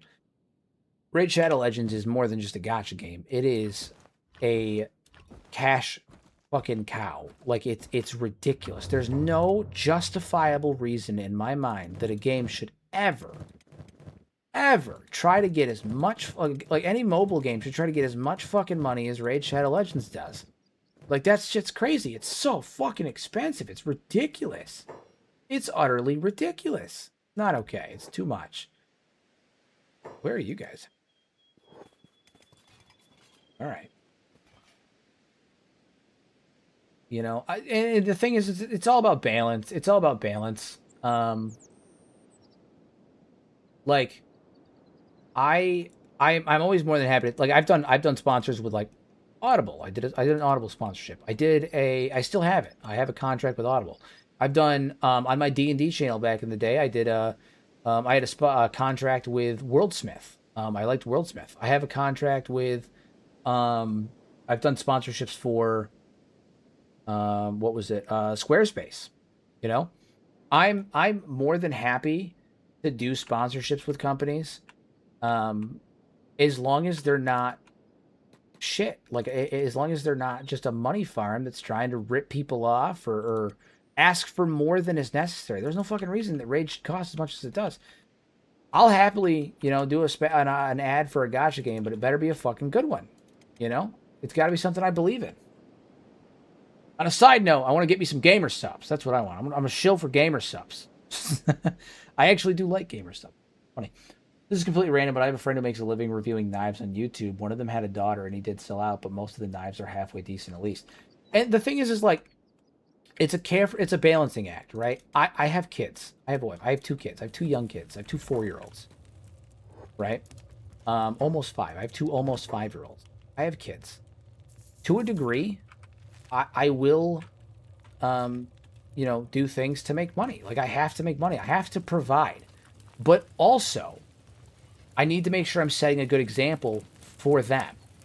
I don't want them to look at their dad and be like, my dad's gonna, you know, fucking sell out for money. My dad's gonna betray his values for money.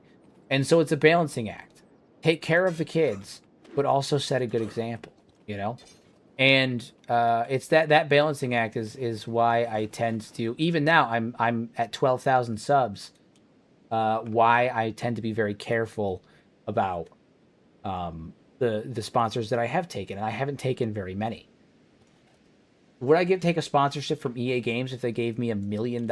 If EA offered me $1 million today to do a sponsorship, maybe, because I've only got 12,000 subs. But if I had like 500,000 subs or 150,000 subs, probably not. Because at that point, I have such a wide audience that I could do some actual damage to people, and I think that would be, you know, not super smart. Not great. Not great. You know, it's a balancing act. It's a balancing act. And that's the same reason that, like, my channel membership is only $3, because do I want people to be a member on the channel? Sure. You know, do I want, I appreciate that people are willing to give me memberships? Sure. But I don't want to make a whole tiered system where it's like $5 and you get this, and then $10 and then $20. And I don't want people giving me $20 a month. That's crazy. That's ludicrous. I'm a guy who makes fucking videos on a video game. You know, if 100 people become members, that's $3 a month. That's $300, right? Like that's reasonable for me. I'm more than happy to accept that. But like, I can't be asking anybody for fucking $20 for the membership. That's too much. $20 a month on a YouTuber, that's too much. I just want, the only reason I even have a membership is because, again, I want to do this full time, and I need a source of revenue. But like, I don't know. I just, one person had a cult about himself, and you could pay him $500 months to hug him in VR chat. Yeah, that's like fucking Keemstar, man. You can be what is it? I think they call it donating a crown. You get a $500 a month membership or some shit, or donate $500. It's just nonsense. It's fucking nonsense. Like, I couldn't ever in my fucking life begin to think that was okay. It's not okay. Too much. Can't be doing that shit. Gotta set a good example. And life isn't just about money, you know? It's not all about money. I need money to survive. Sure. And if I make Kenshi my full-time job like I hope to, and I'm able to put myself in a position where that is something I can do, it's going to require me to have, you know, like, donations and goals and stuff like that. And like, I'm going to have to bring in a certain amount a month. And like, I understand that and I acknowledge that, but there's a way to do that ethically, which is that I have a minimum amount that I need, but you're almost never going to hear me asking for money. Like, that's crazy. And if I do, it's going to be a tiny amount for the sake of, like, and you're going to get a shit ton of value for it, because I don't want to rip anybody off. I don't want to be that guy, you know? Life is really not about money. It's not.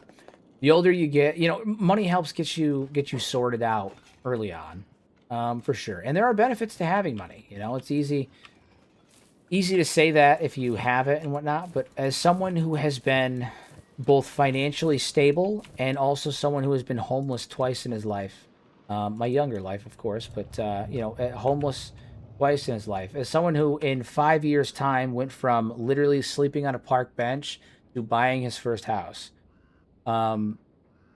Money is great for like becoming stable, but it's not what's going to make you happy, because once you become stable, all that means is that you can focus and acknowledge the other problems that you're still going to have, right?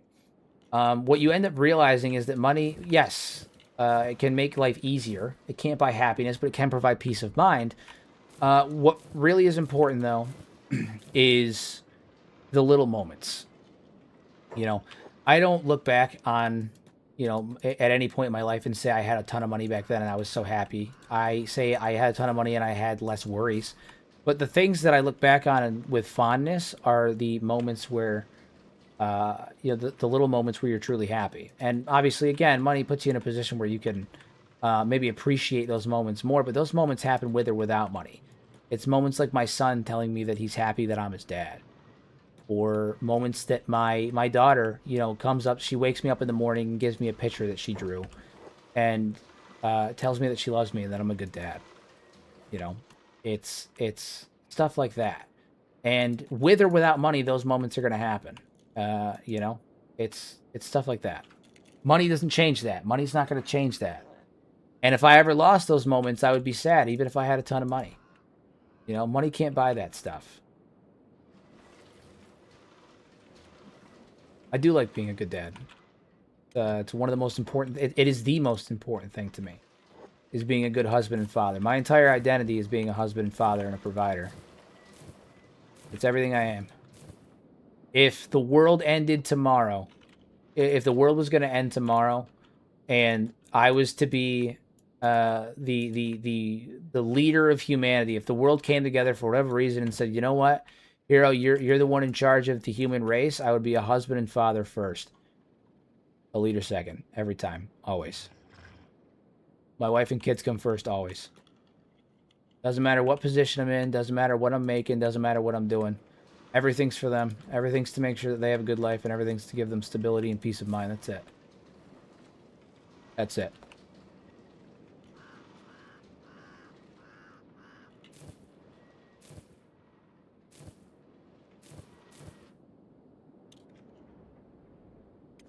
Hey, you need to eat, man. You need to go get some grub. Go get some grub, Sheen.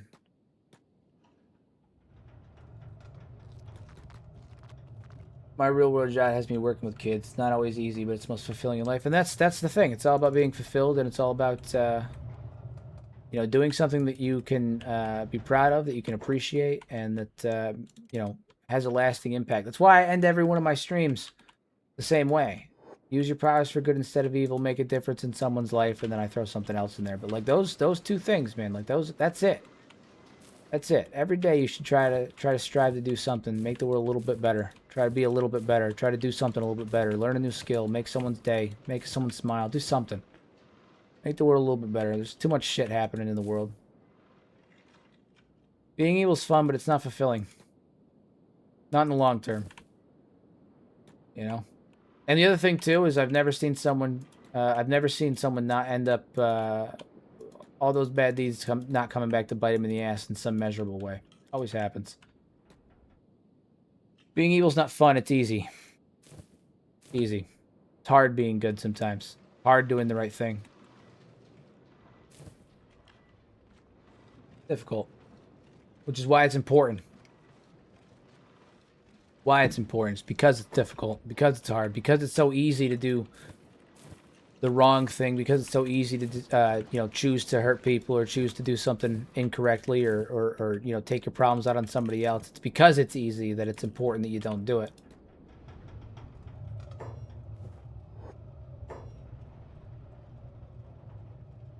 Exactly what Skeletor said.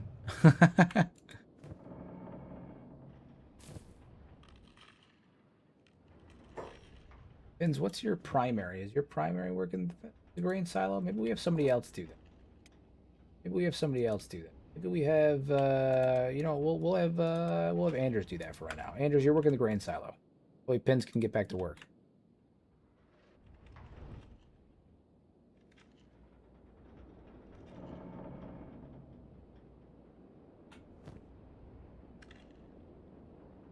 And then, what, Pins, your bag. You have a bag. Does it allow stacking? Good weight distribution can handle more weight. I do wonder. I do wonder if it can. Can it handle stacking?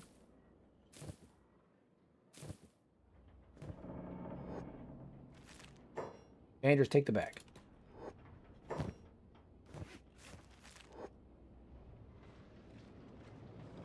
It can handle stacking. That's good. It's good. That's good.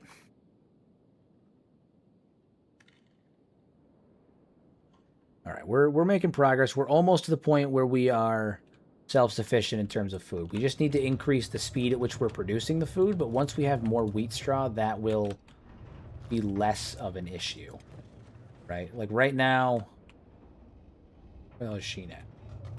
Over here? Okay. Right now, the issue is that we're eating it as fast as we're producing it, but hopefully that won't be much of a problem for too much.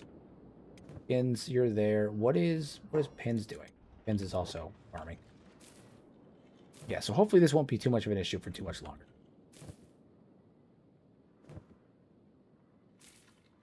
That can get fixed right up. We need 15 for that one. Up that one as well. This one is still being harvested. Why are you guys taking so fucking long to harvest? Everybody's not doing anything. Yuge's not doing shit. Yuge, hop on harvesting. You're gonna handle these three. We need to reorder that. Reorder what's going on. You're gonna handle these three. Pins. You have the best farming, so you're gonna handle the three large ones. Which are that one, and that one. And then where is Kids? You're gonna handle the other one. That one, that one, that one. And I'm gonna take that one. Dude, you're gonna handle this one. There we go. Things are happening now. Hopefully we'll get some better speed on this. Yuge's gonna really bungle some of these at first because her farming skill is shit, and by shit I think it means it doesn't exist. Yeah, it doesn't exist, but that'll be okay. That's fine. Plenty of attempts to screw up, plenty of attempts to get it right. Once we get to 15, we'll upgrade this. But we just need him to harvest faster. Hero, I don't know why, but all the ads on your lives keep trying to sell me dentures. Are you secretly sponsored by dental activists? I wish I knew. I wish I knew. I have no idea. I have no idea. I have, what is it? I have tailored ads on, I think. So, like, I think they react to your search history. So, or, I mean, unless yours is, I have no idea. I don't know. Logic, do you need dentures? I don't fucking know. I don't know. It seems like it might be more about you, my friend. It seemed like it might be more about you, my friend. All right, yes. Now we're cooking. We're making bread, and we're actually having bread left over, which is good. We're making real progress there, so hopefully we will continue to do so.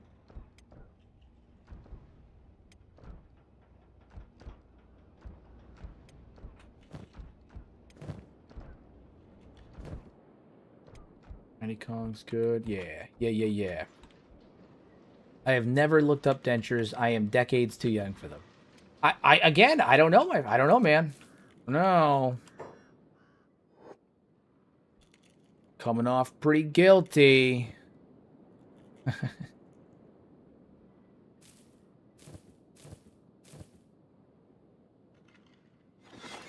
All right, cool. We got our first XL farm. We are making some serious... Once all these are XL farms and we're harvesting significant amounts of wheat straw, we should be self-sufficient at that point. No more dealing with that. Once I get to the point where none of us are starving anymore, which is again the end goal. That's the ultimate goal here. We'll move on to getting cotton so we can start producing armor. Yeah, armor. That's the big thing. Cotton. So we need a shit ton of cotton.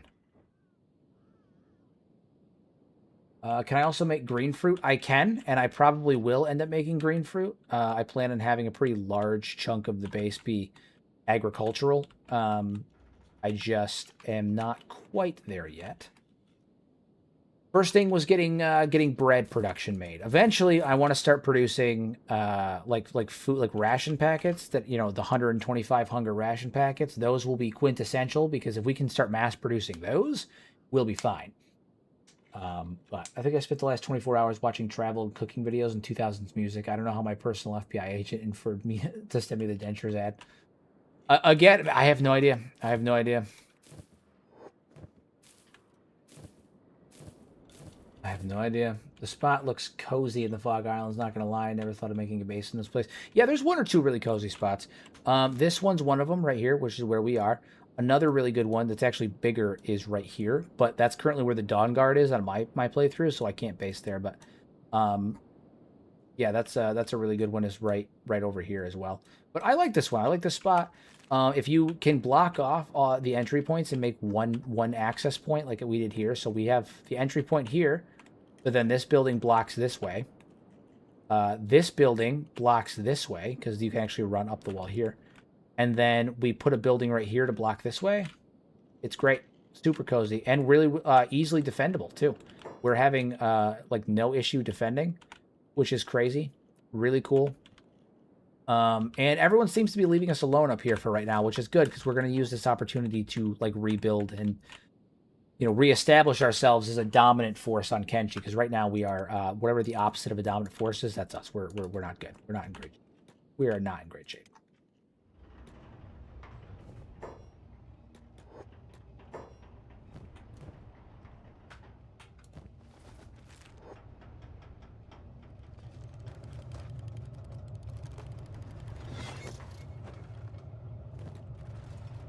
I need to move this bread basket. It's causing fucking problems.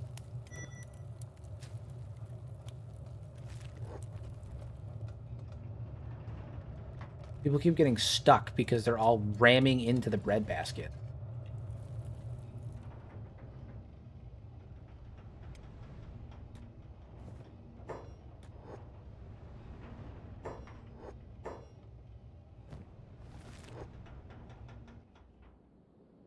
Yeah, sounds like a good place for an endless wave of tower defense and train some low mid levels. Yeah, yeah, and to be honest, if we ever need money, we can just go out to the fog, to like into the fogs and kill some fog princes. That's the other thing. If we ever need money, we just go out into the fog. Which, to be honest, I think that's what I'm gonna do now. I think I'm gonna send Red and Red's got some hunger issues right now. Maybe I'll send Kenji and the King out.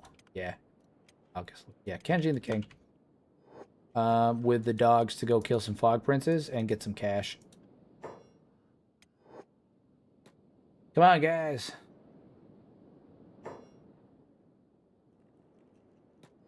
There is a death yard down here that we can go to. So we're gonna head down that way. And we're just gonna rip right through them. Rip right through them. We've heard them a few times down here. Yeah, there they are right now. Enjoying their manwich.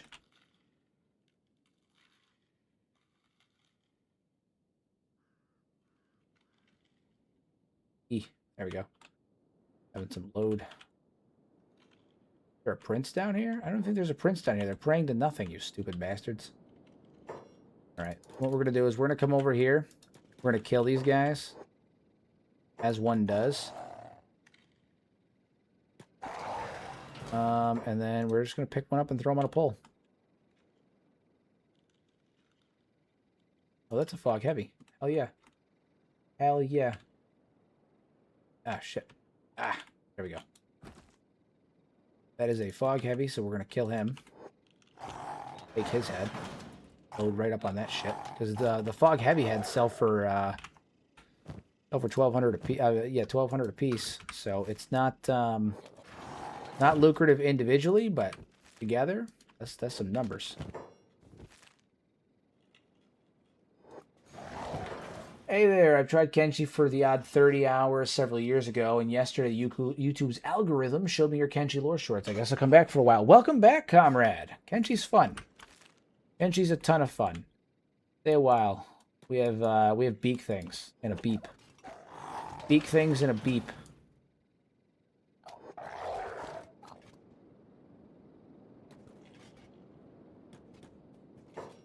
Gotta grab any of these fog heavy heads. Specifically, is that another fog prince? It is, dude. We're just load up on these princes. Yeah, yeah.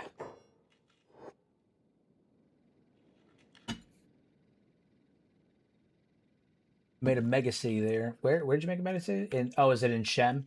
I feel like Shem is like the spot that a lot of people end up basing for like mega cities and shit like that. I feel like it's a very common spot for mega cities just because it's generally pretty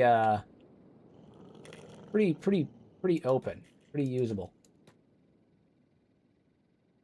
Pretty usable. Is the Vanilla Plus mod pack in the description up to date? It is. I updated it the other day. It is up to date. Totally up to date. Totally up to date. If there's any over here. I feel like the Dawn Guard came through here and ripped through a bunch of these guys. Wonder if there's any dead princes. What is that? Oh shit! Dawn Guard Armored Dog. Hold on. Big opportunity. Big opportunity. I want to see if the armor will go, if I can put that armor onto one of our dogs. Oh my god. Oh my god. Oh my god. Oh my god. Put it on Grim. Big opportunity. Come on. Come on. Come on. Come on. Come on. Come on. Come on. Please work. I want Grim in armor. Come on. We already got the giant fucking gorilla. Let's put this point armor. Please work. No, it doesn't work. Fuck me. That sucks. It's fine. It's fine. 3 princes? I am being spoiled. I am being hella spoiled. 3 princes, you say? A lot of princes.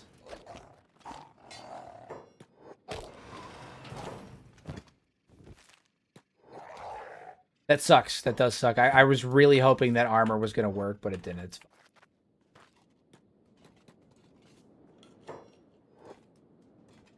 I was really hoping it was going to work, but it didn't. It's fine.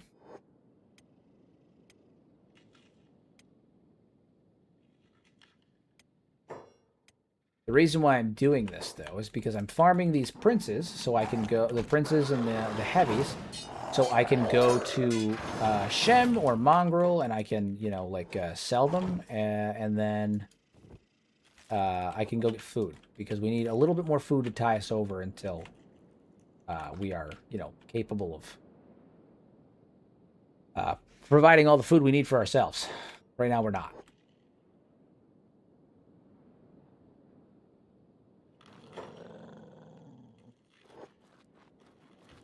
Is there a prince over here? No, another heavy. Not really too concerned about the heavies. I mostly want the princes. The heavies show up after the princes do, and there's probably a bunch of heavies coming because there was 3 fucking princes there. Oh, that's a prince. Kill him. Turn him to putty. Hell yeah. I'm going to trade with Kenshi because we can put, you know, many of these heads onto Kenshi.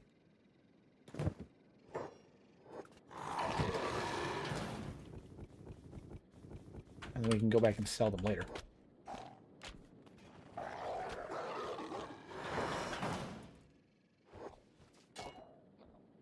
And Lord knows that against these 4, these Fog Princes don't stand a single chance. A single chance. Wow, we're just killing princes left and right. I wish a Praetorian would show up. I'd like to get that sweet 9,600 row.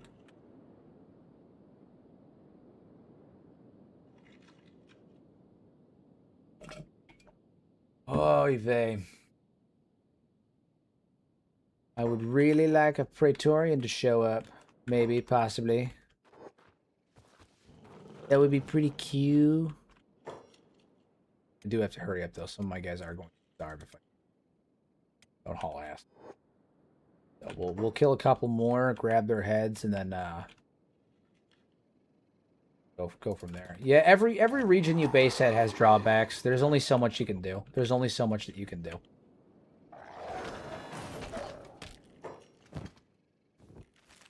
You just kind of got to make do.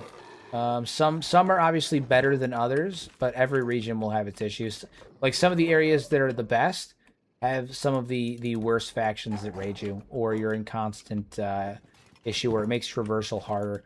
Whereas some of the issues that are some of the worst are also like the most easily defendable, the most you know, rich in something. Like it's really a trade-off. There's lots of trade-offs. That guy's alive. Kill him.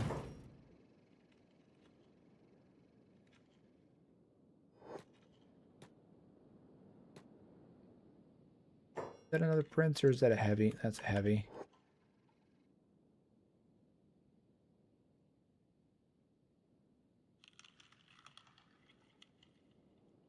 Is that a prince? No, it's not. All right, so here's what we're going to do then. Now we're going to head over the stack. Because we have to get some grub for our guys. We should...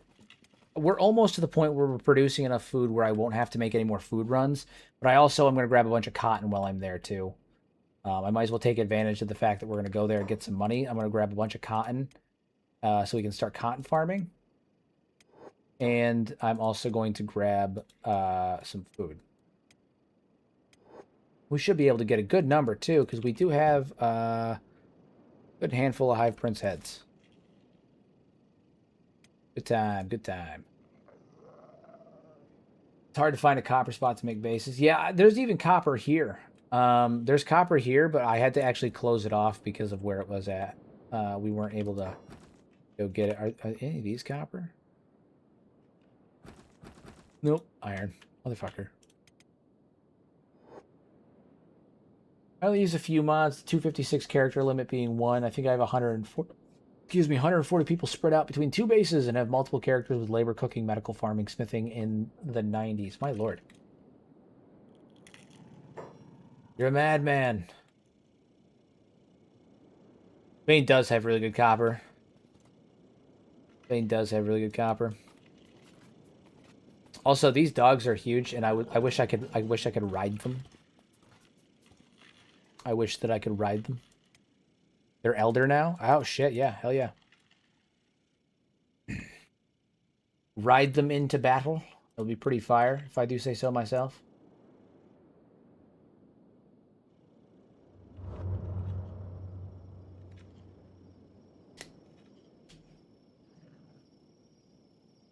Ah, Jesus. We are getting near the point that we're going to have to wrap up soon, guys. But I think I'm going to go get some food from Stack, and then once we're done with that, we'll exit Stack, and I think after that we'll call it. So we're going to go over here and get some food, and then we'll finish up for the evening.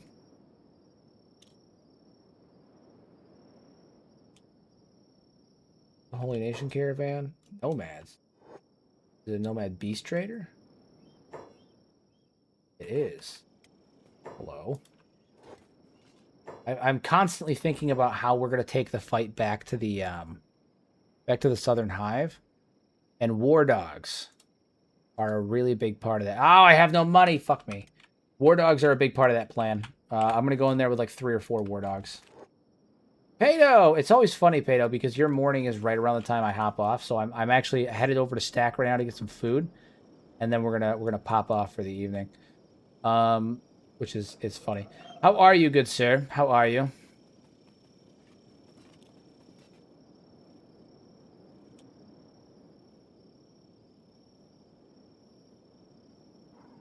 For those who are unfamiliar, Pato is also a Kenshi YouTuber. Him and I have a lot of big plans going on. Big plans. How many pack animals is too many pack animals? Which animal do you prefer to utilize? I like pack bulls. They're good at fighting. You can use them for combat or for travel. They do make decent combat animals. Big plans. That's right. Big plans. Big plans. Top secret. High confidentiality plans. Oh yeah, dude. Stoked. Many stokes. Does Pato also... Pato, do you love Shek muscle mommies? We had a conversation earlier, and I was remiss to inform everybody that I am not huge on the whole Shek muscle mommy thing. Not really for me.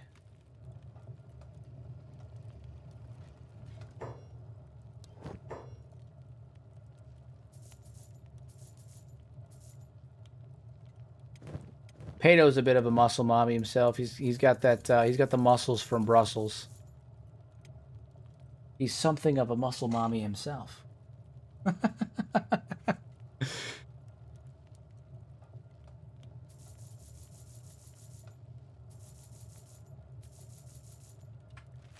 right, we got enough food to tie us over until we become self-sufficient now. And the last thing I'm going to do is I'm going to send my guys out here solo, my dogs, and I'm going to send the king back in and show my gear. Yeah, yeah. You're damn right I may pass.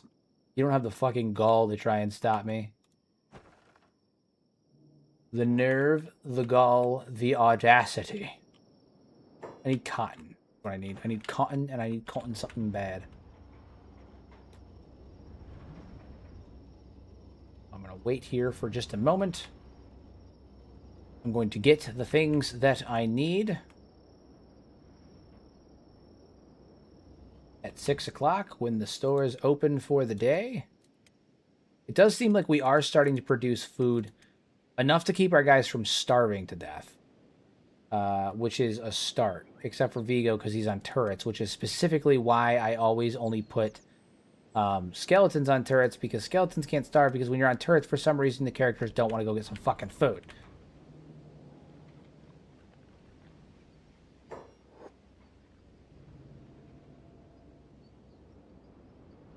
Alright. There's no cotton here. That's annoying. What do we have anything here that I can use in the immediate, though? No, probably not. It's fucking Holy Nation, of course they don't. The sheer fact that I even said that I was looking for cotton is probably fucking blasphemous. Armor shop, boot shop, clothes shop. Guys, I just want some cotton. That's all I want. A little bit of cotton. That's all I want. General shop. That's what it is.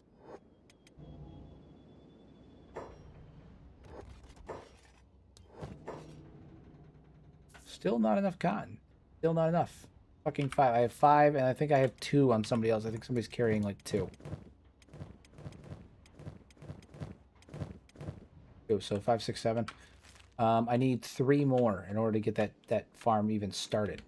The waste.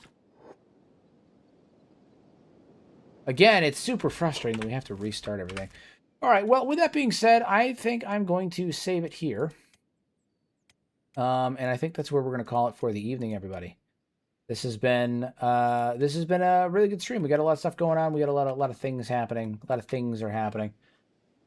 So, with all that being said, everybody, as always, I will be streaming again tomorrow. Tomorrow should be the Nugget Mafia. And then after tomorrow, the stream's aspect ratio is going to be shifting, going to be changing to 1920 by 1080p, and I might even start dual streaming on Twitch now.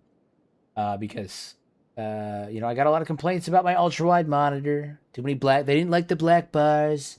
They didn't want black bars, so I went out and got a new monitor. So, I should have my new monitor here soon, and everything will be good. So, all right. As always, guys, use your powers for good instead of evil. Make a difference in someone's life. And, that's all I got. I'll see you guys tomorrow.